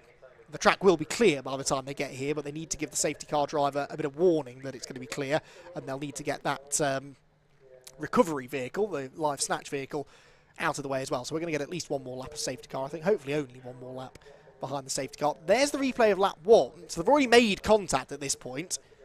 And you can see there, Brickley ends up running wide. There was that was Harry Garman, wasn't it, that went off in the background. He bounces over the gravel, rejoins in the number 75 towards the back of the field. And then they go down towards the old hairpin with Fairclough leading at this point from Wallace and Brickley. But Brickley towards the end of the lap, of course, gets back into P2, doesn't he? So Brickley gets into P2, and then it's the start of the next lap where they then make contact, but we didn't see what happened, unfortunately, at that particular point. But a brilliant sight they make look as they hop and bobble their way down. You can really see how stiffly sprung the rear of the car is. The rear wheel's barely touching the ground when they're sliding them into the corner. All of the weight transferred onto the nose under braking, and the rear end of the car almost lifts up off the ground completely. That was Albert Webster going off, wasn't it, in the background? Through the old hairpin.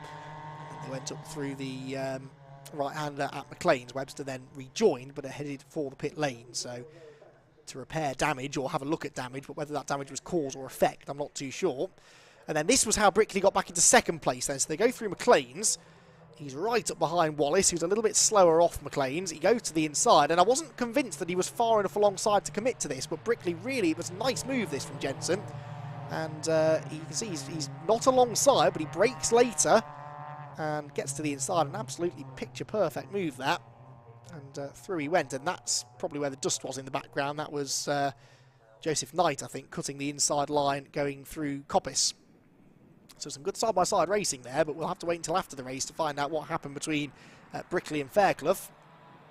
Brickley there, the race leader, I do think has had a knock, hasn't he, on that left front corner, so I wonder, did he just tap the back of Deegan Fairclough? Can only speculate, but if he did, I'm sure that will be a discussion after the race, and they can jump onto the back of the queue of drivers still waiting to speak to the clerk of the course.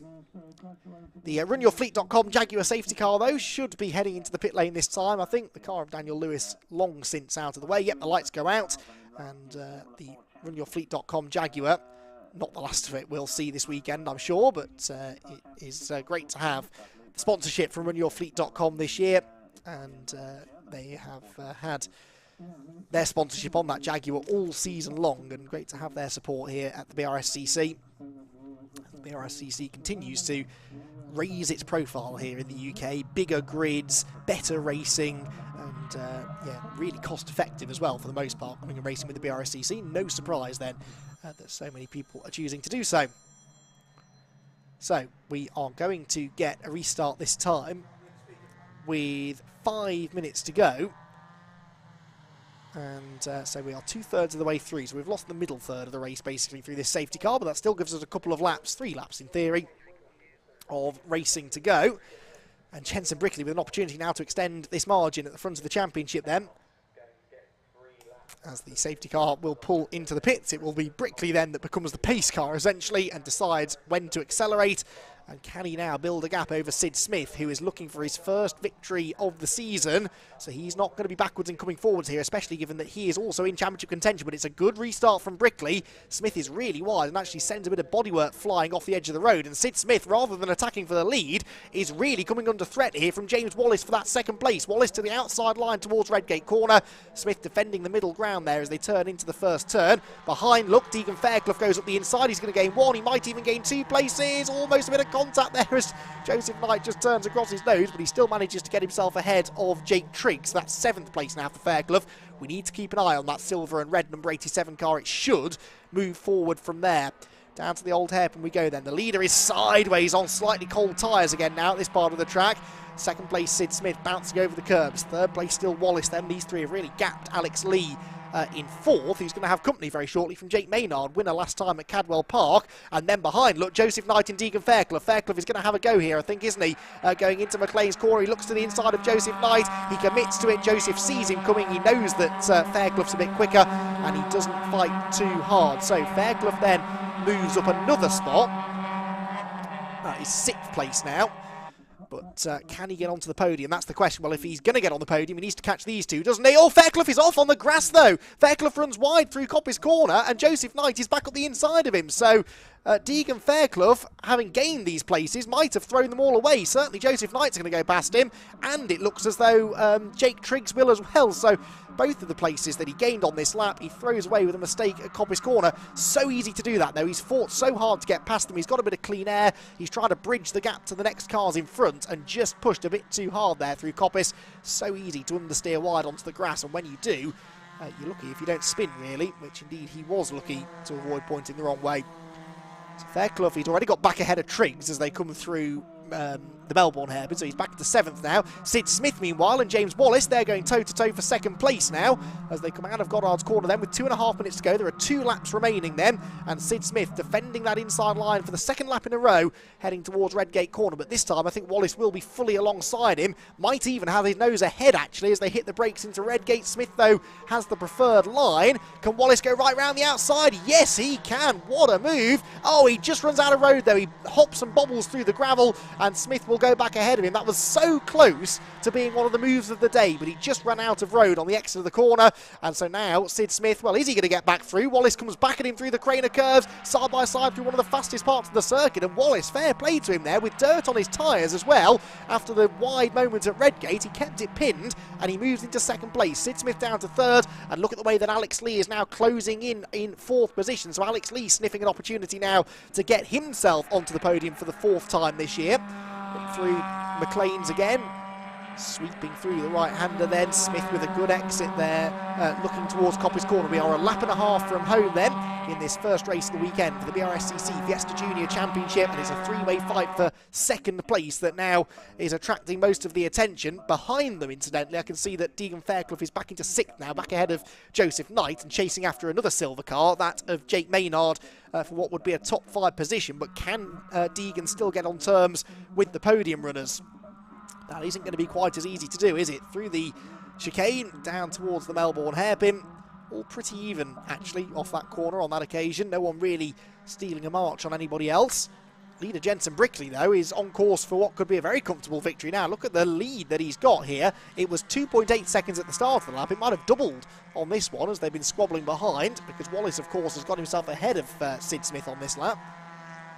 Good battle there towards the back of the group as well. That's for 10th place. Harry Garman, Archie Handy, James Pope, and I think George Foxlow might even be a part of that. So, or no, it might actually be the lapped car of Albert Webster that was the 4th car in that group.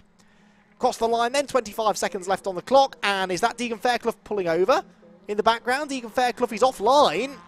Is he got a problem? What's going on? What's going on? He's is Deegan Fairclough slowing as they go into Redgate corner? We'll wait and see if he comes into shot at speed.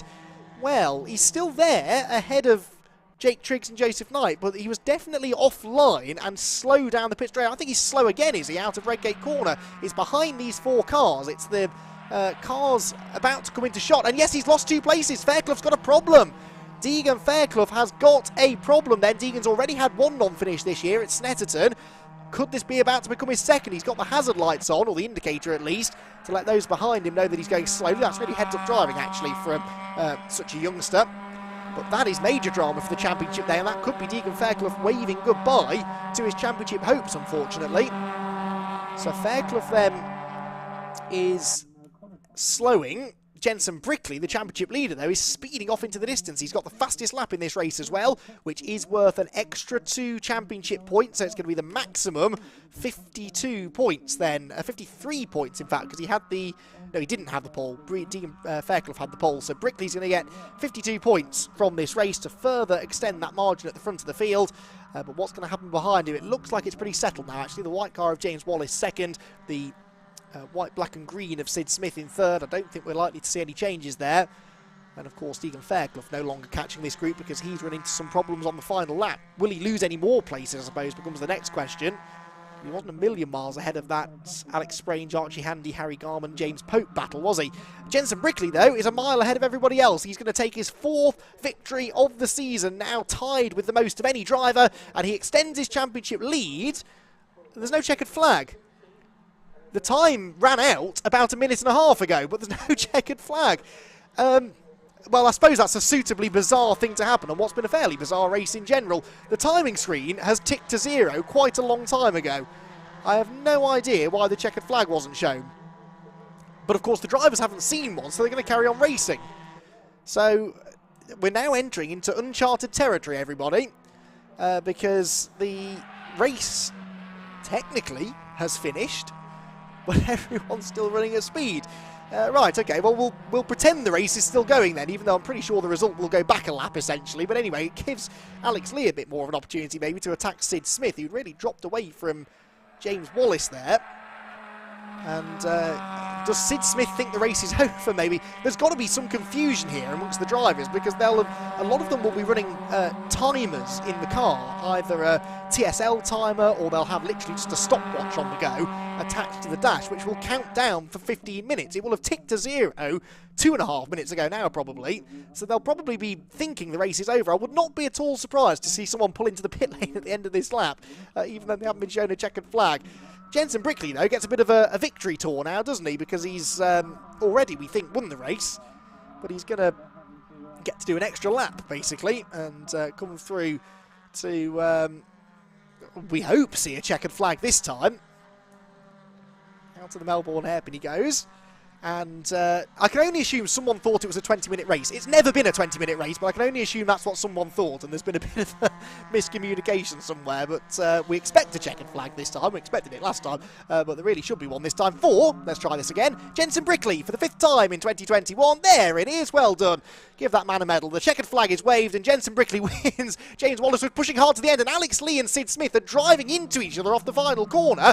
And here comes Jake Maynard with a run on both of them. What order are they going to finish in? It stays the same. Smith, Lee and Maynard with some fairly unnecessary contact there coming out of the last corner. Then it was Jake Triggs, 6th, Joseph Knight, 7th. Now, of course, that extra lap means that Deegan Fairclough, who has stopped on track somewhere, I believe. I don't know if we can get a shot of him, but Deegan Fairclough has stopped somewhere on track. Technically, is being shown as a non-finisher, but I don't think he is, because the race finished a lap ago. So, Deegan Fairclough never did make it back to the pit lane, according to the timing screen. We did have Daniel Lewis back in the pits, we know that. He was towed back in by the live snatch vehicle, but Deegan Fairclough never made it back, so he will have pulled over thinking the race had finished, which I think it had, and he will... We'll wait and see now whether he's classified as a non-finisher. I tell you, I have commentated on quite a lot of days of motor racing. I have never seen a day like this one. The chaotic racing, the championship battles that have been twisting and turning, and now, just to add that to the mix, some confusion over whether or not the race had finished at all. But it doesn't matter to Jensen Brickley, because he was leading at the end of what we thought was the final lap, and then he was still leading when the checkered flag was eventually waved. And so he is your winner, from James Wallace 2nd, Sid Smith 3rd, and Alex Lee in 4th. Then Jake Maynard and Jake Triggs with Joseph Knight. The question is from 8th on back, really, where Deegan Fairclough sort of filters back into that, because we don't know how many places he'd lost anyway before the end of the previous lap, if you see what I mean. Right then, we've got 3 more of these races to go. What else is going to happen here today at Donington Park? We're going to start now getting into some of the cars and drivers that we've seen racing already today in the MX-5 Clubman Championship, the Fiesta Senior Championship, and the Mazda MX-5 Super Cup. So this will be the 2nd appearance of the day for these various championships, and a second opportunity then to see them in action, and for some of the drivers, a second opportunity to score some valuable championship points here this weekend. The MX-5 Clubman Championship, if you weren't with us at the very start of the day, they'll be up next. They had a really exciting finish to that race where Matthew Bankhurst and Jay Shepherd were side by side across the start-finish line, separated by less than 0.2 of a second at the flag. So that was a pretty entertaining way for that race to be rounded out, and it rather set the tone, actually, for what the rest of the day had in store for us. Looking at some of the other results have been handed in. No amended result yet for MX-5 Super Cup. That's good news. I don't think we're going to get a compact cup race result until next Thursday, probably, because that was the one that really, I'm sure, will have had a few judicial processes to go through after the race, and the other one was the MX-5 Championship, which had that contact between Jack Brewer and Ollie Allwood. That result has not been issued yet either, so I think we might be waiting some time to get official confirmation of those race results. But the Clubman Championship race was, generally speaking, a pretty clean one, actually, and a really exciting one, won by Matthew Bankhurst, but Bankhurst does not score points as a guest driver, so he will not be scoring the 100 points for a win. That will instead go to Jay Shepherd, who was 2nd on the road ahead of John Pethick and Stephen Bartlett, although actually Bartlett is also not scoring, so Neil Chisnell will score the 3rd place points. So there is presumably a Deegan Fairclough car to be collected from somewhere around the track. There is, I think that's Dan Lewis, isn't it, trudging back across the road after his non-finish, the damage at the final corner. And so he heads into the pit lane then, and hopefully they can get that car fixed for tomorrow, but that's going to be a fairly late night, I think, for that team. There he goes. And I'm sure he's going to be thoroughly miserable with the way that ended. The Marshall's there to try and G him up a little bit, but he will hopefully be able to have a car that he can bounce back in tomorrow.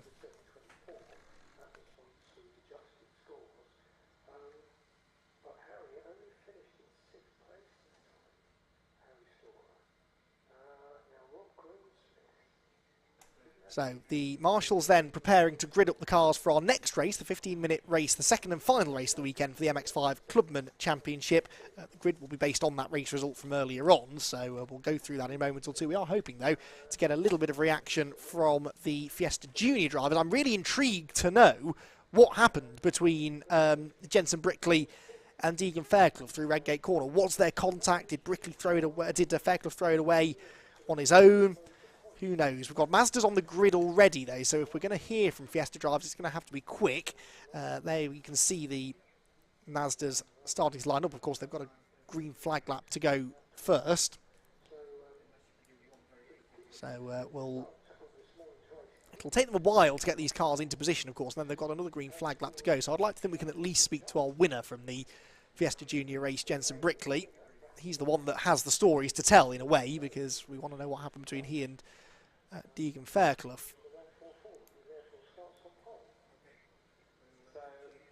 So I think we are going to be able to get down there and have a chat with Scott Woodward, who I think has got our race winner with him. Well, there's never a dull moment in the Fiesta Junior Championship, particularly this year, but it's another victory for Jensen Brickley. Jensen, bit of battling with one of your rivals at the front with Deegan, but apart from that, once you got in front, it pretty much looked fairly straightforward.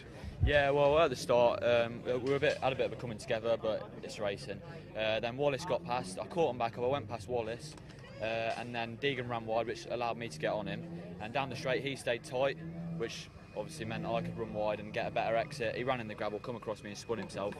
And then obviously safety car come out, and I got a good start and just laid back. Didn't need to push it too hard. Didn't want to go off. And just drove to the win. Strong victory, and you've been on good form this season, so it's just about, I guess, keep racking the results and see how the rest of the season turns out. Yeah, thank you. Good stuff, well done. I'm not sure if we've got time for second place or not, but even so, congratulations to second place with James Wallace and third place to Sid Smith as well. We're going to hand back to Andy because we've got our second Mazda MX-5 Clubman Championship race coming up. Let's see if Matthew Bankhurst can make it 2 out of 2. Andy, over to you. Yeah, thank you very much, Scott. Perfect timing, because the last cars are just pulling into position now on the MX-5 Clubman grid.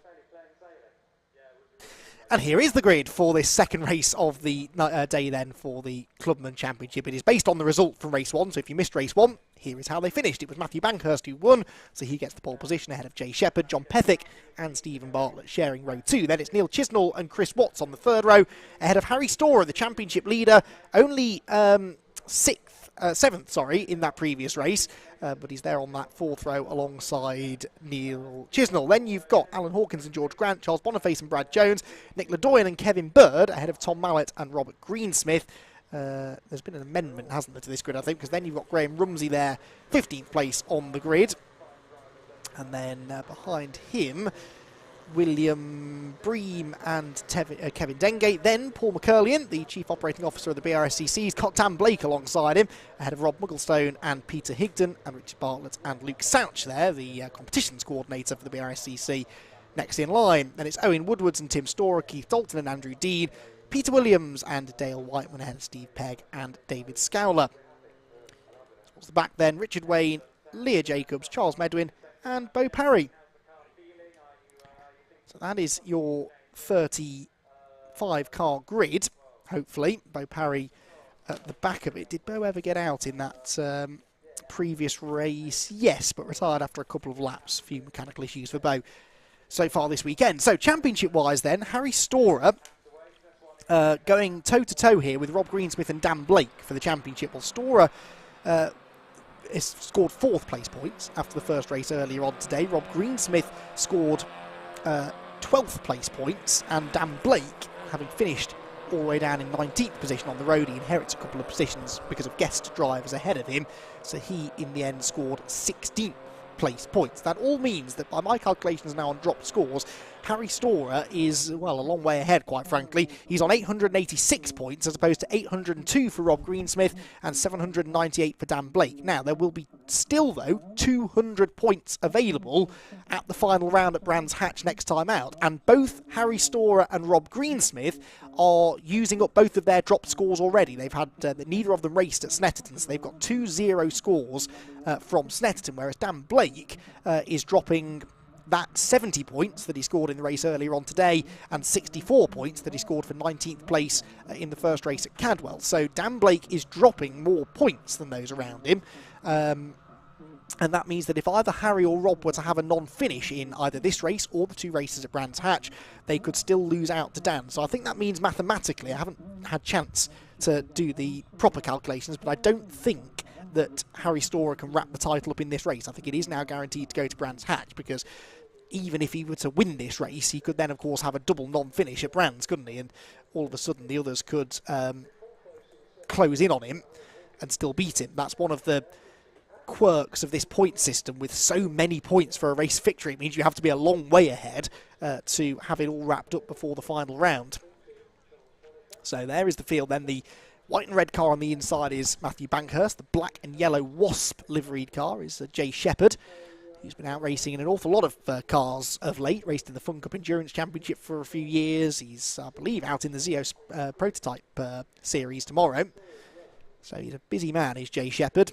And very, very handy pedal. He's improved a lot over the last year or so. And this Clubman Championship, perfect for someone like him, really. He had raced in the Mark 1 Championship itself and had been a sort of... He'd managed to, I think, scrape into the top 10 a couple of times, but now here in the Clubman Championship, he's able to compete for race wins. It's over a single-day format as well, so it's a bit more affordable for him. It leaves him with a few spare pennies to go and race other cars in other series as well, which is something that he definitely enjoys doing. So they line up on that front row. Keep an eye to Alan Hawkins, who's on that fourth row of the grid. He was pretty rapid in the previous race, but got shuffled back towards the end. And there are quite a few, actually, that will feel they've got half a chance at nabbing a good result here in this final race of the weekend for the Mazda MX-5 Clubman Championship, which is about to get underway with the green flag at the back of the grid then. On the left is Bankhurst, on the right is Jay Shepherd. Who gets into Redgate corner first? Who gets out of Redgate corner first? We're about to find out. The red lights go on. They go out now. Away they go. And it's not a good start from the pole sitter. And it's going to be Jay Shepherd, or is it? Because coming through is John Pethick in the blue car. Neil Chisnall's on the grass on the inside. To the outside goes Stephen Bartlett. They're already 3 wide then for the race lead. Jay Shepherd getting squeezed in the middle there as they turn into Redgate corner and make their way back out the other side. The blue car there, 1-2-2, is Rob Greensmith. He needs to make progress for the championship, doesn't he? He is second, remember, in the points, just 4 ahead of Dan Blake. But of course, Dan is also a long way down the order after his disappointing first race.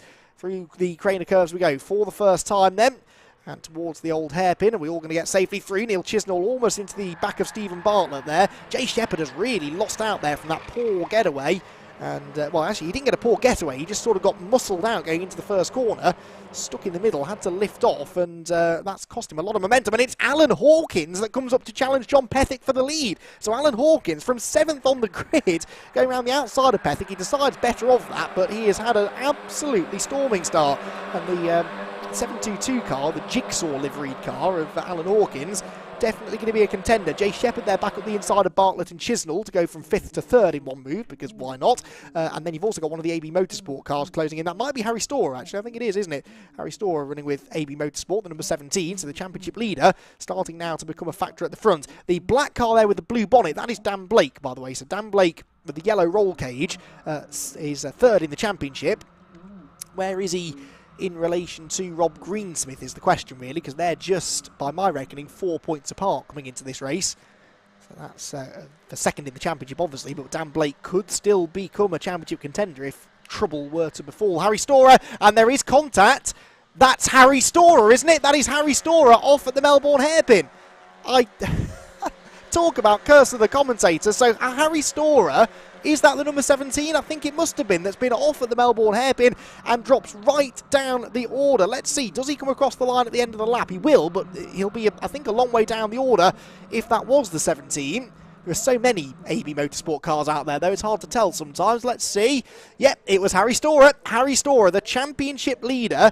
Well, that's exactly the kind of trouble that Dan Blake and Rob Greensmith needed him to have in order to get back into contention for the title. There's damage look on the front of the 169 car as well. 169...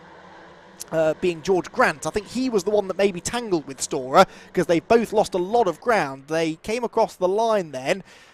Harry in 17th place. And where was George Grant? George Grant, I think, was a little bit further up the order, was he? Yeah, he was in 8th position, but he had lost out, I think, as a result of that. So, wow. So Harry Storer then with it all to do again now, and he's still running. That's the main thing. And let's hope there's not too much damage on that white and purple number 17 car. Up the hill then towards McLean's they go. And through the sweeping right-hander. So where are Blake and Greensmith? Greensmith is 12th and Blake was 14th. But Blake is, well, there is Greensmith, the blue car with the white stripes. And yeah, there's Blake with the yellow roll cage. So they're not really making a huge amount of progress. They're not that much further up the road, actually, from Storer, even after his problems. So they really need to be making a bit more of this, don't they? John Pethick, by the way, has got the race lead, and Alan Hawkins comes storming up the inside of Jay Shepherd to reclaim second place. Shepherd was ahead at the start of the lap, but Hawkins going back through now, and that means that Stephen Bartlett gets the run on him coming out of the chicane and down towards the Melbourne hairpin. So this unpredictable day at Donington continues in this MX-5 Clubman race. Oh, there, off, I'm afraid, is a car. I can't see the number on the door from here. And 60-something it is, but who it is, I'm not sure. Anyway, it's on the run-up through Schwantz Curve that car has ended up off the road. Whether it jumped or it was pushed, I don't know. Right, back to the leaders. Out of the hairpin. Well, it's leader singular now, really. John Pethick getting away from the squabbling Jay Shepherd and Alan Hawkins, who have swapped positions again now. Shepherd back into second, ahead of Hawkins in third. 4th place is Bartlett. 4th is Charles Boniface there with a slightly skew with front end. And then 6th position for Neil Chisnall. Nick Ledoyen is behind him. Then it's Bankhurst. So Bankhurst, after his slow start, the red and white car there, is into the top 10 again now, with Rob Greensmith having lost a place, I think, there, going through the first corner. So Greensmith slipping backwards rather than going forwards, down into the old hairpin for the third time, nearly a third of the way through this race, and that's a slightly wayward line from Alan Hawkins. So the 478 of Simon Bartlett gets a bit of extra momentum off the, Stephen Bartlett gets a bit of extra momentum off the corner, but wasn't quite able to draw alongside. Really, these three need to work together, don't they, to get back after John Pethick. We saw in the previous race that one car out on its own at the front often struggled to maintain that gap. So Pethick, on occasion in that race, was doing the chasing, admittedly, rather than being the chased. But if those three behind would stop squabbling for a lap or so, they probably could catch him again, because the slipstream effect is just so strong around here. And I think Jay Shepherd is probably closing in there. He's definitely close enough to get a slipstream down the back straight. And Alan Hawkins sensibly is not really challenging him as they go through the chicane. Shepherd slings it into the left, through the right, using all of the curb and plenty more. There was some debate after qualifying for a number of the championships this morning as to how much of that curb they were allowed to use before they were deemed to be exceeding track limits. And the answer, I think, was, yeah, you can use pretty much all of it, because that's what they were all doing. You can see the gap has disappeared there in the space of half a lap. So, yeah, John Pethick does not have the pace to escape. That means that he's going to have some defending to do. He already does look, because Shepherd goes to the outside on the way into Goddard's, looks to try and carry the momentum off the turn there. The black and yellow car will be quicker off the corner. It will carry more speed down the pit straight. It'll get a slipstream as well. Matthew Bankhurst in the background there, dicing with Nick Ledoyen, I think that is, the number 55. They were leaning on each other slightly, but the lead gap does come down, because it's a new fastest lap for the second place man, Jay Shepherd, which is then beaten by the number 69 of Brad Jones, actually running all the way down in a 14th place. He and Harry Storer moving back through the field together. So Jones is 14th, Storer, the championship leader, now up into 15th place. So the leaders drop down the hill then, got this leading group of 6, which should the leaders go side by side for even a corner or so, will all bunch back together, won't they, in typical Donington fashion? Or will Jay Shepherd choose to play the long game here and work now with John Pethick to try and get away? Well, the answer appears to be no, because Pethick's defending there into McLean's. Nice move there from Stephen Bartlett at the inside of Alan Hawkins. Third place now belongs to Bartlett as they're side by side for the lead into Coppice Corner. To the outside goes Jay Shepherd. He's not looking to try and go right round the outside, instead to cut back to the second apex at Coppice and get a long side down the back straight, which is exactly what he's done. They're side by side for the lead then, down the exhibition straight, over the hump in the road where the Dunlop Bridge used to be, and then down into the chicane. Shepherd's got his nose ahead, but he's really on the wrong side of the road here. He's later on the brakes though. If he can stop the car, that'll be a tremendous move. It looks like he will, and so Jay Shepherd goes back into the lead of the race then. John Pethick down to second. Shepherd, did he go off then? He seemed to be a bit sideways as he came out of the chicane. Was that my eyes deceiving me, or has Jay Shepherd just given the lead back away to John Pethick? No, he's still there, but I think he did get a bit sideways, because look at the way the gaps have all come down. So Shepherd still leads, but it's backed everyone up together. Bartlett and Hawkins still side by side for third, as there Rob Greensmith is also trying to fend off George Grant, who I think is up the inside of him into the final hairpin.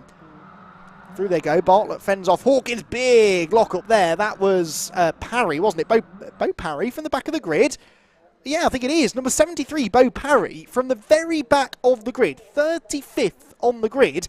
Is running in 9th place now. That's the grey and orange car coming towards us now. That is one of the drives of the day. Bo Parry, then he can gain some more here as well, because Bankhurst and Ledoyen are side by side. And yeah, the next car behind is number 73, Bo Parry, who only completed 2 laps in the previous race. Started 35th and is inside the top 10 with still 6.5 minutes to go. So could he get into the top 5 even before the end of this race? You wouldn't bet against it. His fastest lap, Bo Parry, is a 1:59.8, which is on a par. Sorry, no, his fastest lap is 59.3, which is on a par, if not quicker, than the time some of the leaders are doing. And the leaders are back together again now, so they're going to start delaying each other, because Bartlett now goes to the outside of John Pethick into McLean's, moves into second place. Pethick now trying to defend his third place from Alan Hawkins. The 150 car really slow there, because it was on such a tight line through McLean's, it just couldn't keep the momentum up coming off the corner, and Hawkins is going to try and go around the outside. That was brave. Charles Boniface therefore gets a bit of a run on the pair of them. And there in the back, that next group, you've now got Harry Storer almost back onto the tail, actually, of Rob Greensmith, his nearest championship rival. So we'll keep an eye on that too. Here comes this group into the chicane. Alan Hawkins sideways as he pitches it in. It is Boniface behind him now, with Pethick really fading at this part of the race. Still 5.5 minutes to go though. He could still rally back. That was Neil Chisnall coming up to challenge him for 5th position as they went towards the Melbourne hairpin. The leader though is still Jay Shepherd. Second place, I think now is Stephen Bartlett, isn't it? Yes, it is. With Hawkins 3rd, Boniface 4th, Pethick holding on to 5th ahead of Chisnall. Then they get back to that next group, which is Ledoyen, Bankhurst and the remarkable Bo Parry. Through the hairpin at Goddard's. There is that squabbling group behind. Parry, the 3rd car in line. Then it's George Grant and no longer Rob Greensmith. Harry Storer is ahead of Rob Greensmith. That's significant for the championship. So Harry Storer, number 17, has gained some ground, and Rob Greensmith likewise. And also in that group, by the way, is Paul McCurlian. Paul McCurlian is in 14th place, having a really strong run, actually. As much as I don't really want to drag our eyes away from this lead battle, we probably should give the Chief Operating Officer a little bit of screen time, because he is getting really stuck in now amongst the championship front runners, as they're sideways for Hawkins. Loose as well was John Pethick as he tried to get back ahead of Charles Boniface. But wherever you look in this field, there are battles to be enjoyed. Not necessarily... well, no, we do have a battle for the lead, don't we? Because Jay Shepherd does have company in the shape of Stephen Bartlett. Through McLean's, sideways again there for Charles as he tries to keep John Pethick behind him. Up through Coppice corner then. Back marker there doing its best to stay out of the way. There goes the next group. And then the gaggle behind, really, is where the championship leaders are. So as the lead battle has settled down a bit, let's see if we can check in maybe with that. It's sort of 11th on back that we need to see. The white and purple number 17 of Harry Storer at the front of that queue is the championship leader, and has now managed to get himself amazingly back ahead of both of his championship rivals, despite the spin that he had down at this part of the circuit on the opening lap of the race. The leaders then head out of Melbourne. Low setting sun, always spectacular here at Donington Park, but it can make visibility tricky heading into that Melbourne loop. So there go the leading 6. Then you've got Nick Ledoyen, Matthew Bankhurst and Bo Parry, the next 3. And they will enter stage right in a moment or two. So there we can see the gaps here then as they come down the pit straight. top 6. Then the gap back to Ledoyen, Bankhurst and Parry, still in that order. And there, look, Harry Storer side by side in the background, and he's getting well and truly stuck in. That was the number... no, that wasn't Brad Jones. That was... yeah, it was Brad Jones who was trying to get up alongside him. Then it's Rob Greensmith, and the car directly behind the blue machine is, I believe, number 95, Paul McCurlian. So you've got Rob Greensmith there, and then right behind him, look, McCurlian enjoying now, getting stuck into the rough and tumble racing that the Master MX-5 Clubman Championship can produce. Here they come. Look, he's got the second place man in the championship right ahead of him. And Paul will be thinking, yeah, I'll show you a thing or two here about how to get around Donington Park quickly. He can't get past the car ahead, though, which is going to be frustrating. And he's got George Grant. He's been a friend of the BRSCC for a number of years, started to harry him as well. Great to have Paul out there. Luke Souch, by the way, in their private battle is, I'm afraid, on for a 2-0 loss here today because he's running in 20th place with Paul up in 13th. So it'll make the atmosphere in the office a little bit frosty, I'm sure, from Luke's perspective on Monday morning. So up through Coppice they go then. And back out onto the exhibition straight. They're catching, aren't they, this next group actually up the road, because Matthew Bankhurst has finally broken through the defences of Nick Ledoyen. Bo Parry is trying to do the same thing, and that's allowing Harry Storer and whoever the car is behind him, which the timing screen tells me is Rob Greensmith. I actually think it might be a lapped car behind Harry Storer. Number 17... 17 is Storer, I beg your pardon. 17 is the black car, that is Storer. The car ahead of him is Brad Jones, the AB Motorsport car, my mistake. So Harry Storer then is chasing down the white and purple car. But they're really catching the cars battling at the back end of the top 10. Right, back to the lead groups then. Through the hairpin, Alan Hawkins is sideways. He's off the road from 3rd place. Alan Hawkins throws away 3rd position. And that was a bit of an unforced error, really. He was under pressure, but he wasn't... side by side with anyone at that point, so that allows Charles Boniface through to 3rd, but John Pethick in the blue car is coming back alongside him now for P3. We're on to the final lap of the race now, and sweeping round the outside. John Pethick, I think, might get into 3rd. They almost rub on the exit. They do rub on the exit, and that little hip and shoulder just enough to drag John Pethick back again and give Neil Chisnell now an opportunity to fight for a podium place maybe. Down the hill, through the Craner curves, and yep, Charles Boniface goes back through. Chisnell now moves to attack John Pethick, who won't be particularly grateful for that little nudge that he got there from Charles coming out of Redgate. But especially since it did delay him. The lead battle ain't over yet either, because Stephen Bartlett is only a car length or so behind Jay Shepherd. Up towards McLean's. Through the right-hander, wide for Boniface, but he actually carries the momentum quite wide. I've seen him do that once or twice already. Carries decent momentum off the corner and then doesn't really have to defend into Coppice. So I don't know whether that's an intentional line that he's taking, but it seems to be working okay. The leaders head out of Coppice, down the exhibition straight for the final time. Now, can Stephen Bartlett close in here on Jay Shepherd to take the race victory in the final couple of corners? Jay himself, of course, was involved in that side-by-side run to the line with Matthew Bankhurst in the previous race and came up second best to Matthew.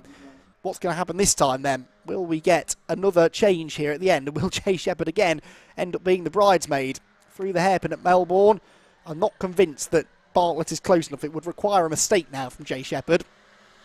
Jay, usually a pretty smooth and reliable driver, doesn't make that many mistakes, so I don't think that Bartlett's going to be able to do anything here, but he'll keep the pressure on until the flag. Into the final corner then, it is going to be Jay Shepherd that comes through to take the victory in the second and final race of the day for the Mazda MX-5 Clubman Championship. Across the line he goes, both hands in the air to celebrate. Second goes to Bartlett. We will have a drag to the line for 3rd, though, as John Pethick tries to beat Charles Boniface for P3, but he's not quite going to get there. Across the line they go then. It's Charles in 3rd, 4th place for John. Chisnell then is in 5th, 6th for Hawkins, 7th Bankhurst, 8th Brad Jones, 9th Nick Ledoyen, 10th Bo Parry. So Harry Storer dropped down to 11th in the end. And Paul McCurlian got past Rob Greensmith on the final lap. So Paul McCurlian gets 12th position. Not bad going at all, with Robert Greensmith in 13th, 14th for Bird and 15th for Medwin. Dan Blake, by the way, 16th position. So Harry Storer, despite finishing all the way down in 11th position, will still outscore those that he needs to as far as the championship is concerned. And certainly not been a brilliant day for Harry, but he's done enough, not to wrap up the title, but to certainly put himself in a commanding position going to the final round at Brands Hatch. think I'm right in saying that Harry will score 9th place points for that one, so that will be 84 points for him. There was Alan Hawkins' moment, meanwhile, towards the end of the race there, through the hairpin. Gathered it together nicely, eventually finished 6th, but that's a shame. He was really exciting in the first part of the race. Brad Jones, by the way, set the fastest lap there on the final lap. So Brad Jones with a 8th place finish in the number 69 car does steal that bonus point away. Just to finish that championship story then, Rob Greensmith was 13th on the road, which I think will become 9th place in points. 84 for him then. Sorry, that can't be right. Harry Storer was 11th, yes, so he ends up 9th, excuse me. He gets the 84 points. Then Rob Greensmith will end up 10th. That's what I was trying to say. So that's 82 points for him. And Dan Blake, of course, was even further back, wasn't he? He'll end up about 13th in points with roughly 76 points. So I reckon there's going to be just shy of 100 points between Storer and Greensmith. But because they both had 2 non-scores, they won't be allowed to drop any of their results from Brands Hatch anyway, because none of the MX5 championships or the Fiesta championships allow dropped scores at the final event, which I think is a really sensible move. So that will be how the points stand. And then anything that happens at Brands Hatch sort of happens, really. Dan Blake is still in it as well. He's still going to be only about 10 points or so behind Rob Greensmith. So it will be a 3-way championship fight and a slightly nervy final couple of races at Brands Hatch, I'd imagine, on the Indy circuit in October. It'll probably be wet and grey and miserable and slippery, and just the conditions that you want when you're trying to seal the deal in a championship campaign. So congratulations then to Jay Shepherd. He gets the victory in our final Clubman race of the weekend. We now look ahead to the final 2 races of the day then, the BRSCC Fiesta Championship and the Mazda MX-5 Super Cup. Now, Fiesta-wise, did we have any amendments to the result earlier on? We had a 5-second penalty, which we knew about already for Alistair Kellett for exceeding track limits. That was it. So yeah, no change to the result from that race, which means the grid shouldn't change either. We're on to the final 2 races on that timetable then. The BRSCC Fiesta Championship about to get underway. We are pretty much bang on time at the moment, would you believe? And then the Mazda MX-5 Super Cup at 6:25 to round out the day's action. And we're still waiting for confirmation, actually, I think, aren't we, of their race result from earlier on. Did we get a race result? Oh, no, we did, didn't we? But it may well have been amended since then. So whilst we're hearing from Scott at the end of this race, I'll see if I can dig out some confirmed results for MX-5 Super Cup racing as we prepare for that final race later on. Stick around, though. 2 more races to go. The first races for both the Fiestas and the MX-5 Super Cups were really, really good. I mean, 2 of the most entertaining races of the weekend, and we're looking forward to what their second races have in store. Thank you everyone for tuning in. Hope you've enjoyed the coverage here from Donington Park. Don't forget, we do it all again tomorrow. We'll remind you of the times at the end of the broadcast, but we will be starting tomorrow from around about 10 o'clock in the morning with a full 13 race programme here at Donington. This penultimate live stream event of the season. Before, of course, we move to the Brands Hatch Formula Ford Festival on October the 30th and 31st. So marshals head out onto the circuit then. We are ready, though, to head down to Parc Fermé to hear from our race winners after that entertaining second MX-5 Clubman Championship race of the weekend. Another brilliant race for the BRSCC Mazda MX-5 Clubman Championship, and it's a win for somebody who's had quite a lot of bad luck in the championship this year. We're going to see if we can possibly go over and have a chat with them if we've got the signal range to stretch across. But Jay Shepherd, who I talked to this morning, has had quite a lot of bad luck in recent times. But Jay Shepherd, that's much better, isn't it? Yeah, no, it was good fun, that was. Yeah, we sorted a few problems out. We couldn't find an electrical fault that was under the dashboard, so after several races, just kept arcing out and blowing a fuse. But now we've got on top of it. Cars come good. Thanks to Brian Chandler as well, BC Cars, because he advised me about my suspension and getting the right ones for the job. And yeah, it's working, so really good. It's quite a different beast to everything else that you've driven. How does it rank? It's mega fun. It is. It's good. You know, it's nice and cheap. It's very competitive. It's close racing, but I think it's, you know, it seems clean in Clubman. So apart from my little bit of the back end there, but yeah, no, it's good fun. So yeah, it's just nice to get at the front for once, and now I need to go and challenge the next guys in, you know, in the next races. So we'll see what happens. Of course, you get a different machine slightly related in tomorrow because you've got the MPO one and the ZO, so a bit of a different beast, isn't it? Yeah,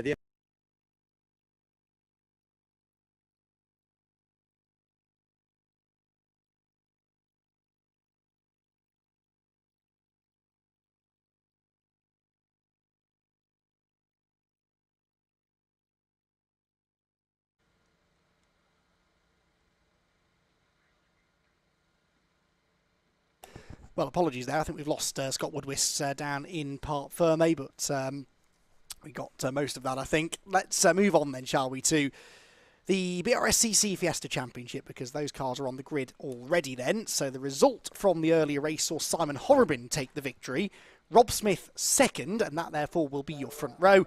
Just half a second between them at the line. David Nye and Alistair Kellett make up row 2, ahead of Jamie Going and Gary Miller. Zach Lucas, and John Cooper on row 4 together. And then on the 5th row, we will have, hopefully, Spencer Stevenson and Luke Pinder, who faded a lot in the middle portion of that race, but he will be hopefully starting 10th on the grid. Then it is Marco Ricci and Ethan Rogers who won the ST150 element of the race, ahead of Dylan Hodgson and Marlo Cordell. Then it is Sean Reynolds and Dominic Bush, and then those that didn't make it to the end of that previous race: Josh Watkins, Will Kellett, George Davis, Sam Watkins, Bryony Davis and Matt Chambers. And we hope that all of them will be there, but there were a couple that were a little bit worse for wear after that previous race.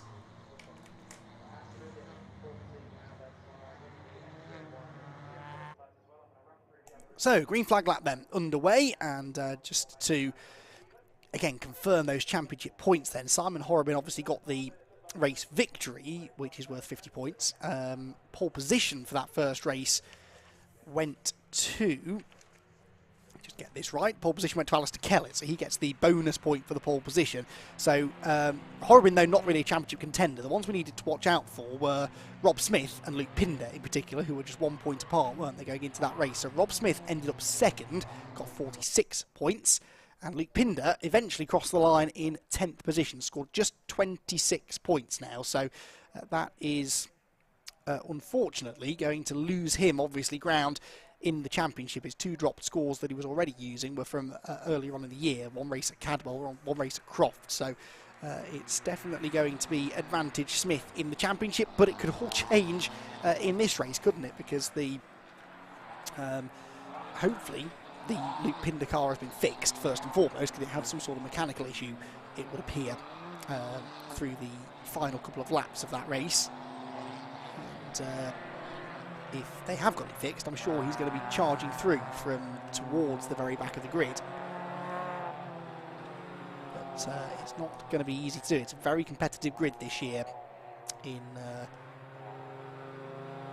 the BRSCC Fiesta Senior Championship. It's been a really entertaining campaign, and great to see these ST240s really taking off as well, and growing in popularity. We've got, what did I say, it was something like 13 of them here this weekend, which I think is the most we've ever had out at any particular round of the championship this year. So yeah, really starting to capture people's attention, these slightly newer shaped Fiestas. I think maybe when the car first came out on the road, it was potentially they were a little bit more expensive, but now that they've been out for a while, there have been a couple of newer shaped Fiestas as well since then.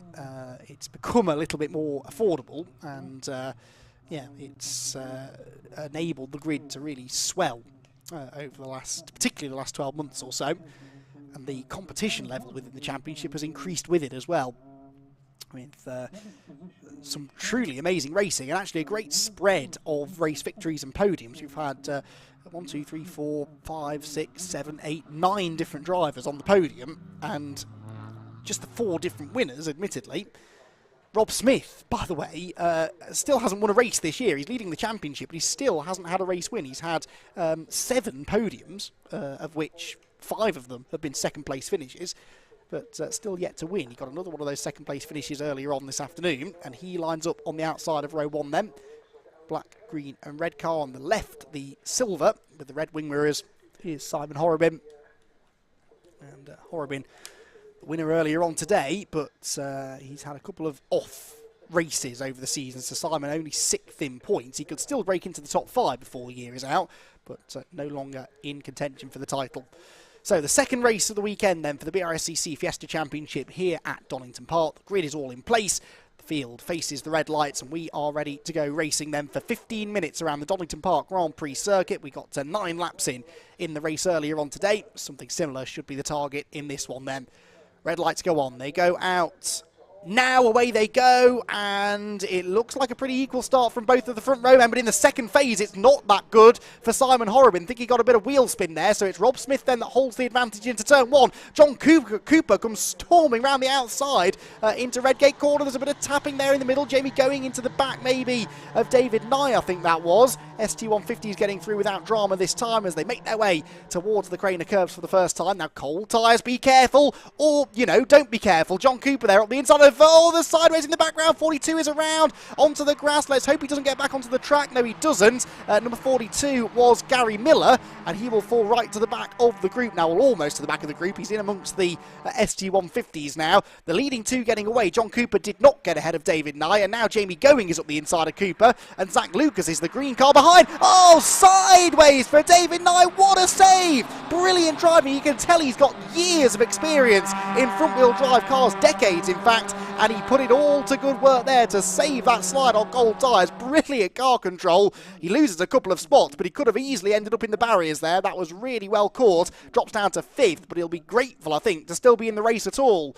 So down into the chicane. Here comes Luke Pinder, the blue car then on the outside line, and Alistair Kellett is a long way down the order, isn't he? Alistair Kellett then started this race in 4th on the grid, apparently. He was on the outside line into Redgate corner. I spotted that, so I think he did start 4th, but he's plummeted down the order. He's behind Pinder.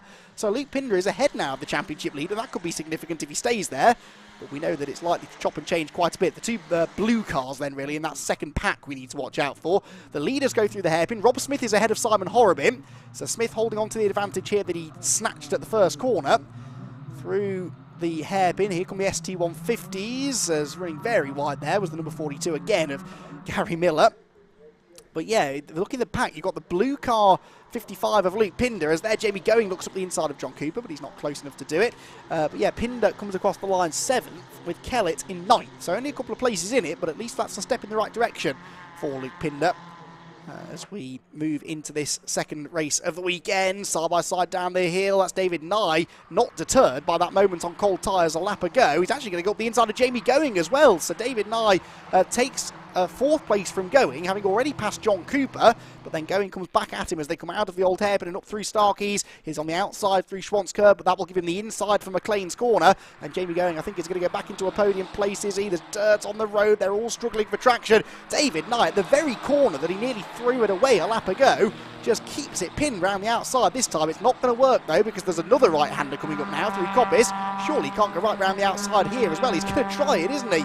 Out onto the exhibition straight. Yes, he's still there. And now finally he's bought himself a ticket to the inside line at the entrance to the chicane. Jamie Going is being delayed in all of this and allowing John Cooper to almost make it 3 wide. Surely David Nye is not going to do this. Yes, he is round the outside of 2 corners to go through. Cooper ends up through the gravel. Through goes Lucas. Through goes Pinder. Through goes number 9, that was, I think, wasn't it, of Dominic Bush.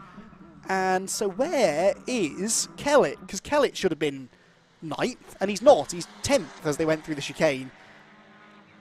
So Alistair Kellett then, the one that seems to have problems in this race. I wonder if he's had a knock on the opening lap that's damaged the suspension or not the tracking out or something, because he just doesn't seem to be at the races, does he? Alistair Kellett, Luke Pinder is, though. He's up the inside of Zach Lucas now. So Pinder is making more and more progress here. He's scoring more and more points. He's going to come across the start-finish line this time in 5th position. That would be worth 36 points if he stays there. And Alistair Kellett really losing out then. Meanwhile, Rob Smith, of course, continues to lead the way, though. He's the main one, the championship leader, who is now looking good to score good points in this race. Zach Lucas there, back up the inside of Luke Pinder through Hollywood. Down into the Craner curves sideways. What a brilliant sight they make as they just dream their way down towards us.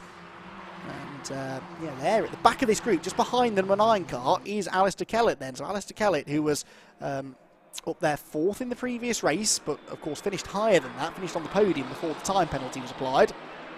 and he just not got the speed in this race.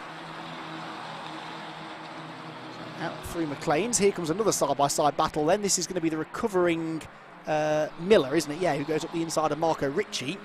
So Gary Miller, after his couple of wayward moments on the first lap, is starting now to pick his way back through the field. Fastest lap, by the way, belongs to Simon Horrobin in second place, so significantly taking a bonus 2 points away at the moment from potentially one of the championship contenders. Out of the chicane, down to Melbourne hairpin. The lead gap then came down to 4/10 on the previous lap as a result of that fastest lap. And Horrobin with a better exit there from Melbourne. He's alongside, isn't he? He's alongside Smith out of the hairpin, but that's the wrong side into the next hairpin at Goddard's. Seen this time and time again today. A driver will get a better exit from one corner, but then be on the wrong side of the road into the next. He's going to try it again out of Goddard's. Really clever stuff that, though, from Rob Smith. Just held the car on the apex. He prevented Horrobin from being able to get underneath him. And then as soon as he felt that little tap in the tail, he thought, right, now I can hit the throttle and accelerate. And he did. Comes off the corner still in front. David Nye here in third, ahead of Jamie Going in fourth. For how much longer, though? Because Jamie again has a look at the inside. He's sideways into Redgate Corner. You may have spotted, by the way, the hazard lights that come on when they're under heavy braking. This is something I learned back at the start of the season. Apparently it's linked to the ABS. These cars run with ABS. They're all, of course, road cars that have been converted into racing cars, and the ABS system is the same sort of system that they'd run on the road, but of course they're putting the braking system under significantly more force in a racing condition than they would be driving to the local supermarket. So they can see it. Look into the old hairpin, their hazards flashing. Whenever the ABS kicks on, basically, the hazard lights start flashing as a warning to other road users around you that you might be experiencing problems. And, well, I think they're all experiencing grip problems at the moment, aren't they? Because the track is absolutely covered in dirt, and no wonder they're all sliding around. But that is what those flashing orange hazard lights are whenever they hit the brakes heavily, which they do quite a few times here around Donington Park. Lead gap going up now. Look, Rob Smith on this lap pulling away from Horrobin. The gap was actually only 3/10 at the start of the lap, but it's grown through the middle part of it. The fastest lap, though, now belongs to Jamie Going. So another driver who isn't really in championship contention, albeit he is a race winner, having won the third race at Snetterton back in July. But taking that point away from a driver that probably could use it more. But they're all pushing hard for the best possible individual results. Going, look, is now third. David Nye has dropped way back on this lap. So Nye crossed the line in third place. He's going to be down in about 5th or 6th, I think, because, look, it's Going third. Then the green car is Lucas 4th. The blue was Pinder in 5th. So it's 6th place now for the white car of David Knight. Then you've got Spencer Stevenson and John Cooper. They're still in the same order. Then Dominic Bush and Alistair Kellett, who just hasn't been a factor in this one at all, has he? Alistair Kellett not able, seemingly, to improve upon the 10th place that he finds himself in. There, coming towards us, the red car is number 11. That's your ST150 leader. That's Ethan Rogers, who won the first race. 2nd place, though, is Sam Watkins. And Watkins should be capable of matching Ethan's pace, actually. So we'll see. He's got quite a big gap to try and bridge. He's 5 seconds behind. And yeah, on the previous lap actually was nearly 2 seconds slower, so that was a bad lap for Watkins. Cordell is third now, ahead of Dylan Hotchim. And then this is the battle between number 77 Reynolds, number 66 Kellett, other Kellett that is, that's William Kellett. And also tagging along behind them, the other Watkins, number 6, Josh Watkins. Down through the old hairpin, that's Dylan Hotchin in 16th overall, who is 4th of the ST150s, so trying to get back onto the podium here at the expense of Marlo Cordell ahead of him. 6.5 minutes to go then, so we are into the second half of the race now, and it's easy to forget just how close the ST150 battling can be. It's often just as exciting as the turbo cars up the road, but it's just hard sometimes to drag our attention away from them, but things have just calmed down a little bit more at the front of the field on this for this particular moment in time. Side by side here, though, out of Coppice Corner, that's 77 Sean Reynolds, maybe about to lose this place now to William Kellett. Will was only offered the outside line there into the chicane, which he didn't much fancy, so instead he concentrates on getting a better exit and trying to get up the inside into the hairpin at Melbourne. Now into Redgate come the leaders, and the gap's back down under half a second again now. Jamie Going is third. Zach Lucas in 4th is now the fastest man on the track. 1:47.674 is the fastest lap of the race. So only about a 10th and a half off the fastest lap from the race earlier on today as well, so the track conditions haven't deteriorated too much. Down through the old hairpin though, Horobin with every intention, I think, here of challenging for the race victory if he gets an opportunity. Simon is winless so far this season, but so is Rob Smith. So they're both looking for their first victory of the year. Rob could do with it more, in a way, as far as his championship campaign is concerned. Championship leader, remember, coming into this race, Rob Smith, despite having not won yet. But he's had that brilliant hit rate of podiums. Now looking to try and add first place trophy to that collection. There are the two fighting for third. Still Jamie going ahead of Zach Lucas. David Nye a bit lonely now in fifth. Ahead of John Cooper, Spencer Stevenson and Dominic Bush, with Alistair Kellett still for company. Out of Coppice then, down to the chicane. Lucas not quite close enough here to Jamie going. And again, Lucas could do with some points here to try and capitalise on Alistair Kellett's slightly lacklustre race, because they came into the weekend just a single point apart. Fourth in the championship for Lucas, fifth for Kellett. Leaders at Melbourne. Horobin again taking that tighter line. He uses all of the curb and actually drives on the grass there on the inside of the Melbourne hairpin. Looks very spectacular. You'd think it would slow him down, actually, despite the fact it's a tighter line. He's off the track, but he seems to find decent traction and manages to come out of the corner maybe a bit quicker than Rob Smith, but never quite close enough to attack into Melbourne. So down to Redgate they go, on to the... well, we've got 4 minutes to go, so actually there should be time for 3 more laps here, just. Said it should be a 9-lapper, that would make sense. They've just completed lap 6, so Horobin's got time yet to do this. The experienced racer is Simon, and as I said, he's got a number of years of Ford Fiesta Championship experience under his belt, albeit relatively new to the ST240. It's always exciting though when you get a new car into the series. We've seen the same thing actually with the XR Challenge, which has run on a number of these live stream events, which have moved from the 1980s XR2s and XR3s now to the exact same cars that you see racing in the ST150 class in this championship. And a lot of the drivers that have been racing XR2s and XR3s for years struggling to make that transition over to the more modern machinery. But once they've had a few races and got a bit of testing under their belt, they slowly get quicker and they slowly become more and more competitive. And we've kind of seen that with the likes of Simon Horobin, who had great success in the ST150s, and it's taken him the bulk of the year really to properly get going. He had a strong podium at Croft, actually, had a 3rd place in the second race at Croft, but then he didn't revisit the podium again for another couple of months, actually, until we got to the 3rd race at Snetterton, and then he hasn't been back on the podium since then either, because of course, well, until his win earlier on. Out of the hairpin at Melbourne they go, up the hill towards Goddard's. Alistair Kellett there challenging Jamie Going as Horobin again closes in at this part of the circuit. He gets close into the hairpins, but never quite close enough. Onto the penultimate lap we go then.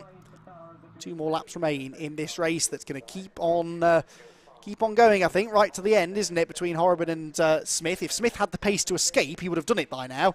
It's just that he's got the speed in the right parts of the circuit to keep Horobin at bay. I think Horobin is quicker through that final sector, but by the time he gets to the final sector, has dropped back a bit too far from the number 99 car to actually do anything with that extra speed. So he needs to try and find a bit more time maybe through the first half of the lap, does Horobin, if he's really going to challenge for the victory before the end. Set another fastest lap that time though, did Simon, a 147.3, so he is now quicker than David Nye's fastest lap from the previous race, excuse me. To McLean's over the curb, inch perfect line there from Rob Smith. And the gap, you can see the gap back to Jamie Going and Zach Lucas, still tied together for 3rd. But a similar situation here really, bit of a stalemate, isn't it? Zach Lucas can stay within a few car lengths of Jamie Going, but just can't quite make the move. He can't get close enough to have a stab up the inside. Alistair Kellett there going through, still in 8th place, although he has got past Spencer Stevenson in the last couple of laps. So he's picked up 1 place, Kellett, into 8th, but he's still being outscored by pretty much everybody else that matters, apart from Luke Pinder. Now, I don't think we've seen what happened to Luke Pinder. Pinder's 13th, and he's doing that thing that he did in the last race, where he's just dropping like a stone in the second half of the race. I think it must be a setup issue with the car, where it's just losing speed in the second half of the race. They're not long races, these, but they're a little bit too long for Luke Pinder's liking, aren't they? A little bit too long maybe for Rob Smith's liking. He'd quite like to see the checkered flag this time, but this will be the final lap that we're starting. And Rob Smith has got to defend for another lap from Simon Horrobin, who was closer than ever that time through Goddard's. Had a little nibble at the rear bumper of the 99 car ahead. So out of Redgate. Oh, Horrobin really pushing hard there out of Redgate corner. Did that cost him a bit of time? I think it may have done. Car number 1, by the way, which is Sam Watkins, has been given a 5-second track limits penalty as he's been pursuing Ethan Rogers, who leads the ST150s, but he's still about 5 seconds back as he was 10 minutes ago, so it's not really worked. Going to put a lap here on, I think that's 69, is it? Going a lap down. Which is Chambers, yeah, he's the last of the runners, so his ST150 goes a lap behind the ST240 leaders, who are now half a lap from home then, up through McLean's towards Coppice corner. Is there anything that Horrobin can do? He really sends it into Coppice there, carrying good speed into the right-hander, but does that compromise his exit from Coppice, I wonder? Wait and see then as they head towards the chicane for the final time. And let's see what order they're in as they head towards the Melbourne hairpin then for the last time of asking. Oh, that's Luke Pinder. That's Luke Pinder coming into the pit lane. So Luke Pinder then, second in the championship, has had a weekend to forget. The car really fading this time. It's not even going to make it to the end of the race. What's going on with the leaders though? Waiting for them to come up towards the final corner. And is Simon Horrobin going to be able to have a go? I think he was challenging there. Just caught a glimpse of them as they went through. Towards the last corner they go then. Side by side there for third as well. Jamie Going and Alistair Kellett. The leaders though are at the final turn. Horrobin's got him! Simon Horrobin has got him on the last corner. Simon Horrobin has got ahead of Rob Smith and takes the checkered flag. Another crazy finish to a race here at Donington Park. Horrobin on the last turn gets himself ahead of Rob Smith. So still Rob Smith is winless in 2021. Oh, that is heartbreaking in a way, but brilliant double victory from Horrobin. Becomes the fifth driver this weekend, this season, to win 2 races in 1 weekend. And he gets it on the very final corner of the race. Horrobin the winner, Smith second, Jamie Going third, Zach Lucas fourth and David Knight fifth, ahead of John Cooper, Dominic Bush, Alistair Kellett, Spencer Stevenson, and rounding out the top 10 was number 42, Gary Miller. Oh, now, that is a car upside down at Coppice. That's a fairly nasty shunt. And let's hope the driver is okay. That is a long way off the road coming out of Coppice as well, so that is going to take a bit of cleaning up, and yeah, let's hope the marshals are able to get over to the driver ASAP. Rest of the field have all come through now, though, to take the checkered flag. And that, I think, was Marlo Cordell. Oh, no, Cordell's gone through, excuse me. So it was 77, I think, not 27. So out of the final corner then go the rest of the ST150s. And there goes number 6, Josh Watkins, across the line. So yeah, unfortunately it is number 77, Sean Reynolds, that we've had off at Coppice. But as you can see at the top of the screen, medical car in attendance immediately to make sure he's okay. Taking a tumble there through the gravel trap. So that was another dramatic race then here at Donington Park, with Simon Horrobin the winner, Rob Smith in second position, and Jamie Going in third. But Rob Smith led almost the entire race except the last corner of the race. But so much to talk about there. Luke Pinder, a non-finisher, that's significant for the championship. And Rob Smith, although he didn't win, still ending up with 2 second-place finishes. You can't argue with that. That's some good points. And with Pinder non-scoring in that race, that's Pinder's second non-score, actually. So that will become Luke's second drop score. So that's... well, we'll get official confirmation of those points overnight before tomorrow's third race, but that is definitely going to spice things up going into the third race, which will be tomorrow. The Fiestas are back out again tomorrow morning, 11:40. The Fiesta Championship will have their third and final race of the weekend. So dramatic end to the race there then, in more ways than one, but that really, we've come to expect that sort of thing from Donington Park today. And we now wait for the final race to get underway, but it looks like we will have a little bit of time here with this recovery that's going on up at Coppice, so plenty of time for Scott Woodwist to chat to our podium finishers from that one, and it will be Horrobin, Smith and Going, the top 3 at the end of the race.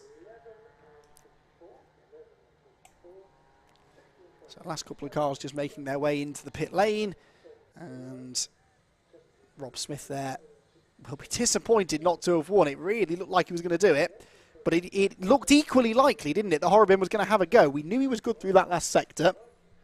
Noticed through Coppice that he was giving it his all to try and get close enough to attack into the final sector, and it obviously worked. And I think he did do it at the last corner. I don't think he was ahead as they came out of the Melbourne hairpin. I think he made the move through the very last corner, which was, well, talk about leaving it late, but it doesn't matter how much of the race you lead, as long as you lead the last couple of metres over the line, and, well, that he did. So the recovery effort ongoing up at Coppice Corner. As I said, this will take just a few minutes to get the driver out safely, of course, get the car back on the road, and we will then hopefully get our final race for the Mazda MX-5 Super Cup underway after that. Now, I've been given an amended grid for the MX-5 Super Cup, but not an amended race result, so I think the result stands. It was a fairly lively race, wasn't it? But there wasn't anything particularly untoward. It was just a very, very topsy-turvy one, lots of positional changes along the way. But of course, we did have that sizable shunt at the start through turn number 1, which saw the red flag, so we'll wait and see how many of those drivers that were involved in that are able to get out for race number 2. In the meantime, though, Ford Fiesta drivers are down in Parc Ferme then, and Scott Woodwiss is with them to have a chat with our podium finishers. What's the old saying? It's never over until it's over, and that was proved on the last lap with that incredible battle between Rob Smith and Simon Horobin, and for the second time this weekend, second time today, it's been Simon Horobin who's come out on top. We're going to begin wander over and have a chat. He's fully in conversation at the moment with Rob Smith, so we're going to interrupt him for a second and bring him in. Simon, you've had quite a day today, haven't you? 2 wins. Where's that come from?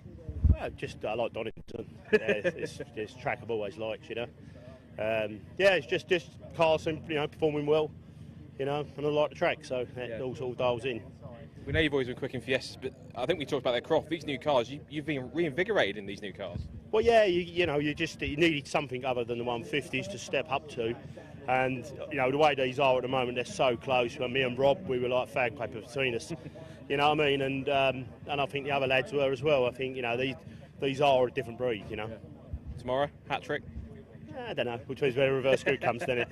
It's all luck of the draw, isn't it? Yeah, well, we'll see, and you know, you never know. You can overtake some people and we might get back up here. Well, regardless, you've driven superbly today, 2 wins, so go and enjoy. Thank you very much. Good stuff. The man you beat for second place, who I know that's going to be agonising for him because you've come so close so many times before, but Rob, still second place. And I guess we're now at the point now you've got to start thinking you're in championship mode rather than I know you want the win, but it's points for the championship. That's the main thing. I don't do championship mode.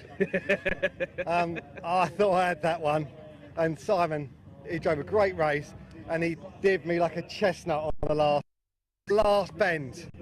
A little bit gutted about that, but on the positive, it is great for the championship. But I really thought I had that one. I was so close. You have been agonising the coast, and the pace is there. It's just tomorrow you've got to hope that the reverse grid draw runs in your favour and that you can try and pick your way through the guys in front. That's got to be the plan, isn't it? All I've got to hope is Simon doesn't turn up. I'm not sure it's as easy as that. No, I think we've got the pace, we've got the car, and it's just bolting it all together. And I'm teaching my son Sid, who's in the juniors, teaching him how to race, and tonight I'll be showing that video and saying, don't do that. So do as I say, don't do as I do. Absolutely. But the cars are really evenly matched. I think they've got the balance of performance right, the cars are really even, and I think we've had, 6 or 7 different winners this year. So what a great advert for the Fiesta Championship, and also for the boys that are like 15, 16 now, that have got a natural progression into this and then beyond in the sport. Couldn't have said it better myself. Well, I know it's one of the win, but well done for second anyway, and it's a great job, and there's always tomorrow. Thank you very much. There's always tomorrow. I think looks like it was Jamie in third place. So let's see if I can possibly have a chat with Jamie's over here actually. We can have a chat with him actually very quickly. So see if we can have a quick word with. Let's have a quick jump with Jamie. Jamie, fantastic battle for third there with Zach. Just talk us through that. I think it started before that with David. You know, got a really good start. It felt good. it was really difficult with the sun, you know, to be able to see it, to look in your mirror. You couldn't see where anybody was, and you sort of sensed they was around you. So just head down, focused. Me and David had some really good door-to-door as we're going up the hill. In the end, he got the better of me, but unfortunately for him, as we've come into the right onto the back straight, he's then run out of road, and that's opened the door up for me. And of course, my old mate Zach. Yeah, he kept me honest, really. I just kept looking at my delt. I had my aim, what I needed to keep sticking to, and as the car's disappearing, just trying to stay with that. And then I could gauge the gap, you know, and 1 minute it'd be there, so I'd turn it on a bit and but at the end, you know, as the tyres are going off, and at the end it's like, right, I'm going to have to park it. You know, I've got to park it here, and it's like I couldn't see him, and it's like, oh no, he's there. You know, and you end up you're driving totally different to what you were doing, and yeah, it was awesome. And we've had such a great season together. It's been really good. I mean, it might even be the new Simon, I don't know. So I've never seen you, heard you talk as passionate about Fiestas.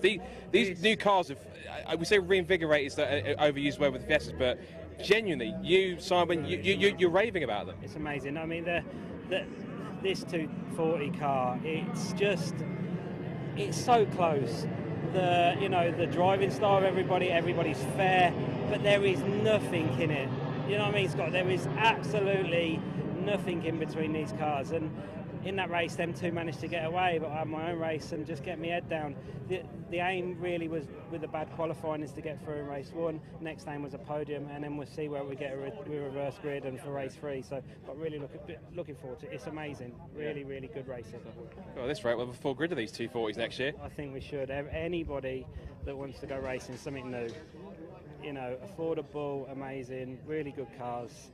You know, and to be fair, mechanicals, touch wood, it's been really good, you know. It makes everybody's life a lot easier, but so much grip, so much power, the stock's amazing, handle amazing. Yeah, anybody should come and do it, you know, it's really good. Fantastic. Well, well done on the result, and we'll see you tomorrow, see how you get on. Thank you, cheers, Scott. Good stuff. We know Simon Horriman and Jamie Going are praising these cars, and then we've got something special. So there'll be one more race for them tomorrow. But our last race of the day is coming up next, and that's our second race of the weekend for the Mazda MX-5 Supercart. So for the last time for the last race, it's Andy, back over to you. Thank you very much, Scott. So as the sun sets, or prepares to anyway, on a thrilling day of action here at Donington Park, we look forward then to our final race action of the day.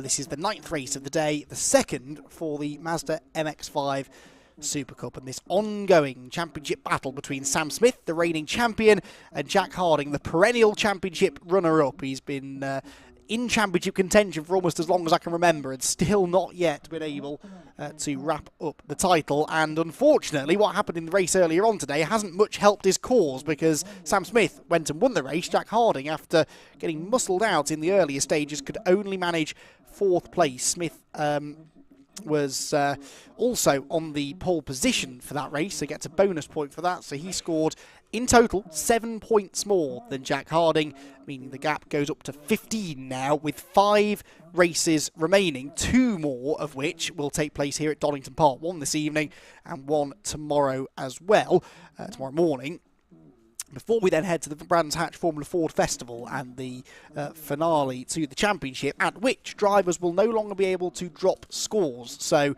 after the 2 races this weekend, we will have our final points tally. If you're going to have a bad race, then in a way, having it now might not be a bad thing. But Jack will not be thinking like that. He'll be wanting to work his way through on the grid in this one. A grid that's been amended slightly because there's been a change of car for one driver. But yeah, certainly Jack Harding will be wanting to move forward from where he's starting on the grid, because it's not a very good grid position for the championship challenger either. Sam Smith, his championship rival, is on pole, but Jack Harding only 7th on the grid, because this grid is based upon the second fastest lap times from the qualifying session earlier on this morning. This is something that often does catch drivers out. They often have one really good lap in qualifying, but then, you know, over the course of a 20-minute session, you don't get that many times to set a time, that much time to set a time, I should say, and sometimes they don't have time to get a second good one in, and that was kind of the case for Harding. He qualified for the earlier race today on the front row, and now starts 7th for this one. Let's run through that grid then. We might be missing one or two of these because we had that shunt at the start of the earlier race, of course. There will, I'm sure, be a couple of non-starters as a legacy of that, but Sam Smith is definitely there on the pole position alongside Patrick Fletcher then, the top two on the grid. John Langridge is third on the grid alongside Declan Lee. Good qualifying effort that from Declan, who finished only 10th in the previous race, but he's qualified 4th for this one. James Cossons and James Warrior on the third row, although I don't think we'll see the second of those Jameses. James Warrior, they're two teammates running for Aidan Hill's team, but James was involved in that shunt in race 1, so I don't think he'll be starting from 6th. Then it's Jack Harding then, who will have one less car potentially to overtake from 7th on the grid. He's got Braden Fletcher for company on row 4. Row 5 then for Adam Bessel. He was quick in the previous race. Remember, Bessel finished 3rd in the race earlier on today, so he should come forward from 9th. He's got Tom Smith for company, Alex Miller and Nick Rutter next ahead of Lee Britton and Kevin Sylvain, but we are now getting into some of those that may or may not be able to take the start. Tom Grensinger is a guest driver this weekend, and he's got Chris Richardson alongside him on row 8. And then on the 9th row of the grid, it's Michael Nibbs and Luke Whitworth, Tom Selden and Will Morris, then George Grant, Martin Tolley, Matt Pickford and Andrew Dyer.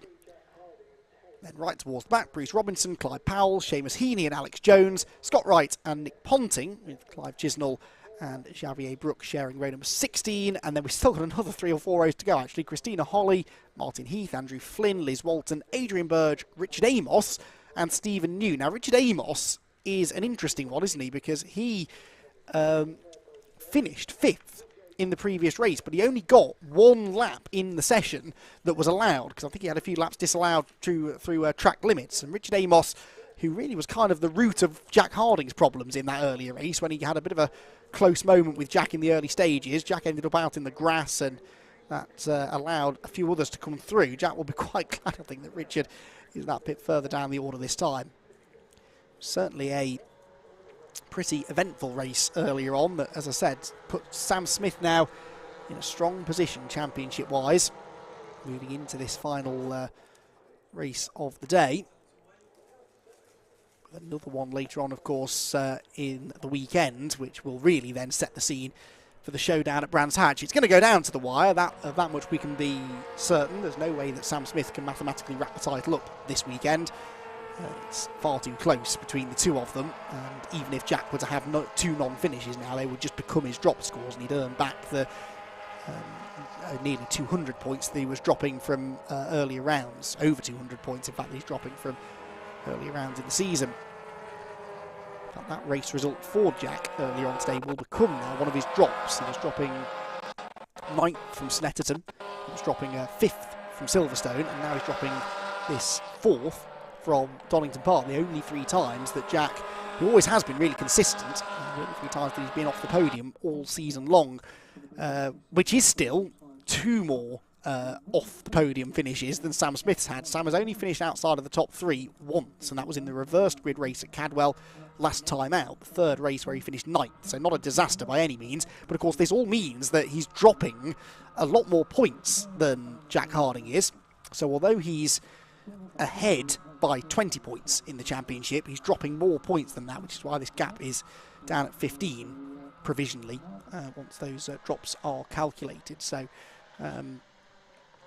Sam Smith, you win some, you lose some with drop scores. They're there for a good reason, especially at club level, because quite often drivers may be forced to miss an event, be it through work commitments, budget issues. If they have damage or a problem with the car and they can't get out for the next round, then it sort of takes some of the pressure away from them in that way. So the idea is, with it being 3 dropped scores, they're always triple headers with 3 races over the weekend for the Super Cup. So that's 1 weekend that you can miss entirely and it not affect your championship prospects. But of course it then puts you under a lot of pressure should you have another non-finish. It will lose you then any chance realistically of the title. John Langridge, for example, a driver in that situation, he missed the most recent round at Cadwell, so his 3 drop scores have now been used up. And John, 5th in the championship, could still finish inside the top 3 even, but can't afford another non-finish, which he barely missed in the previous race when he did just skirt by that accident at turn 1. Amazingly, the car that went over in the previous race of Xavier Brook, I've just seen pulling into position at the back of the grid. So that is amazing news then, that Xavier Brook has been able to get out there for this race. The number 70 car, which did a full barrel roll as it got pitched upside down by another car, is amazingly back out there at the back of the grid, the black and gold car towards the tail of the field. So we have got most of them there then. They're all in position. Richard Amos there at the back of the grid, ready to go racing then here for the final time today. 20 minutes in the BRSCC Mazda MX-5 Super Cup. Red lights go on then. Out they go now, up towards the first corner. It is a decent start there. Look from James Cossons, the blue car from the third row, drawing level with the second row starters, John Langridge and Declan Lee. But it is absolutely neck and neck between the top two. Into Redgate they go. Smith on the inside, Fletcher on the outside. I think Sam Smith will probably have the advantage there through the first corner. Michael Nibbs there, the 82 car in the middle, getting squeezed, but they're all through a lot more cleanly this time, thankfully, and they make their way now down into the Craner curves for the first time. So Fletcher's got the lead, actually. So Patrick Fletcher with the wider line there through Redgate gets himself ahead of Sam Smith. It's Cossons in third, Lee fourth, Langridge fifth, and then Jack Harding there trying to find a way past him already. So Harding up one place, but that was because there was a non-start for James Warrior. So he's not made any actual progress yet. He's essentially where he started, with Adam Bessel right behind him. And then I think Alex Miller, the number 7, is the next one. Into McLean's then. Harding to the outside. Side-by-side battling going on behind here. Very wide and into the gravel. That's Martin Tolley. Martin Tolley is off with the number 23 car, and that has potential significance for the Masters Championship. He was the championship leader coming into this weekend, but Martin Tolley was not, I believe, the Masters winner in the earlier race, and he's not going to win this one because I think there's a problem with the car. Look, he's going to pull out potentially to the edge of the road at Coppice, so he is out of the race. Martin Tolley going no further. That's a shame then for the 23 car then. He's out of the race, but the rest of the field continue on, and they're barrelling their way now out of the chicane behind the paddock and down to the hairpin at Melbourne. Who's going to have the lead? Is it still Patrick Fletcher? Yes, it is, from Sam Smith, still in second place. Change for fifth though. Look, Harding's up the inside and ahead of John Langridge. Jack Harding breaking into the top 5. That's significant. Needs to go after those leaders. He can't afford for Sam Smith to beat him again in this race. He really does need to get up there and beat that number 1 car. Langridge, meanwhile, having lost one place, at risk there of losing another to Adam Bessel, but I think he defended that well through the final corner. Across the line we go then. No one really escaping just yet. Fletcher leads the way by half a second, which is next to nothing really, over Smith in second. Then Cossons third, Lee in fourth, Harding in fifth, side by side for sixth as Bessel tries to go right round the outside of John Langridge. That might just work actually. That's Michael Nibbs with another big move up the inside of a Mazda MX-5, and I can't see the number on it because it's got that much damage down the left-hand side. That must have been, who was he running behind? Michael Nibbs. He was some way down the field, wasn't he, Michael? Not entirely sure, but anyway, he's gained the place in the number 82 machine. Through the old hairpin go the top 2, and Sam Smith in the slipstream now of Patrick Fletcher.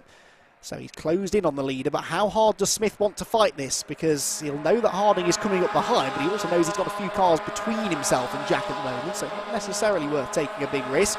John Langridge has looked fallen behind Adam Bessel, but he defended that position for long enough that it has allowed the top 5 to break away quite handsomely. So there's a big old gap now between 5th place and 6th place. The timing screen, by the way, is now updated to tell me that it was Kevin Sylvain that Michael Nibbs was going past, so no wonder there was damage to Sylvain's car. He was right in the middle of that pile-up at the start of race 1. Again, good news that they've, I think it's the Paul Sheard team running his car, managed to get him out there in time for race 2. Down into the hairpin then. Patrick Fletcher still leading, and again another move there from Harding up the inside. That's for 4th place this time on Declan Lee. Now Declan's a hard racer though, and he's not going to let that one go. He's going to fight back going up towards the hairpin at Goddard's. He's on the inside line. Harding's going to have to take a bit of a risk here. Lee right over the grass on the inside. That was a really aggressive line. Did it work? Did he get back ahead of Harding? They're still side by side, but Jack will squeeze ahead. So brave stuff that from Jack Harding, but it is exactly what he needed to do to try and go after Sam Smith. And Lee now again under pressure from Adam Bessel, who's just sort of following Harding through the order here, isn't he? Up the inside, and Declan Lee, yep, he's going to get shown the edge of the road. Through goes Bessel, and now John Langridge moves up to challenge, tries to go to the inside, but Declan had that one covered pretty much immediately. So Sam Smith then currently running in 2nd place. It is 4th place for Jack Harding, which means that the gap would go out by another 4 points as it stands. It would be 19 between them. Oh, wide onto the grass. That was number 48, I think, wasn't it? Ending up well out into the weeds, going through the old hairpin. And hopefully they'll find some tarmac to drive on the exit of the corner. That was Tom Grensinger. As there, side by side, we've had a change for the lead. Sam Smith has gone through into the race lead. Patrick Fletcher was losing second place to James Cossons as well. And here comes Jack Harding up the inside to get into a podium place. So Sam Smith decided that he'd had quite enough of watching Jack Harding getting closer and closer behind him. And he went for the race lead. And poor old Patrick Fletcher, who led at the start of the lap, is now out of the podium places. So Sam Smith, the reigning champion, leads the way. James Cossons second. Jack Harding already looking to the inside of him into the chicane. Decides not to go for it though. It's more important to get out of that sequence quickly than it is to go into it quickly, and we know how good Harding is on the brakes down at the bottom of the hill, so expect Jack Harding to challenge for second here as they drop into the Melbourne hairpin, and then he will have only one target ahead of him, and that will be his championship rival Sam Smith. Cossons saw it coming though. Look, he defended the inside. He's a bit slow on the exit. Actually, no, he's quite quick on the exit. Closes in on Sam Smith, if anything. So 14.5 minutes still to go. Adam Bessel, by the way, has the fastest lap as he sort of followed Jack Harding through. So the man in 5th place is scoring the bonus point for fastest lap, taking it away potentially from Harding or Smith.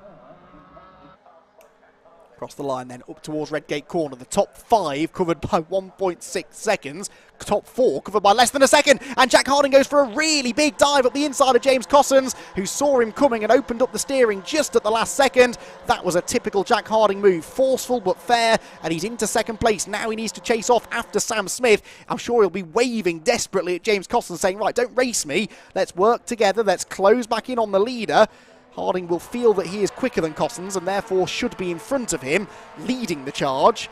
And, well, he's already gapping James, in fact, as they come out of the old hairpin. So, top 2 in the championship are once again top 2 in the race then. 100 points at the moment would be going to Sam Smith, 98 to Jack Harding. It means the gap would now only go out by 2 points. So Harding is limiting the damage, but we've said that so often this year, that he's limited the damage, but he's not really been able to overturn any of this advantage that Sam Smith's had.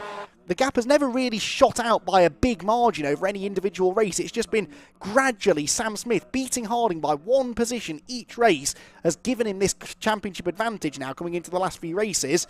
And Jack really does need to start beating Sam, and he needs to start beating him now with just 5 races to go in the season. They're getting away from Cossons, Fletcher, Bessel and Langridge, 3rd, 4th, 5th and 6th, who were delaying themselves a little bit there through the chicane, where I noticed there was a slippery surface flag, I would imagine for gravel rather than fluid. Side by side for 3rd, Fletcher up the inside. He's going to get past Cossons, is he? No, James gets the traction on the exit of the hairpin there. He's going to try and get the inside at Goddard's and force his way back through. So it's the 3rd place battle that is side by side towards us. And yep, Cossons on the inside goes back ahead. Fletcher, though, now tries to repay the favour by sweeping around the outside coming out of Goddard's, but he can't get there. Sam Smith, new fastest lap of the race, a 151.780. With it, he picks up a bonus championship point and gets the gap to Jack Harding now to 1.1 seconds. A good lap that then from Sam Smith. Having got into the lead, he's trying to make good his escape. Bit of contact there, bit of pushing and shoving. That was Bessel into the back of Fletcher, which pushed him into the back of James Cossons. They all got a bit sideways, and it's Declan Lee who was at the back of that group. He was unimpeded. He's already passed John Langridge. Now he's on the inside of Bessel. He's sideways over the grass for Declan Lee. How did he save that? That is a terrifying place to be making contact. Understandably, he loses a bit of momentum, and so Langridge goes back ahead of him.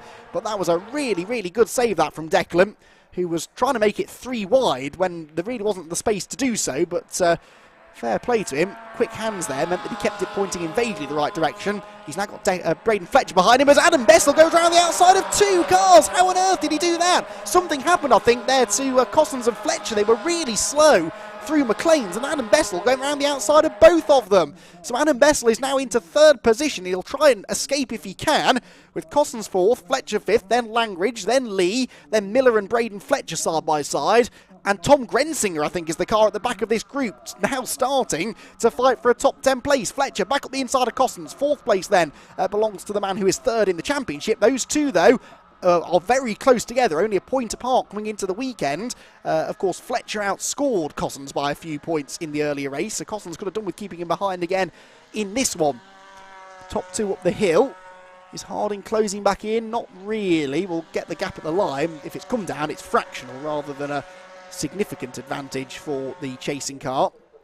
Once you drop beyond the second or so of the leader, it's hard then to get that slipstream. Maybe he is a bit closer. Let's see. The time for the leader is a 51.7. Harding a 51.5. And that now snatches the fastest lap back again.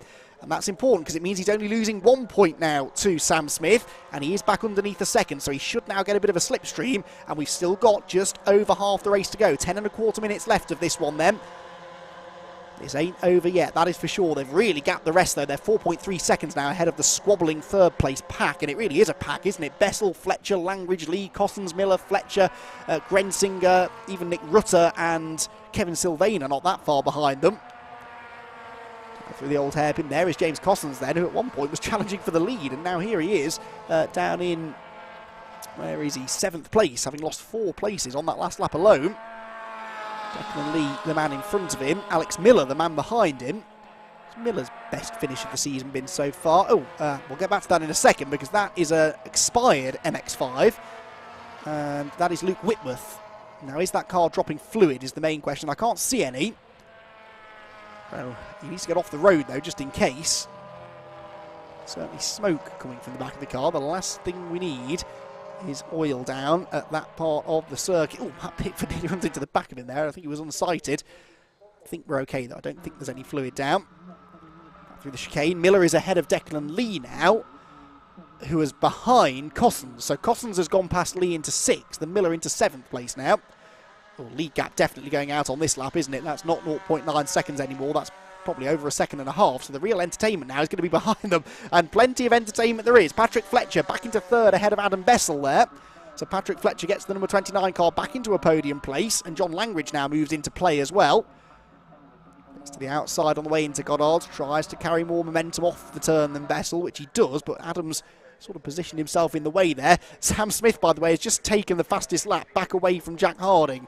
So he's now outscoring him by 3 points again, and the gap is the biggest it's ever been, nearly 1.5 seconds between first and second, 5.3 seconds then between second place Harding and third place Fletcher. There, Michael Nibbs on the outside of Braden Fletcher. No relation. Braden is related to former British GT4 champion Kelvin, who runs that Paddock Motorsport team with Martin Plowman, who's here this weekend, running the team for them.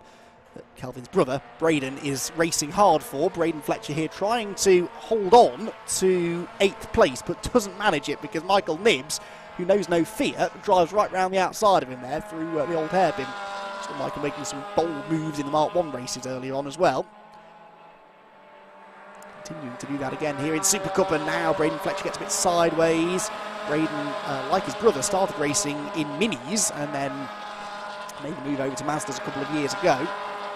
Braden, a very talented driver, no doubt about it, but I think they've struggled really to get that car set up quite right this season. It doesn't look particularly happy there, does it? Sliding around as it went through the top end of the circuit. 3rd, 4th and 5th here in shot. Patrick Fletcher, then a small gap back to Adam Bessel and John Langridge. These two know each other well from their Mark 1 MX-5 racing days. And John Langridge, former champion within that category, of course, making the step up to Super Cup, and despite having missed that previous event at Cadwell, he's 5th in the points, arriving here at Donington. Looking good, though, for Sam Smith now, into the final third of the race, 7 minutes to go. And his gap is continuing to grow now. I don't think Jack Harding's got anything for him at this stage.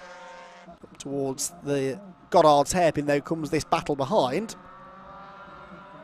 And that's Alex Miller on the inside of Tom Grensinger. Great to have Tom racing in the championship this weekend. Tom Grensinger has been a star of Caterham racing at various different levels of the Caterham Motorsport ladder in recent years with the BRSCC.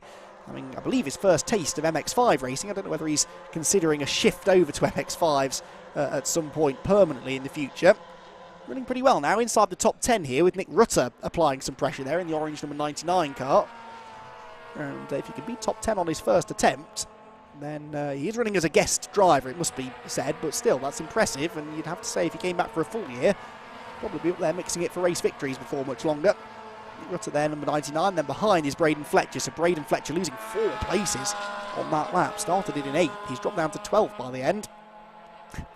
Very moody lighting up there at McLean's as the field makes its way through. The cameras, as ever, are doing a brilliant job of making it look like it's still light out there. It is almost dark. It is very, very late here. It's 6:45 on a late September evening. It is not that bright, and the drivers are I'm sure struggling a little bit for visibility. Maybe that explains why Alex Miller just drove off the track going through Coppice Corner. And Tom Grensinger now will get a chance maybe to attack him for ninth place as they go down the exhibition straight. He's on the wrong side of the road into the chicane though. How late on the brakes does he want to go? Well, he's later than Miller, and he turns in across Miller's bows. That was bold stuff from Grensinger. But if you learn anything from racing in Caterhams, it's how to race inches apart from your competitors without making contact. And Grensinger did a really good job there of doing exactly that. So Grensinger up one then, Miller down one. Leaders about to go on to another lap with 5 minutes to go. The leaders, by the way, on the previous lap, almost setting identical lap times. A 1:52.652 for Smith and a 52.657, just 5/1000th slower for Jack Harding, but he's then a couple of tenths slower on the next lap. So the gap is out over a second and a half now for the first time. So Nick Rutter loses out there to Braden Fletcher, and the white car at the back of that group is Richard Amos, number 6, who came from the back of the grid. Remember, Richard was a podium contender in the previous race, but started right at the back because his second fastest lap time wasn't very good. So the white car just about to come into shot. Oh, there he is. Sam Smith's teammate, a little bit detached from that group, is going to be on them before much longer, I think, though, because Amos's last lap was a 52.4, 2 seconds nearly quicker than the cars at the front of this group. So Grensinger and Miller, as entertaining as their battle is, it's holding this whole train of cars up. Again, this is what we've seen all day here at Donington. It's such a momentum circuit. As soon as you get in a battle like this, running side by side, defending, attacking, it just loses you so much time around the lap. And it's easy to see how people end up running into you. Miller around the outside of Grensinger. That's a heck of a move, and he might just make it stick. They touch on the exit. That delays Grensinger, brings Braden Fletcher back alongside him. And Alex Miller goes to the front of the pack then. Brilliant stuff. That was for 9th place, but you'd think it was for the race victory, wouldn't you, the way they're racing? So Miller to the front of the group. At the back of it, Richard Amos, I think, is being waved through by Kevin Sylvain. I saw Kevin waving out of his window, but actually Amos didn't go past him. So was he waving him past, or was he telling him to work with him? I'm not sure, but we'll see. I'm sure Amos has the pace to pass him anyway. Don't imagine that Sylvain will put up much of a fight. In fact, I think they're side by side as they make their way towards Melbourne. So we're about to start the penultimate lap then. There will be 2 laps to go at the end of this one. And let's see. Yes, Amos is ahead of Sylvain, I can see. Out of Goddard's they go. The leaders go through. New fastest lap for Jack Harding. Hello. Not quite given up on this yet, has he? The gap's down to a second now, 1:51.381. They're not nose to tail, but just keep an eye on Jack Harding. Has he saved something? He's often known for coming on stronger in the latter part of the race. He's leaving it very late now, but the gap is down to a second, just when it looked like Smith had this one under control. It was a slightly slow lap from Smith, but coupled with a really quick one from Harding. And of course, as well as closing the gap, it gives him a bonus point in the championship. Oh, George Grant is off. And that is down at the chicane, I think, isn't it? And there's damage to that car. And George ain't happy about it, and nor should he be, really. George puts a lot of effort and a lot of money, ultimately, into his racing. And that's going to be a little bit of a repair bill now, I'm afraid, to get the car race ready for tomorrow.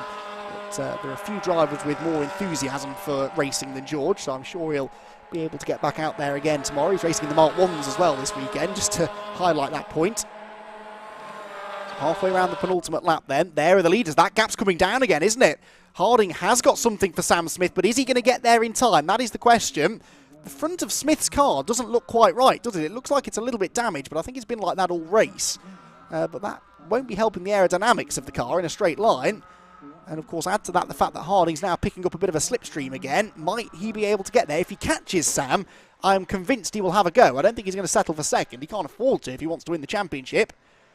Out of the hairpin.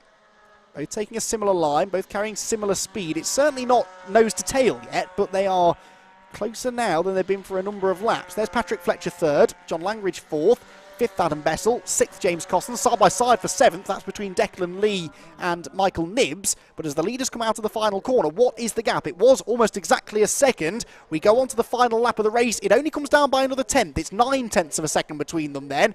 Wasn't quite such a good lap from either of them that time, and that might just have robbed Harding of the impetus that he needed to really challenge. Smith is a bit sideways though through Redgate. Harding still pushing on. The first 2/3 of the lap in particular are where you can really use this slipstream because the average speed is really high through the craners, out through the old hairpin. Harding needs a perfect run through this right-hander now. Smith with a bit of a wobble on the way in. Harding uses lots of the curb. on the way in and on the way out, I'm sure, but he's just not quite getting there, is he? You get the feeling that Smith might be just controlling this race now. He's only going to outscore Harding by a point as it stands then. So it would go out to 16 between the two of them, but 16 points with 4 races to go. We've seen bigger championship margins than that overhauled at the closing stages of a championship. Harding is closing now, though, through Coppice. He's part of the track very strong, isn't it? Through McLean's and Coppice, the right-handers at the top of the track. He'll get a slipstream down the back straight. Now, he's not going to be close enough to attack into the chicane, but what about a good exit from the chicane and maybe into the Melbourne hairpin? Sam Smith might just have enough of a margin. If there'd been another lap in this race, then I might have fancied Jack's chances a bit more. He fires the car off the chicane, but he's not going to be close enough, is he, on the run into his favourite overtaking opportunity in this race, the Melbourne hairpin. About to come into view then. Here they come. Sam Smith, the leader. Jack Harding second. He's just going to run out of time, but it's been a spirited effort, this, from Jack. A brilliant drive from Sam as well, though. A really clever drive, actually. He picked his moments of when to attack perfectly. Never went for any rash moves. He waited in line when he had to, made the move when he saw Jack Harding was closing in, crucially built a gap that he has never lost. Sam Smith comes out of the final corner to take his second victory of the day here at Donington and extend his championship lead over Jack Harding, who comes home in second place. Third place goes to Patrick Fletcher. Fourth, John Langridge. A really good result that from John. He's still not been on the podium this year, but it is, I think, his fourth place finish of the year so far. From James Cosland's 5th, Adam Bessel 6th, Declan Lee 7th, Michael Nibbs should come through next. Now, Adam Bessel's being given a penalty, though, I'm afraid, for track limits. Adam Bessel, 5-second penalty for track limits, which will drop him only 1 place, I think, behind James Cosland. So Cosland inherits 5th, Bessel 6th, and Declan Lee, Richard Amos. Michael Nibbs' transponder isn't playing, which is why he's not yet factored into that, but he should be somewhere towards the back of the top 10. The rest of them starting to slide their way through now, but a brilliant way to end the day. Sam Smith will be happy. He pulls out an extra single championship point over Jack Harding with another race to go tomorrow, but there is it's going to be a pivotal race, that, in more ways than one, for the championship. The final race before the drop scores are fully calculated, if you see what I mean. Can't drop any of those results from Brands Hatch, and really a must-win race, you feel, for Jack Harding coming tomorrow. Crabbing across the line there, number 56. Just caught a glimpse of that then as it came through. 56, very slow as well across the line, and definitely suspension not quite aligned as it should be. Could have been 66 actually, I suppose. But anyway, whoever it was, they have had a whack somewhere there at the very end of the race. I think it might have been 66, mightn't it, which is Martin Heath, who I think had sustained a bit of last lap damage there. But it is Sam Smith that takes the victory by, in the end, 1.15 seconds over Jack Harding. Patrick Fletcher 3rd, John Langridge in 4th, James Cosland's 5th, 6th place Adam Bestel. Michael Nibbs was in 7th ahead of Declan Lee, Richard Amos from the back of the grid to 9th, and Braden Fletcher to round out the top 10. So, brilliant way to end the day, and we can do it all again tomorrow, and more actually, because there's even more racing coming up tomorrow here from Donington Park, with I think in total something like 13 races starting from 10 o'clock in the morning, running right through till about 6:30 in the evening. And it will start with the Mazda MX-5 Championship. We'll have most of the series that raced today, in fact all of the series that raced today apart from the MX-5 Clubman Championship will be back tomorrow, and will be joined by the Welsh Drivers Association, the Zio Prototype Cup, and the BRSCC Club Sport Trophy.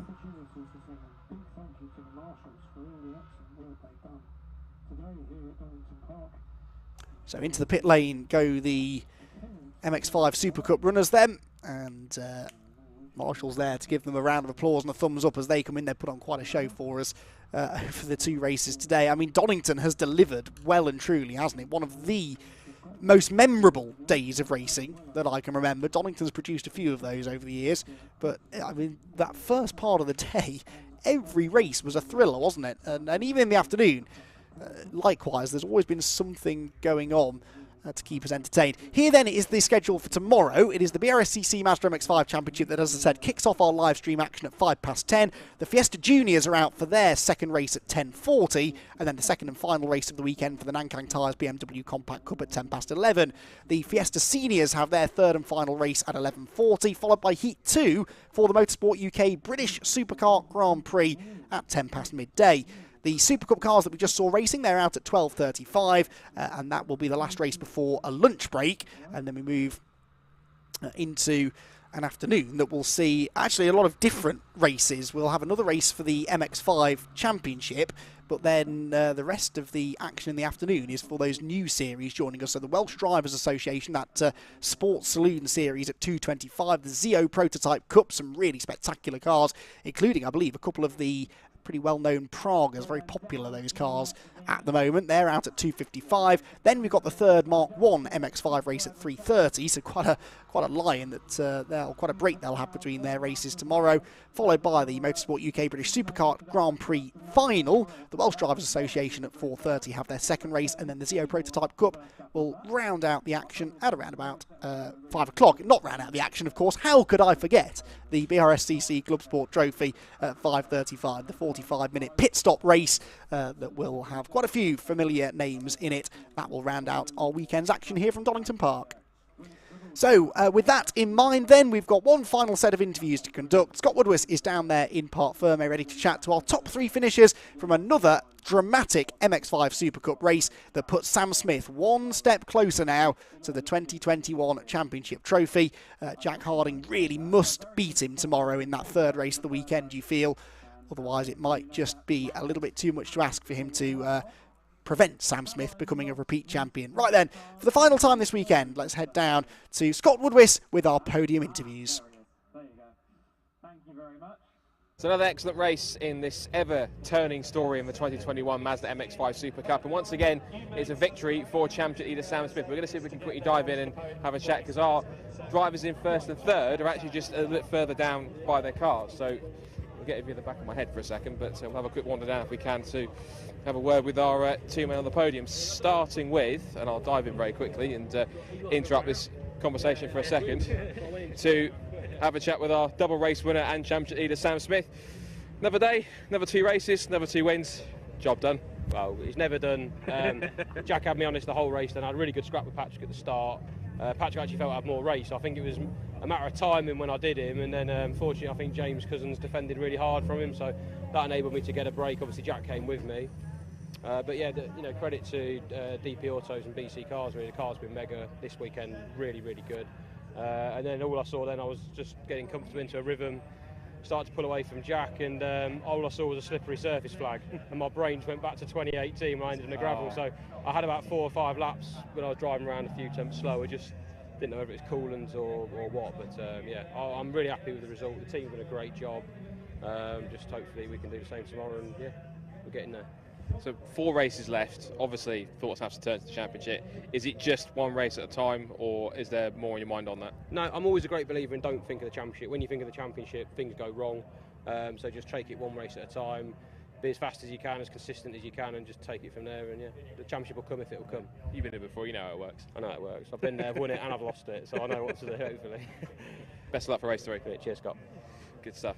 Right, let's see if we can find. I know that Jack Harding's over in the corner, so what I'm going to do is, if what's come with me, cameraman Oscar, I have to see if we can quickly doorstep a conversation which is going on between Jack Harding and his team Luke Herbert Racing. So quickly just head over here and have a chat. Excuse me, Jack, I have to doorstep you for a second. 2 strong results today. How are you feeling about it today? It's been a little bit up and down, but couple of decent podiums. How do you feel about it? Yeah, first race I think I was to win, and yeah, something happened and resulted in me dropping back quite a bit, and then just try to fight through, salvaged 4th, but like I said, what could have been a win really. And then in that race once again got a pace to win, but starting 7th due to disallowed laps in qualifying, so it just made it tricky. But I did some do-or-die moves and managed to get through to 2nd, but by the time I'd done that, Sam had just got a good enough gap to sort of keep me out the tow. And then once someone's got that gap, it's just always difficult to reel them in. And the more I pushed, the more I overheated the brakes, the more I brake fade, and it just kind of, I'd close the gap on him, but then I'd lock up, and yeah, it was the best I could do. I kind of knew from that point it was going to be second, but you know, it's gone from 7th to 2nd. You know, Luke Herbert and the guys have done an absolutely brilliant job with the car. It handles brilliantly, and yeah, massive thanks from my sponsors, and have got me on the grid and doing what I love. It's just it's racing, in it. It's up and down. So. I know you got that renewed kind of attitude to it in terms of you just taking every result that comes, you enjoying yourself. Have you enjoyed yourself this weekend? I know it's an obvious question to ask, but I mean, you had a 4th and a 2nd, you've been involved in some battles, you had some good pace. Is it another weekend of those where you think you can come away and think, yeah, I've given it as much as I could? Yeah, I mean, I don't want to take it away from the club or all the series, because it's brilliant. I've just done my time in here. I've been in this a long time, and you know, maybe I'm due to go on to new adventures. But you know, I enjoyed that race. I didn't enjoy the first race because of the issue that I had, but you know, I enjoyed that race. It was nice to come through, and good respect between drivers. So that's the main thing. But yeah, we'll see what we can do tomorrow. But yeah, like I said, I'm a lucky boy to be here because of all my sponsors, and a lot of people have dreamed to be in this position. So I just need to remember that we're coming racing to enjoy it, and yeah, that's it. Still 4 races to go, ain't over yet. No, we'll see what happens. Like I said, race, but I just want to take some wins now. Like I said, I've said it for a while now. Championship's always good to win, but yeah, I just want some wins. Good stuff. Hopefully you get one tomorrow. Cheers. Good stuff. Right, and very quickly, if he's still around, he's trying to escape out of the door here for a second. I will very quickly just have a quick chat with Patrick Fletcher before we sign off. Very quickly before he gets his trophy. Very quickly, Patrick.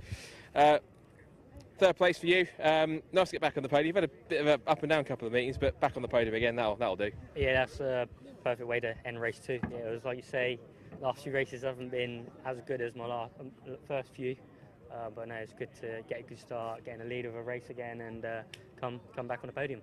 Good stuff. Well, we won't let you get hold and get your trophy, so go get your trophy and we'll see you tomorrow. Good stuff. And that concludes day 1 here at Donington Park.